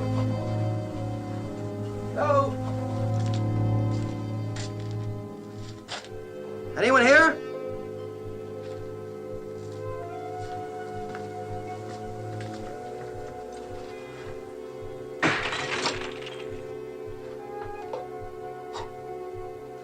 Amigo, set up 3 more.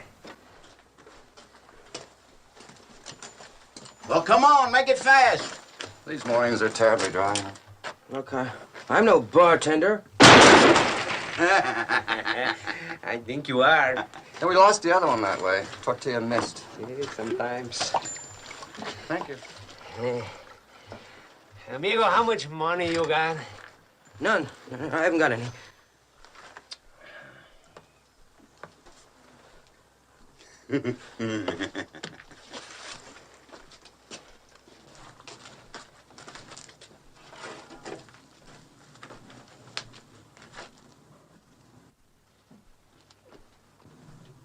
It's pretty low.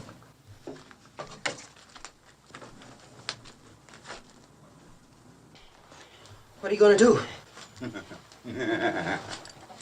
Come over here. What are you going to do to me? What? Leave me alone! Put your arms up! Shut up! Look, I've got nothing. All I want to do is get out of here. I can't. We find out. Yeah. Leave me alone, will you? Yeah. Get them up. He's a heavy one. Leave me alone! Now. There. Now tell me, how much money you got? None. I told you, none. Oh, amigo, I must shoot you for lying. I'm not lying. I'm not. Oh, look, my pockets are empty. Search. And I'm gonna have to shoot you for not having no money.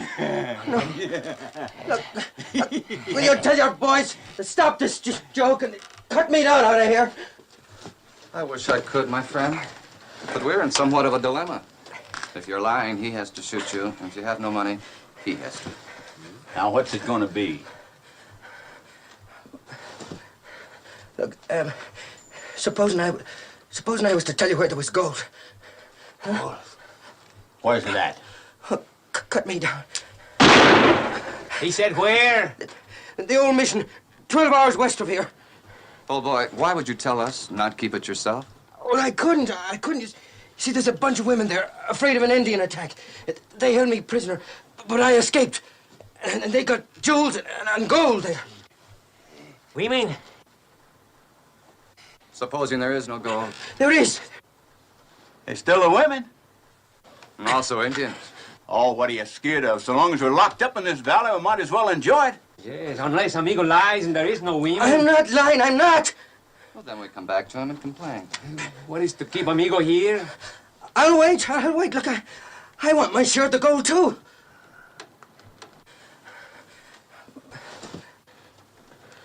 That's fair enough. Huh? You sure you're not lying? No. About the gold? No. Or the women, huh? No, no. Well, then, I'm afraid I really must, old boy. Oh, no. No, please! Well, after all, it's not good to have too many people know about a hoard of gold. Or women.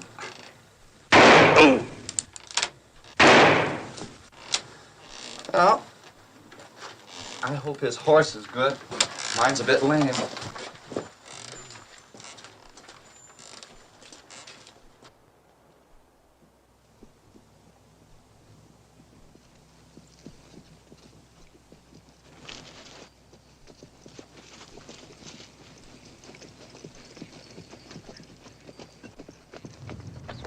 Sergeant Hannah! Sergeant Hannah!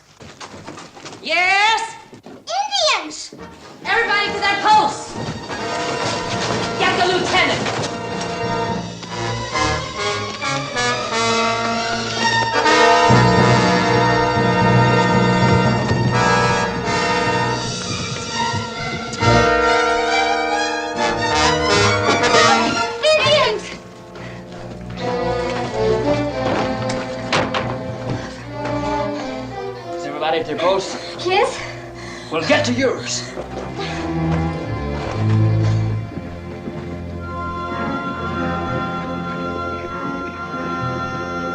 They're not Indians. Maybe we've got ourselves some help. They're white men. We'll open the door.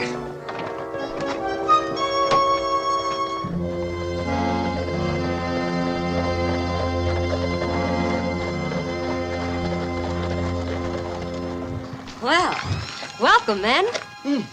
You heard what the lady said, boys. Looks like we come to the right place at the right time. Correct. You're just in time for a little Indian attack. Indians? That's a nasty word, lady. Don't josh. It's no joke, gentlemen. Glad you're here. We can sure use 3 more guns. Hey, where'd you get that horse? Where's Kettle? Oh, he sent us in his place. That's right, amigo. He said that you need help here pretty bad. Well, 3 for 1, that's not such a... Friend, we only interested in 2 things. One of them's gold. Now, where's it at? What are you talking about?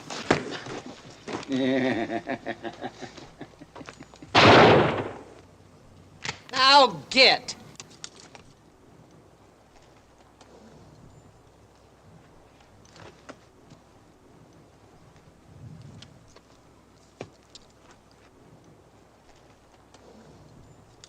These are women.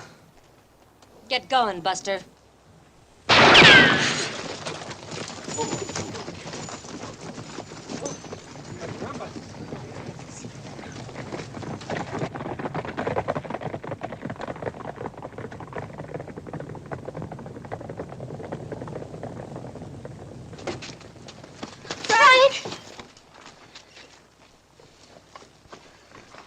You better take him inside.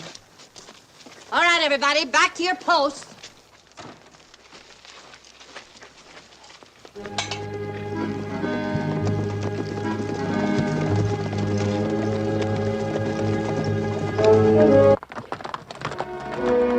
We gonna let them women get away with that? Tonight will be a different story. Look!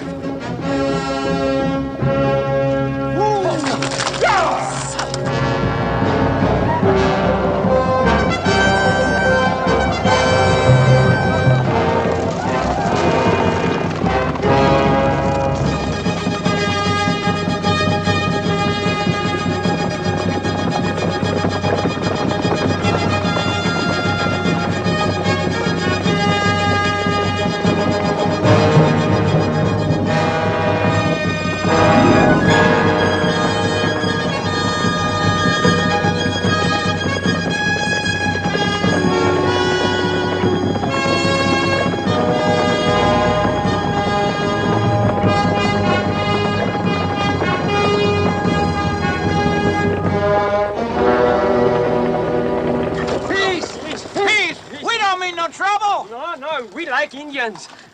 One of you talk English? Me. Medicine man, tell your people we're friends. Gee, amigos, my name is Tortilla. I never had a fly. No, it was not a fly. We're poor men. We have no gold. Honest. Gee, honest. But we know where there is gold and jewels. Big like a mountain. Gold only good for white man. No, amigo, maybe you interested in white women who brought the gold and the jewels? Chihuahua. Beautiful, everyone. And a pony soldier, Shivington. Shivington's man. Shivington. Where? Well, the medicine man is in many of his words. Yes, no? Where? There. Back there. A mission. You lie. No, amigo. To prove to you that we are honest, we will stay here and wait for you, see? After all, we are entitled to a share of the gold, no? You honest, you come with us.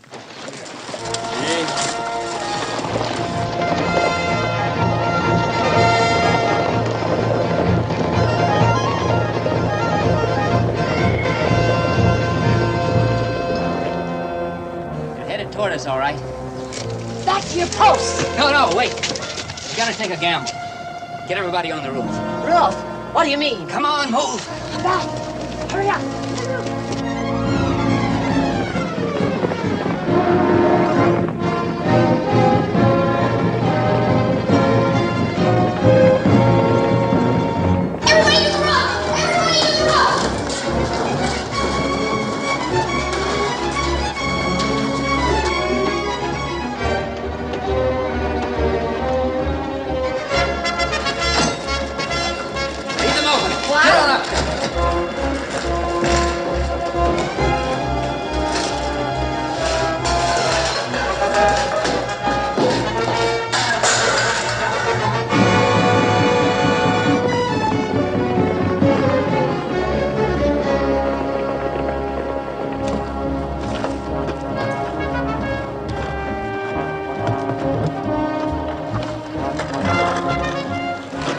no one's to move or talk.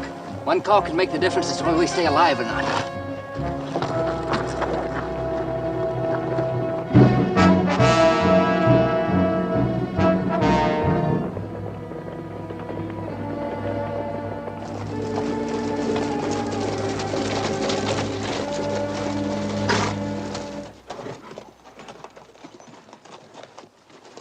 Go fire too!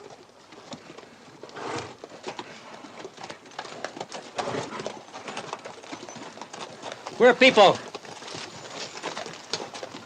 Well, they gotta be there. We seen them, didn't we? Yeah.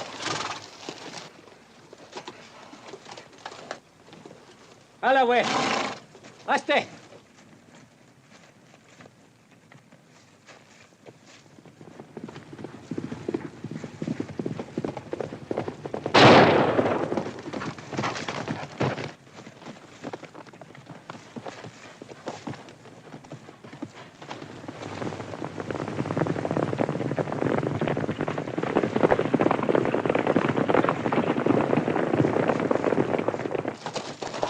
Imangku kapem pakuta.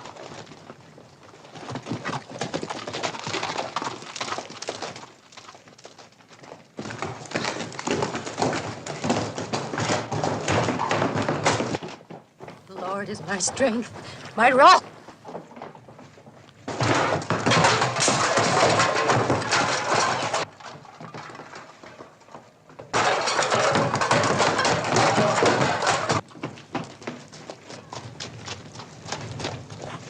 No women, no water. But they got to be. They were all around. We were talking to them right here. That's right, Chief. They couldn't have just flew away. No. Inani washte, lila kapoe. Se pala nim, et we see. Chief, I know it.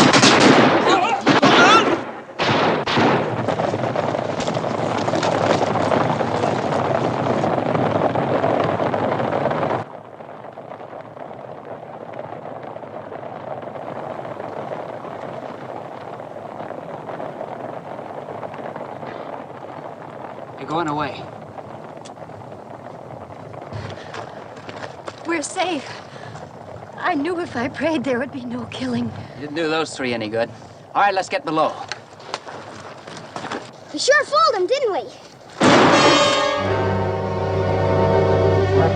Frank, what have I done? Could happen to anyone, Bax. Get to your post. Bax, look after the children.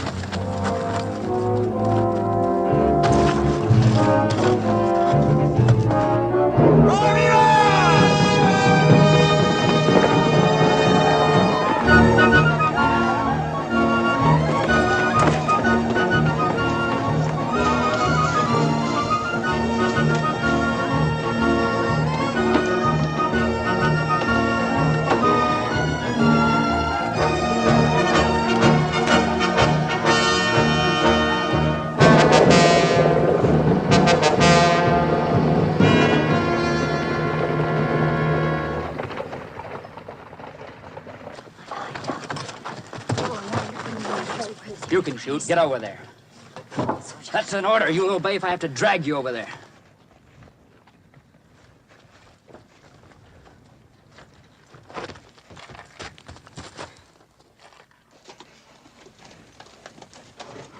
Oro kitawa.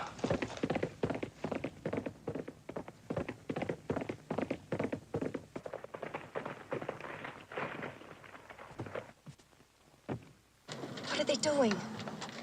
They're waiting for the medicine man to tell them the signs are in their favor.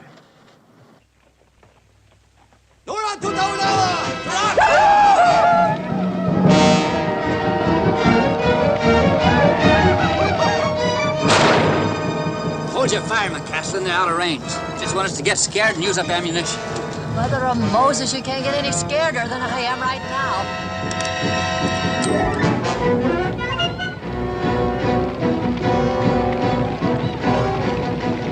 This is it.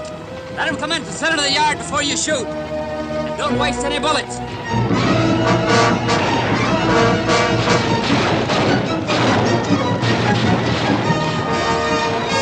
Now!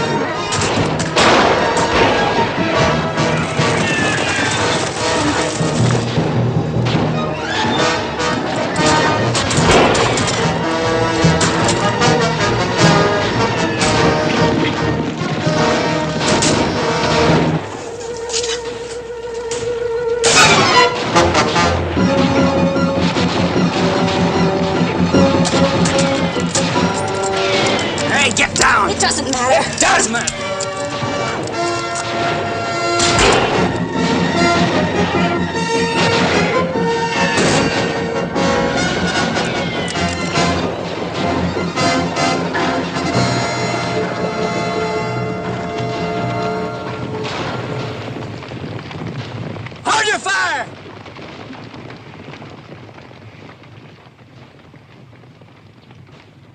Martin, get those outposts in.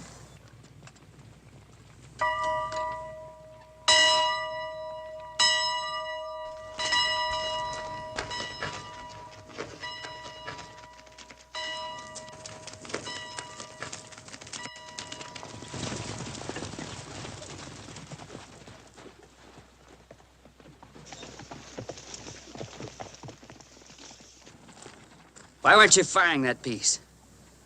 Lieutenant, the Lord was plain enough in his commands about violence and bloodshed. Seems to me he also said something about an eye for an eye.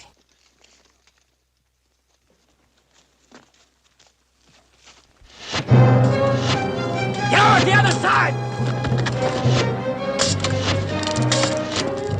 We can't stay here! Get below!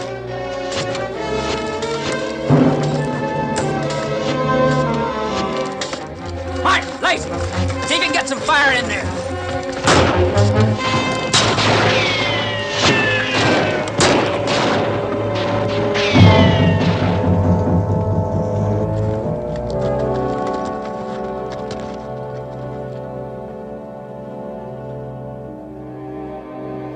Is she dead?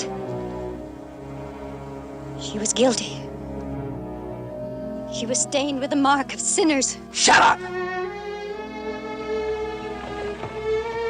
Come on, get her below, quick.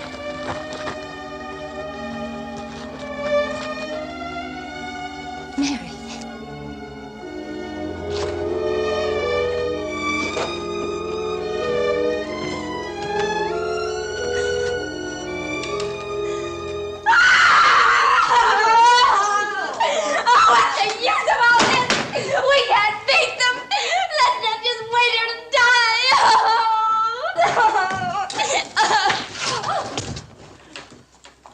What are you standing around here for?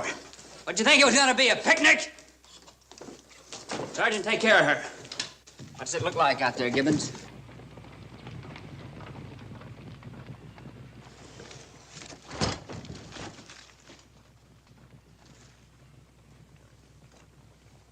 Put her over there. Mama! Talk to me, Mama! Mama! Oh, Mama! Mama! Come on, baby. Come on, baby. Come on. I want to stay here by Mama, please. I know, baby. I know, but it's gonna be all right. Now, you come please. with me. I know, baby. You come with Lucy, huh? I'll take good care of you. I promise. You know, everything's gonna be all right, honey. It's gonna be all right.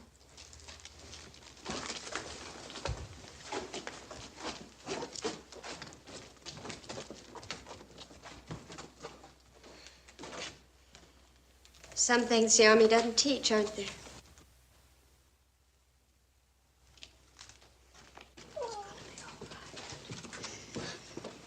Lucy, I wish to apologize for the bad things I said about you. And the worst things I thought about you. Forget it. Thank you. How many casualties? 2 dead. Quite a few nicks. It could have been worse. What happens now? We wait until the medicine man says a few prayers to decide when to attack again. How will we know? There won't be any secret.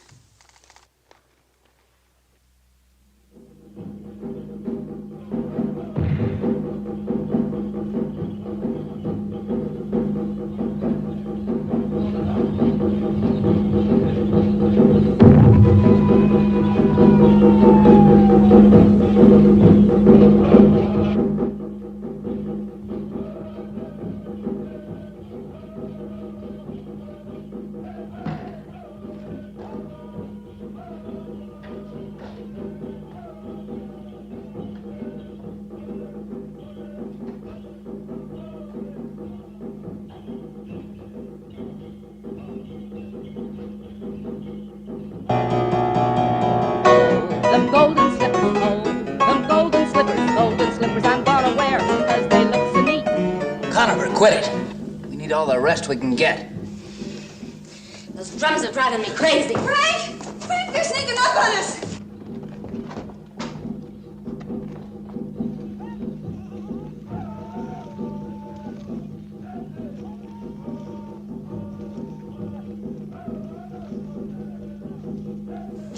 Hold it! That's no attack.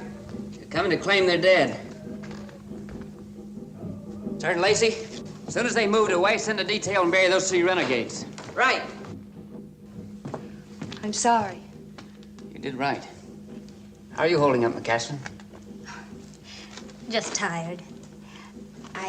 I know this may sound strange after the way I acted, but when you're liable to be sleeping for a long while, you try to crowd in as much living as you can in what time is left.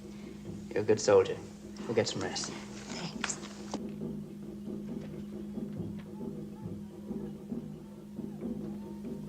Frank, I want you to know whatever happens, I've learned one thing out of it. Life is meant for only one thing. Every minute of it. To love and to be loved. That's all that counts. Stella, listen. Please. And if we live through this, I'm going to tell my husband that what never really started between him and me is never going to start. And then I'm going home to Joplin and wait.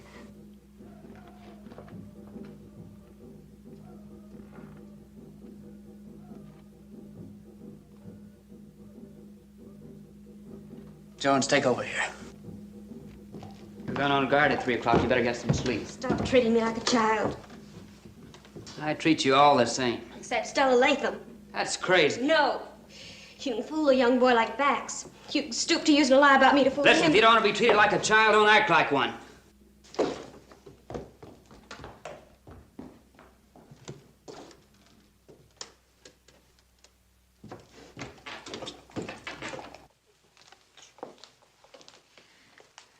Scared, Ann? We all are, you know. It's not that. Oh?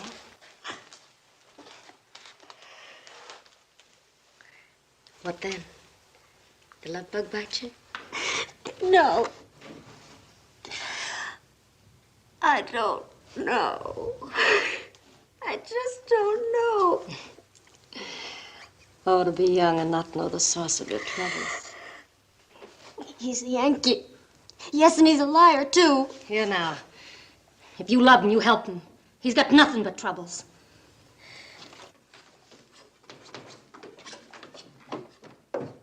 Men, gather around a minute. I want to talk to you. He ought to be back in the army. Always shouting orders. His shouting doesn't fool me. Why, he's worrying himself sick for all of us. Trying not to show it. That's why he's shouting. Now, good soldiers are entitled to the truth. We can stay here till they burn us out, or we can carry the fight to them. You're leaving the decision up to us? Why, Lieutenant? You don't tell us how to nurse babies, so we don't tell you how to fight Comanches. That's right. What's the matter? What happened? Him. Him? Oh, that medicine man. I got so dang mad at him, praying to his God about killing some more of us, that I just loaded up old Betsy with 5 times the regular... Ah, look at her. 5 times? Hannah, he's more than a mile away. He is? His guns are only good for 300 yards at best. They always keep their medicine men well out of range. Ah, guess I figured I'd prove my God was more powerful than his. Ah, guess I was just hoping for a miracle. Miracle, huh? Let's go outside and see if we can fix up one. Yeah, sure. Huh? Oh.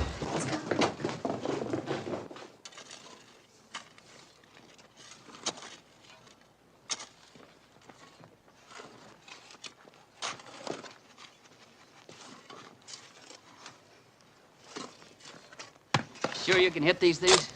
We'll hit them. Don't forget the rest of what I told you. Because from now on, it's up to you. I'm staying here. You trying to get yourself killed? Obey orders. All right, men. Back to the fort.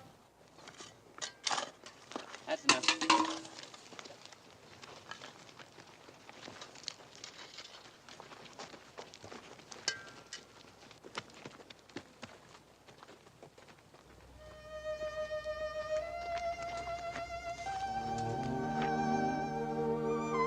What's holding you up, Martin? Well, it's too bad when a person wastes time until maybe there isn't any more time. Time for what? Hardly more than maybe goodbye. Or to say I'm sorry for all the mean things I've said without having sense enough to realize I'd regret them. You know, with any luck, I think we might have been friends. Maybe more than that.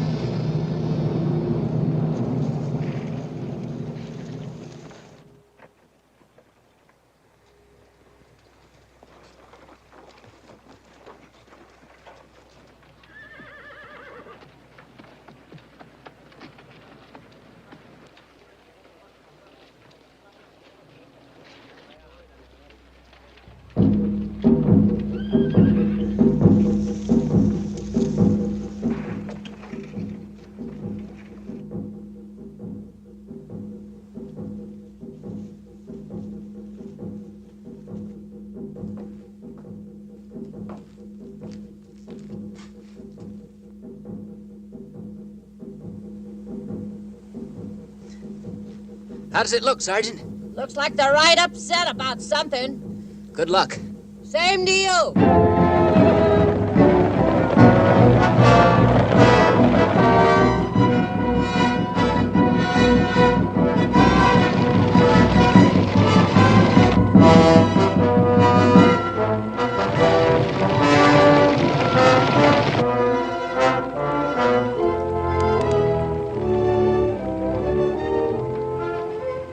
Put your sights on them bombs and squeeze gently.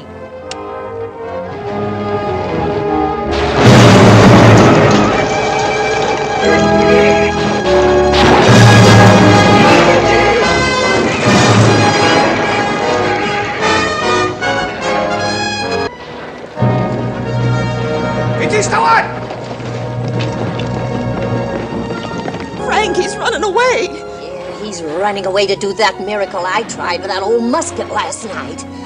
He's gone to get the medicine man.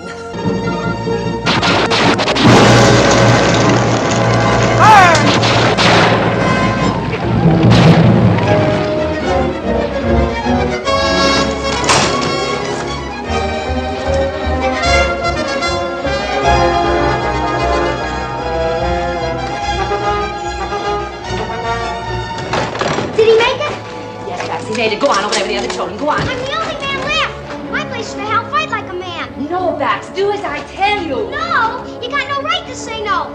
After what I did. Here's a gun that isn't being used. You take that last window.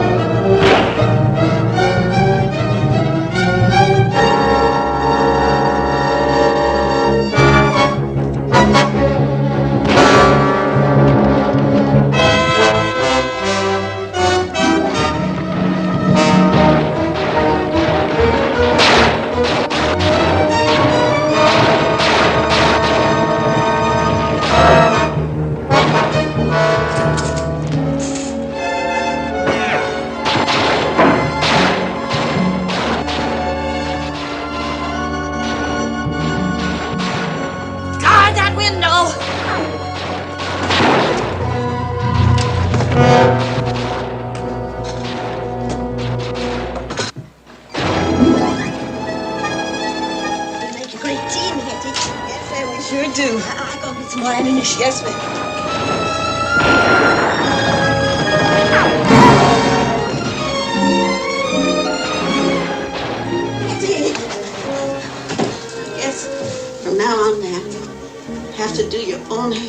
Listen. Shooting too.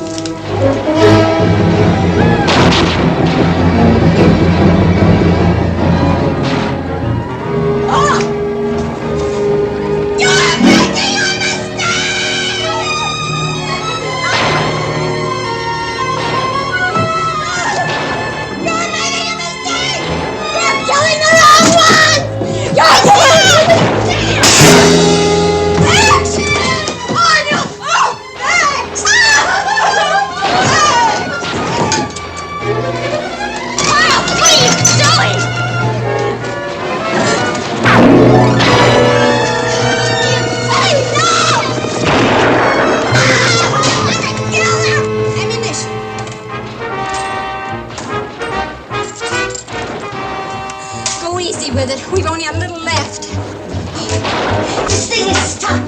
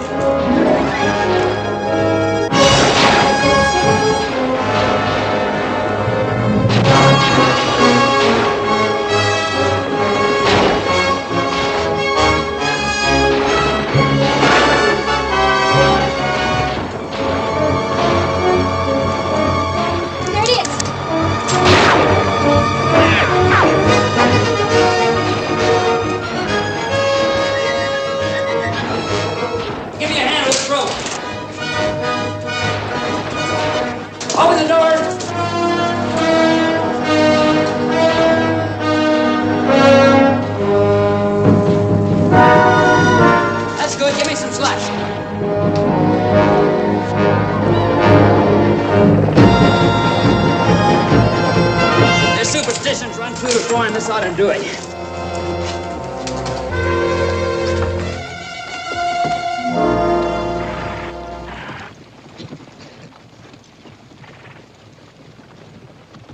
Hosawagi!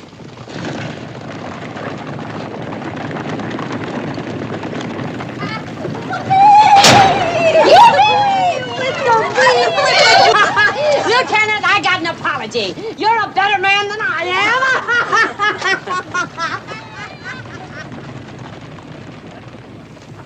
Ann, Yes? I have to go away for a while. For how long, I don't know. But I'll go remembering that with any luck, we might have maybe been more than friends. Then why go? I'm still a deserter. A man doesn't want to spend all of his life running. Where's it going?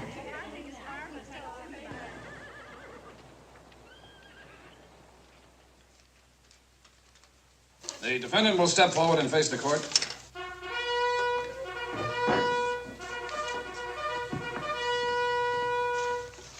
The court has carefully weighed the evidence which has been presented by the prosecution and the defense. And it is the unanimous verdict of this court. Attention! At ease, gentlemen. Don't let me interrupt, Colonel Shevington. You're in charge. Lieutenant Hewitt is charged with insubordination and desertion. Where did you apprehend him? Well, he came back voluntarily, but with the wildest story ever dreamed by man, of having ridden to Texas, rallied a bunch of women, and fought off an Indian attack. That was no story. The defendant will remain silent. The general may be interested to know that Yellow Horse and Broken Foot were brought in 3 days ago. True, they admitted having been in a fight. One they'll never forget. And a fight with buffalo hunters, not some imaginary petticoat brigade. Out of my way, sonny! Up on your feet, every one of you! What's the meaning of this? We come to fetch the lieutenant! So stand easy, boys. This ain't no bugle I'm holding. Colonel, this is that phantom petticoat army you spoke about. I'd like to have you meet McCaslin, Ogden, Conover, Sergeant Lacey, Melvin, Corporal Martin. Incidentally, 6 of the best marksmen you ever saw. Yeah. Well, now that we've been introduced, let's skedaddle out of here. Hold it, Lacey. Look, man, I appreciate what you're trying to do for me, but you're gonna get me hung. You women clear out of here before I have you driven out. Mr. Colonel, if there's any driving to do, we'll do it. Melvin, what's come over you? The good Lord let me know that if something's worth fighting for, a body better fight. Sergeant Weber, have the bugler sound assembly. May we have a truce? That depends. Just long enough to admit that the South has counterattacked in force and we've lost this engagement. What? Also, the numerous reports I've received prove that the wrong man has been on trial here. The evidence is overwhelming. And I might add, some of it downright attractive. Thank you. Lieutenant, your testimony will be required at the trial of Colonel Shivington in the matter of the Sand Creek massacre. Colonel, return to your quarters. Stella wanted me to tell you that she took your advice and stayed behind to wait for her husband. Lieutenant, thank you. And God bless you.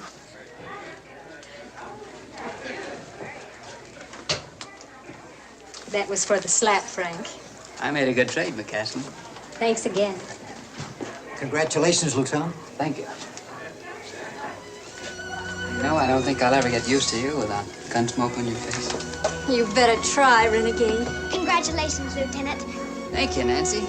Ogden and I are going to raise Nancy to be a real lady. You think that'll kind of square things? I think that'll square a lot of things. Good luck. And good luck to you, too.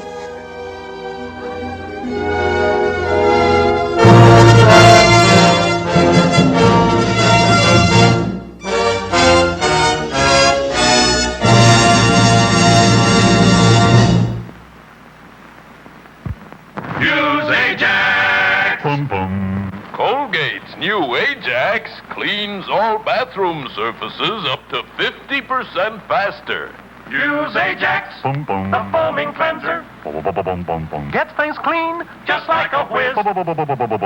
You'll stop paying the elbow tax when you start cleaning with Ajax. So use Ajax, the foaming cleanser. Floats the dirt right down the drain. Ajax leaves no gritty cleanser scum in tub or sink. So use Ajax, the foaming cleanser. Floats the dirt right down the drain. Ajax, the new scouring cleanser, foams as it cleans. Ajax cuts grease faster than any other leading cleanser. Ajax polishes with half the effort. And it smells good, too. So use Ajax.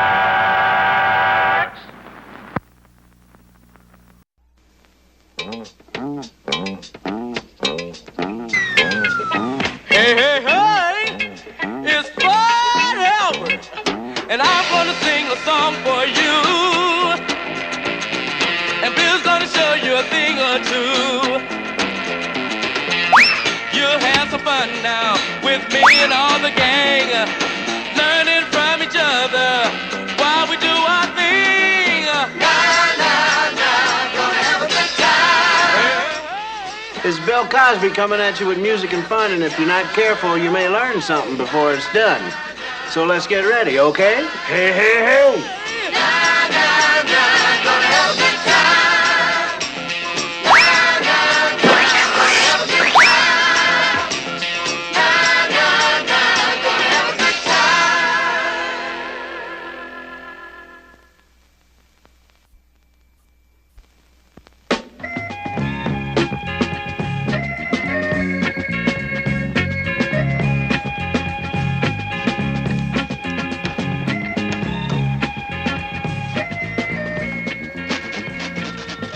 Okay, now, I just want to talk to you kids a minute. See, when I was a boy, I had some funny ideas about girls, yeah. Like, I remember when I was a kid, it seemed like every time I did something wrong, some girls knew all about it and told on me. So I figured it out that all these girls belonged to a secret spy network. The terrible secret order of tattletale girls. And of course, I was wrong about that. Just as wrong as Fat Albert and the gang are in their thinking about girls. And they're going to find out just how wrong. Hey, Donald, what's eating you? My dumb girl cousin Betty's come to live with my family. Yuck, a girl. And worst of all, she come from the South. Oh, we don't want no girl from the South. Girl from the South, yuck. Yeah, no, we don't need you. No. Them dudes in the South, man, is really dumb. They don't know nothing about talking good English right or anything. And you know what else? Them cats from the South always got a stupid grin on their face. And you know why? I'b give up. Why? Because they're stupid. Okay, Betty, the coast is clear. Come on. What are we doing here behind this wall? Shh, I hear you. I'm doing this all for your own good. What are we sneaking around like this for? Believe me, there's no telling what they'll do. If they see you and me...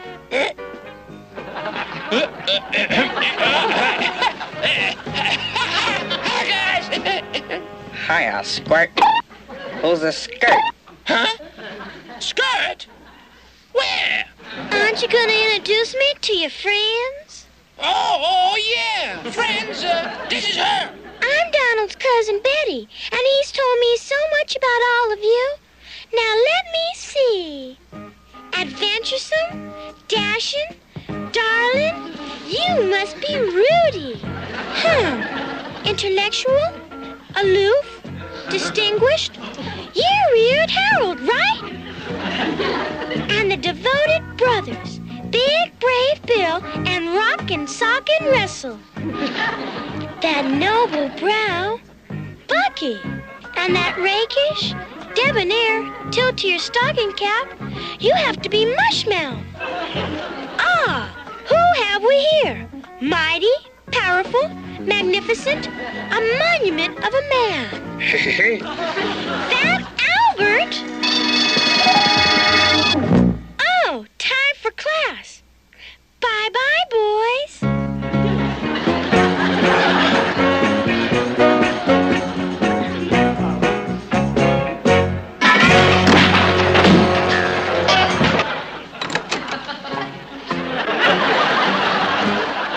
Girls, pooey. They always get you in trouble. Gee, fellas, don't blame Betty. Remember, I was the one who brought her on.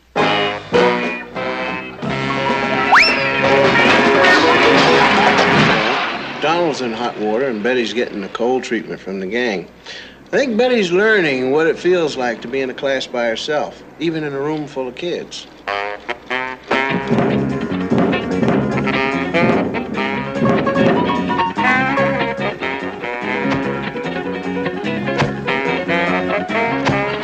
You miss me.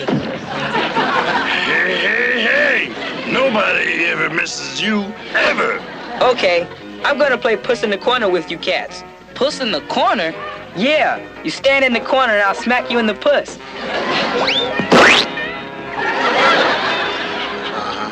I was afraid something like this was going to happen. Rudy, that tomato was part of my lunch. The principal.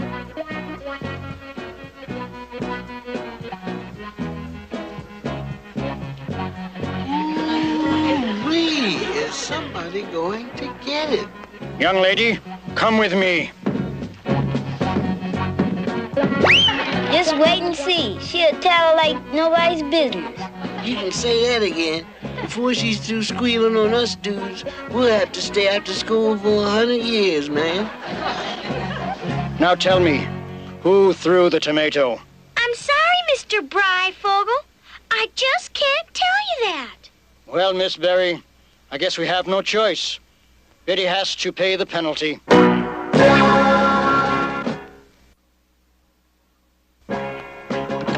Take your seat, Betty. Yes, Miss Berry. Yes, Miss Berry. Stool pigeon. Rudy, when you're through. Through? Through? Through what? I know. You mean the tomato, don't you? Sure. You want me to say I threw it, don't you? Okay, I did it. I did it. Sure, sure. Well, I got news for you.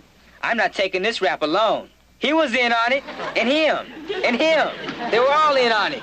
Rudy, that will do. You boys are all staying after school. And Betty, I want to see you too.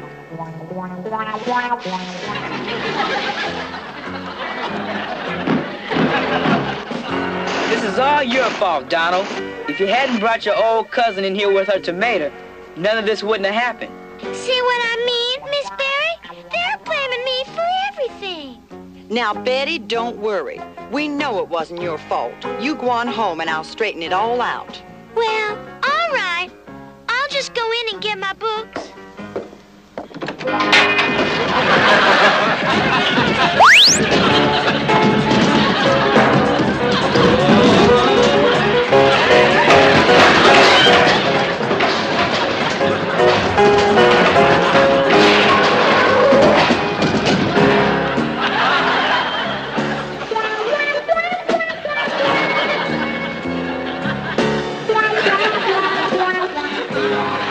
Well, here's another fine mess they've gotten themselves into.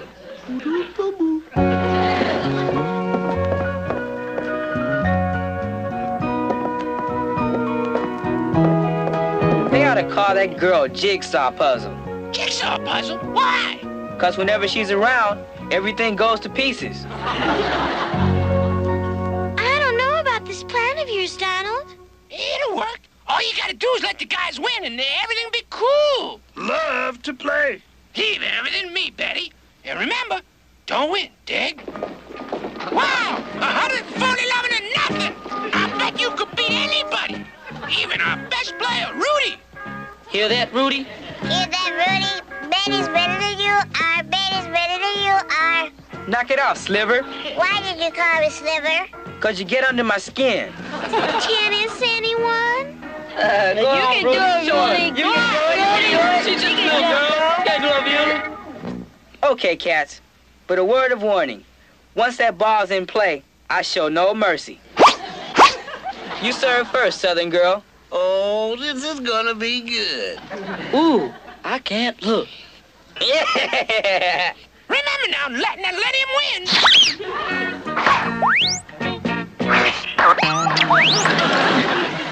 Rudy's just getting warmed up. I'm just getting warmed up. Just serve the ball.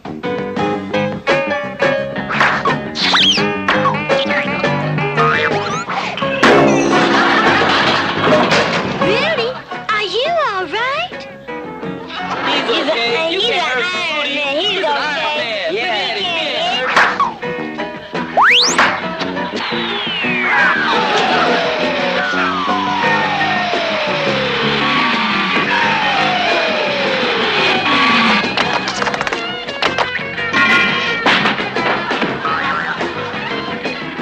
I should have known a girl couldn't serve right.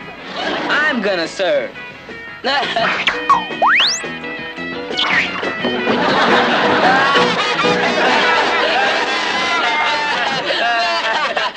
Hey, I guess that wraps up the whole ball game. Rudy, how clever of you. Huh? Imagine a great player like you pretending to lose a game to me. What? Huh? Pretending? Oh, yeah, sure. Pretending. Of course. Had you going there, didn't I, fellas?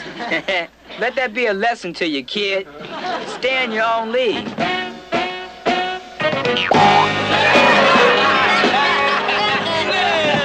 Okay, man. Enough of this female scene. Let's split.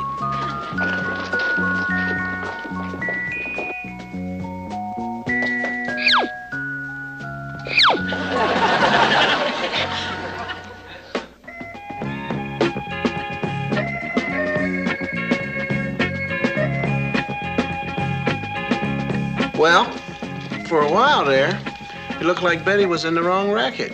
When it came to making friends with the gang, Betty couldn't win for losing. Now, with Russell on her side, the score is 1-0, but the game's not over yet.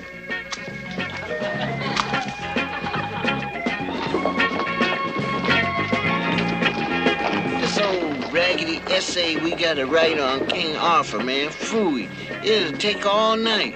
I had to miss my favorite TV show, The Brown Hornet. King Arthur? Who cares about a bunch of squares from a round table? Maybe. Hobacumber, we're getting so much homework lately. It's funny, man. We never had all this homework till Donald's southern cousin come here. It's all her fault.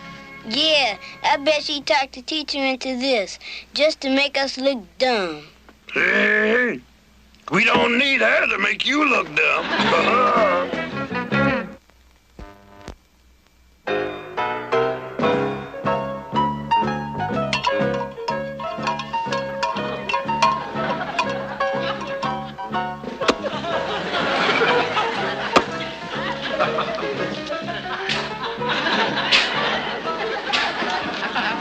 Oh, Donald! Donald! Time to come home! Oh, no! Donald! Why, Donald, where did you ever find a genuine Arthurian Johnston helmet? A genuine what? A Johnston helmet, just like they wore in the days of King Arthur when knights had duels. Duels? Hey. My dad's got duels on his pickup. Dual carbs, dual pipes, dual... Not that kind of duels. She means this kind of duel. Oh, Rudy, the way you handle a sword. You look just like Sir Galahad. I'm King Arthur. In person. Who you jiving with that king jazz? I'm King Arthur. Give me my crown. You but just be abdicated it, but I'm King Arthur. No, me. Give me that crown. I'm King Arthur. No, you ain't King no crown. I'm Noble Knights. Noble Knights. Wait, stupid. I want to Give me Cool it. Do you remember how Arthur proved himself to be the real king? Excalibur! What? Excalibur, the sword! Young Arthur proved his right to the throne by being the only man strong enough to pull the sword from the stone. Hey. Swords away.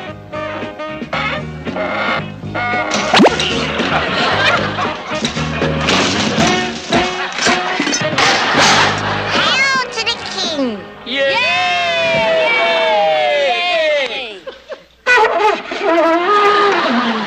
On your knees, dudes. It's knights dubbing time. Hey. You're all knights today. Hooray! Hey, herp, hey, hop, hey, hop, hey, hop. Well, your essays on King Arthur were certainly a surprise. In all my teaching experience, I have never read papers like these. They're wonderful. You all passed with high marks.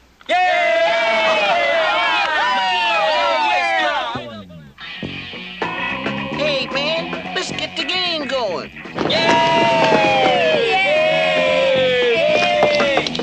I'm gonna pitch. Wait, no. Give me that ball. No, give me that ball. Get out the way. Hey, Betty, ain't you coming? Yeah, you gotta be umpire. Can't but play but a game but without an umpire, but maybe. Come on, Betty. Gee, gang, this is gonna be fun. Where's Rudy? Hey, you can't win them all. Let's Now, Jimmy Flow, I got shortstop and pitcher.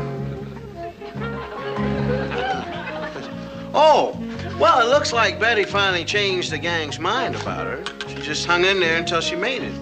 And of course, there's still old Rudy. He might come around in time, but then again, he just might not. But that's the way the ball bounces.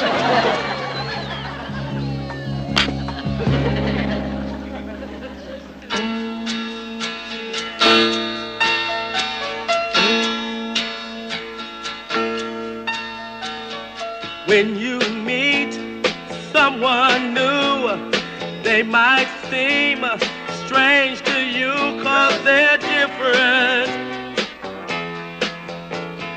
But that's something you can't condemn, 'cause you're just as strange to them, just as different. Think of all your friends. They were strangers too when you first met them. 'Cause everybody's different in their own way. That's a fact of life that's understood, yeah. Everybody's different and that's okay.